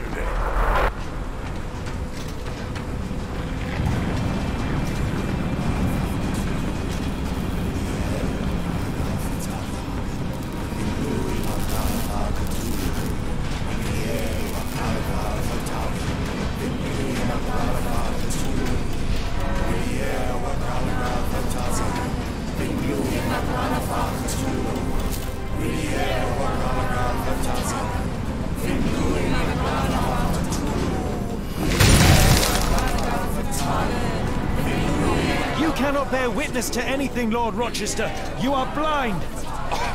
How could you... It is what I do. No. How could you be so ignorant? For I have never seen more clearly than in this moment. Never felt more than I feel right now. Every fiber of the earth, every molecule reverberates in anticipation of the awakening.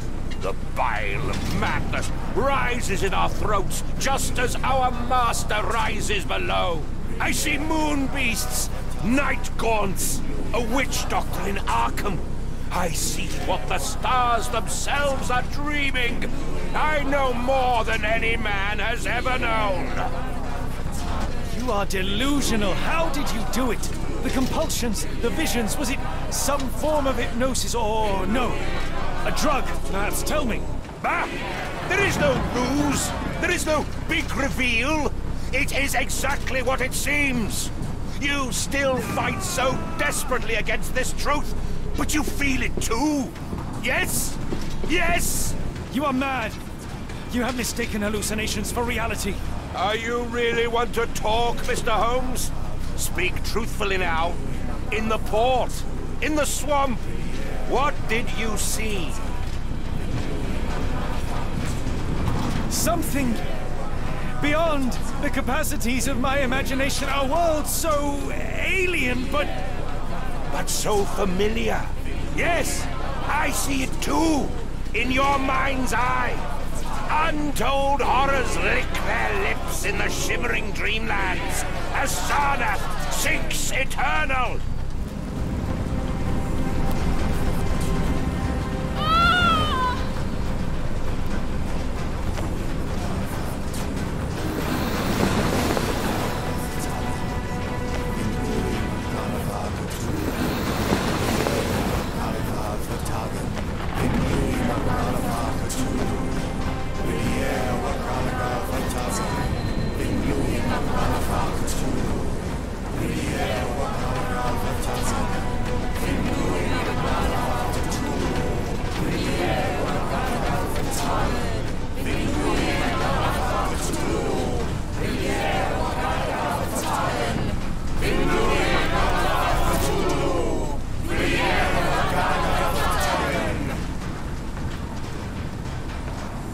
It's completely broken. It's completely broken.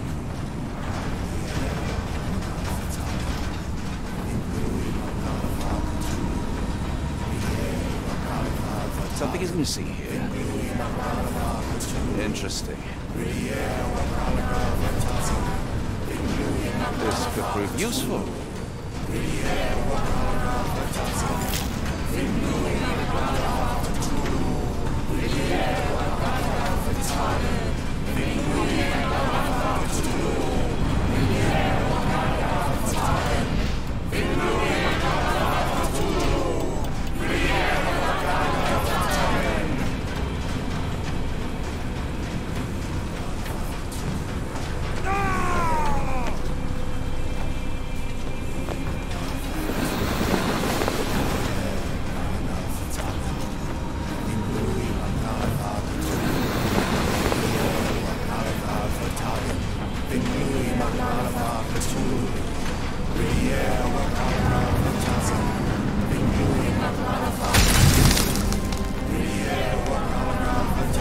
What is the point?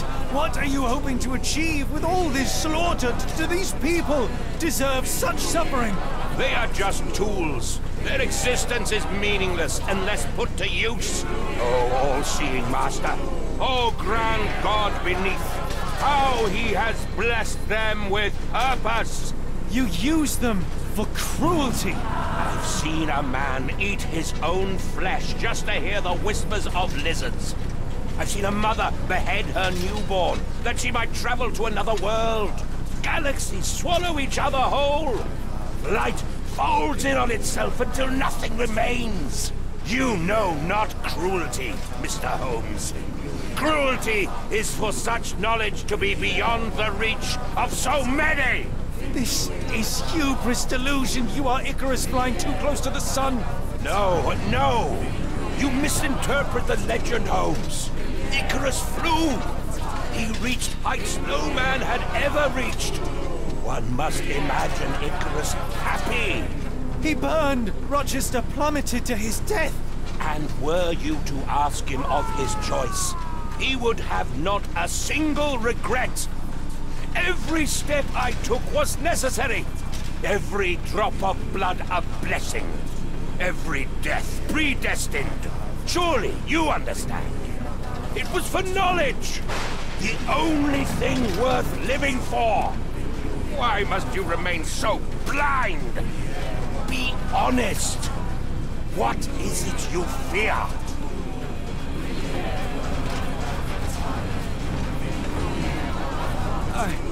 I'm afraid that it will cost me my sanity, much as it has cost you yours. There is no such thing as sanity. There is only the world as it is, and one's willingness to accept it.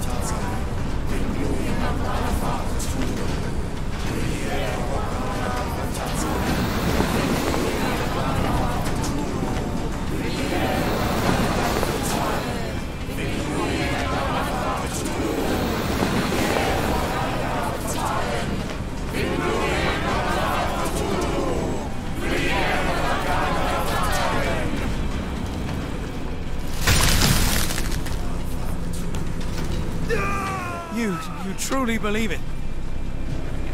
That a god arises from below, that the world shall end? There is only nothingness. Only chaos and torture and endless time, stretching its wings, baring its teeth. It's preposterous. It's nonsense. It's... You've drugged me. The fumes in the temple, narcotics, a bad reaction. Oh, you're one of Mycroft's agents. This has the stink of my brother all over it. No, wait. Of course, I am dreaming in the asylum. In Black Edelweiss, tied to a chair. You are standing right here, Holmes, as you always do. You said that before. You said we had met, but I've never seen you before in my life. The cycle repeats. Old becomes new, and we remain pawns in the hands of a god. Submit! Submit to your inconsequence! It is unthinkable. It is undeniable. I cannot. When you have eliminated all which is impossible, then whatever remains, however improbable, must be the truth. Now, Holmes! Now is the moment! You know it in your heart! Say it! Say it! It's real. All of it, it's real.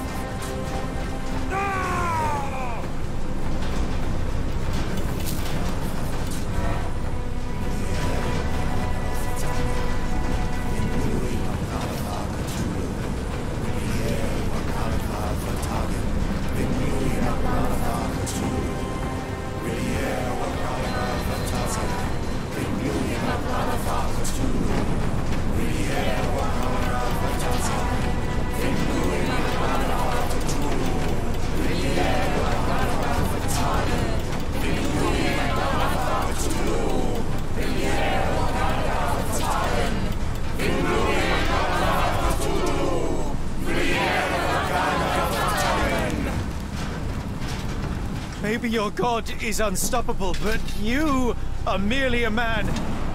And I know how to stop you. What do you mean? What have you done? I have made a friend. Yeah!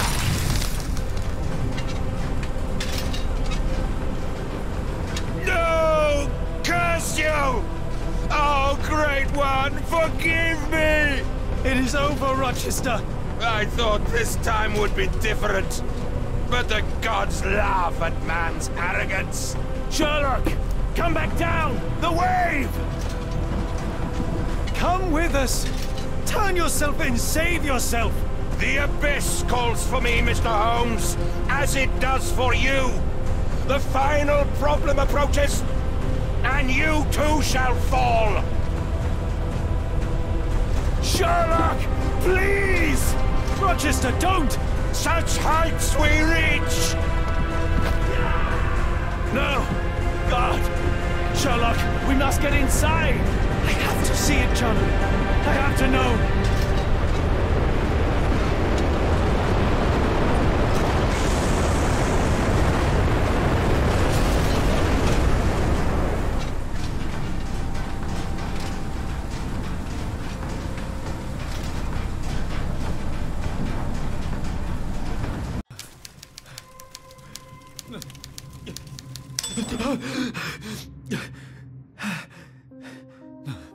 Apologies, did I rouse you?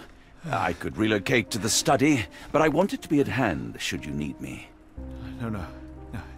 The sound of your keys. It is my tether back to the waking world. I find writing of our adventure helps me too. Perhaps at some point you could read it and tell me if it accords with your memory. There are moments in our journey that only you were privy to. Your encounter with Gygax, your visions with Light of the Abyss, your confrontation with Rochester. No. Pardon me? Do not publish it. It would be professional suicide. You would be a laughingstock, a fabulist, concocting penny dreadfuls for the unwashed masses. And I would no longer attract a distinguished clientele, but madmen convinced I could connect them to their deceased relatives or help them capture a fairy. Ah. It doesn't seem to get any better, does it?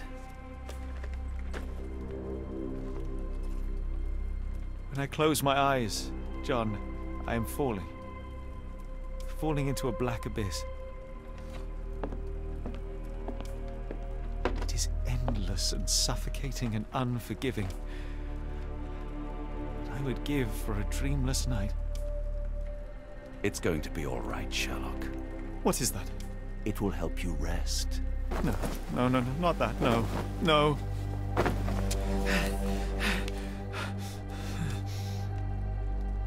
I say, Watson, would you be afraid to sleep in the same home as a lunatic, a man with softening of the brain, an idiot whose mind has lost its grip?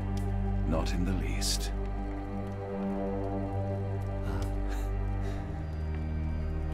That's lucky.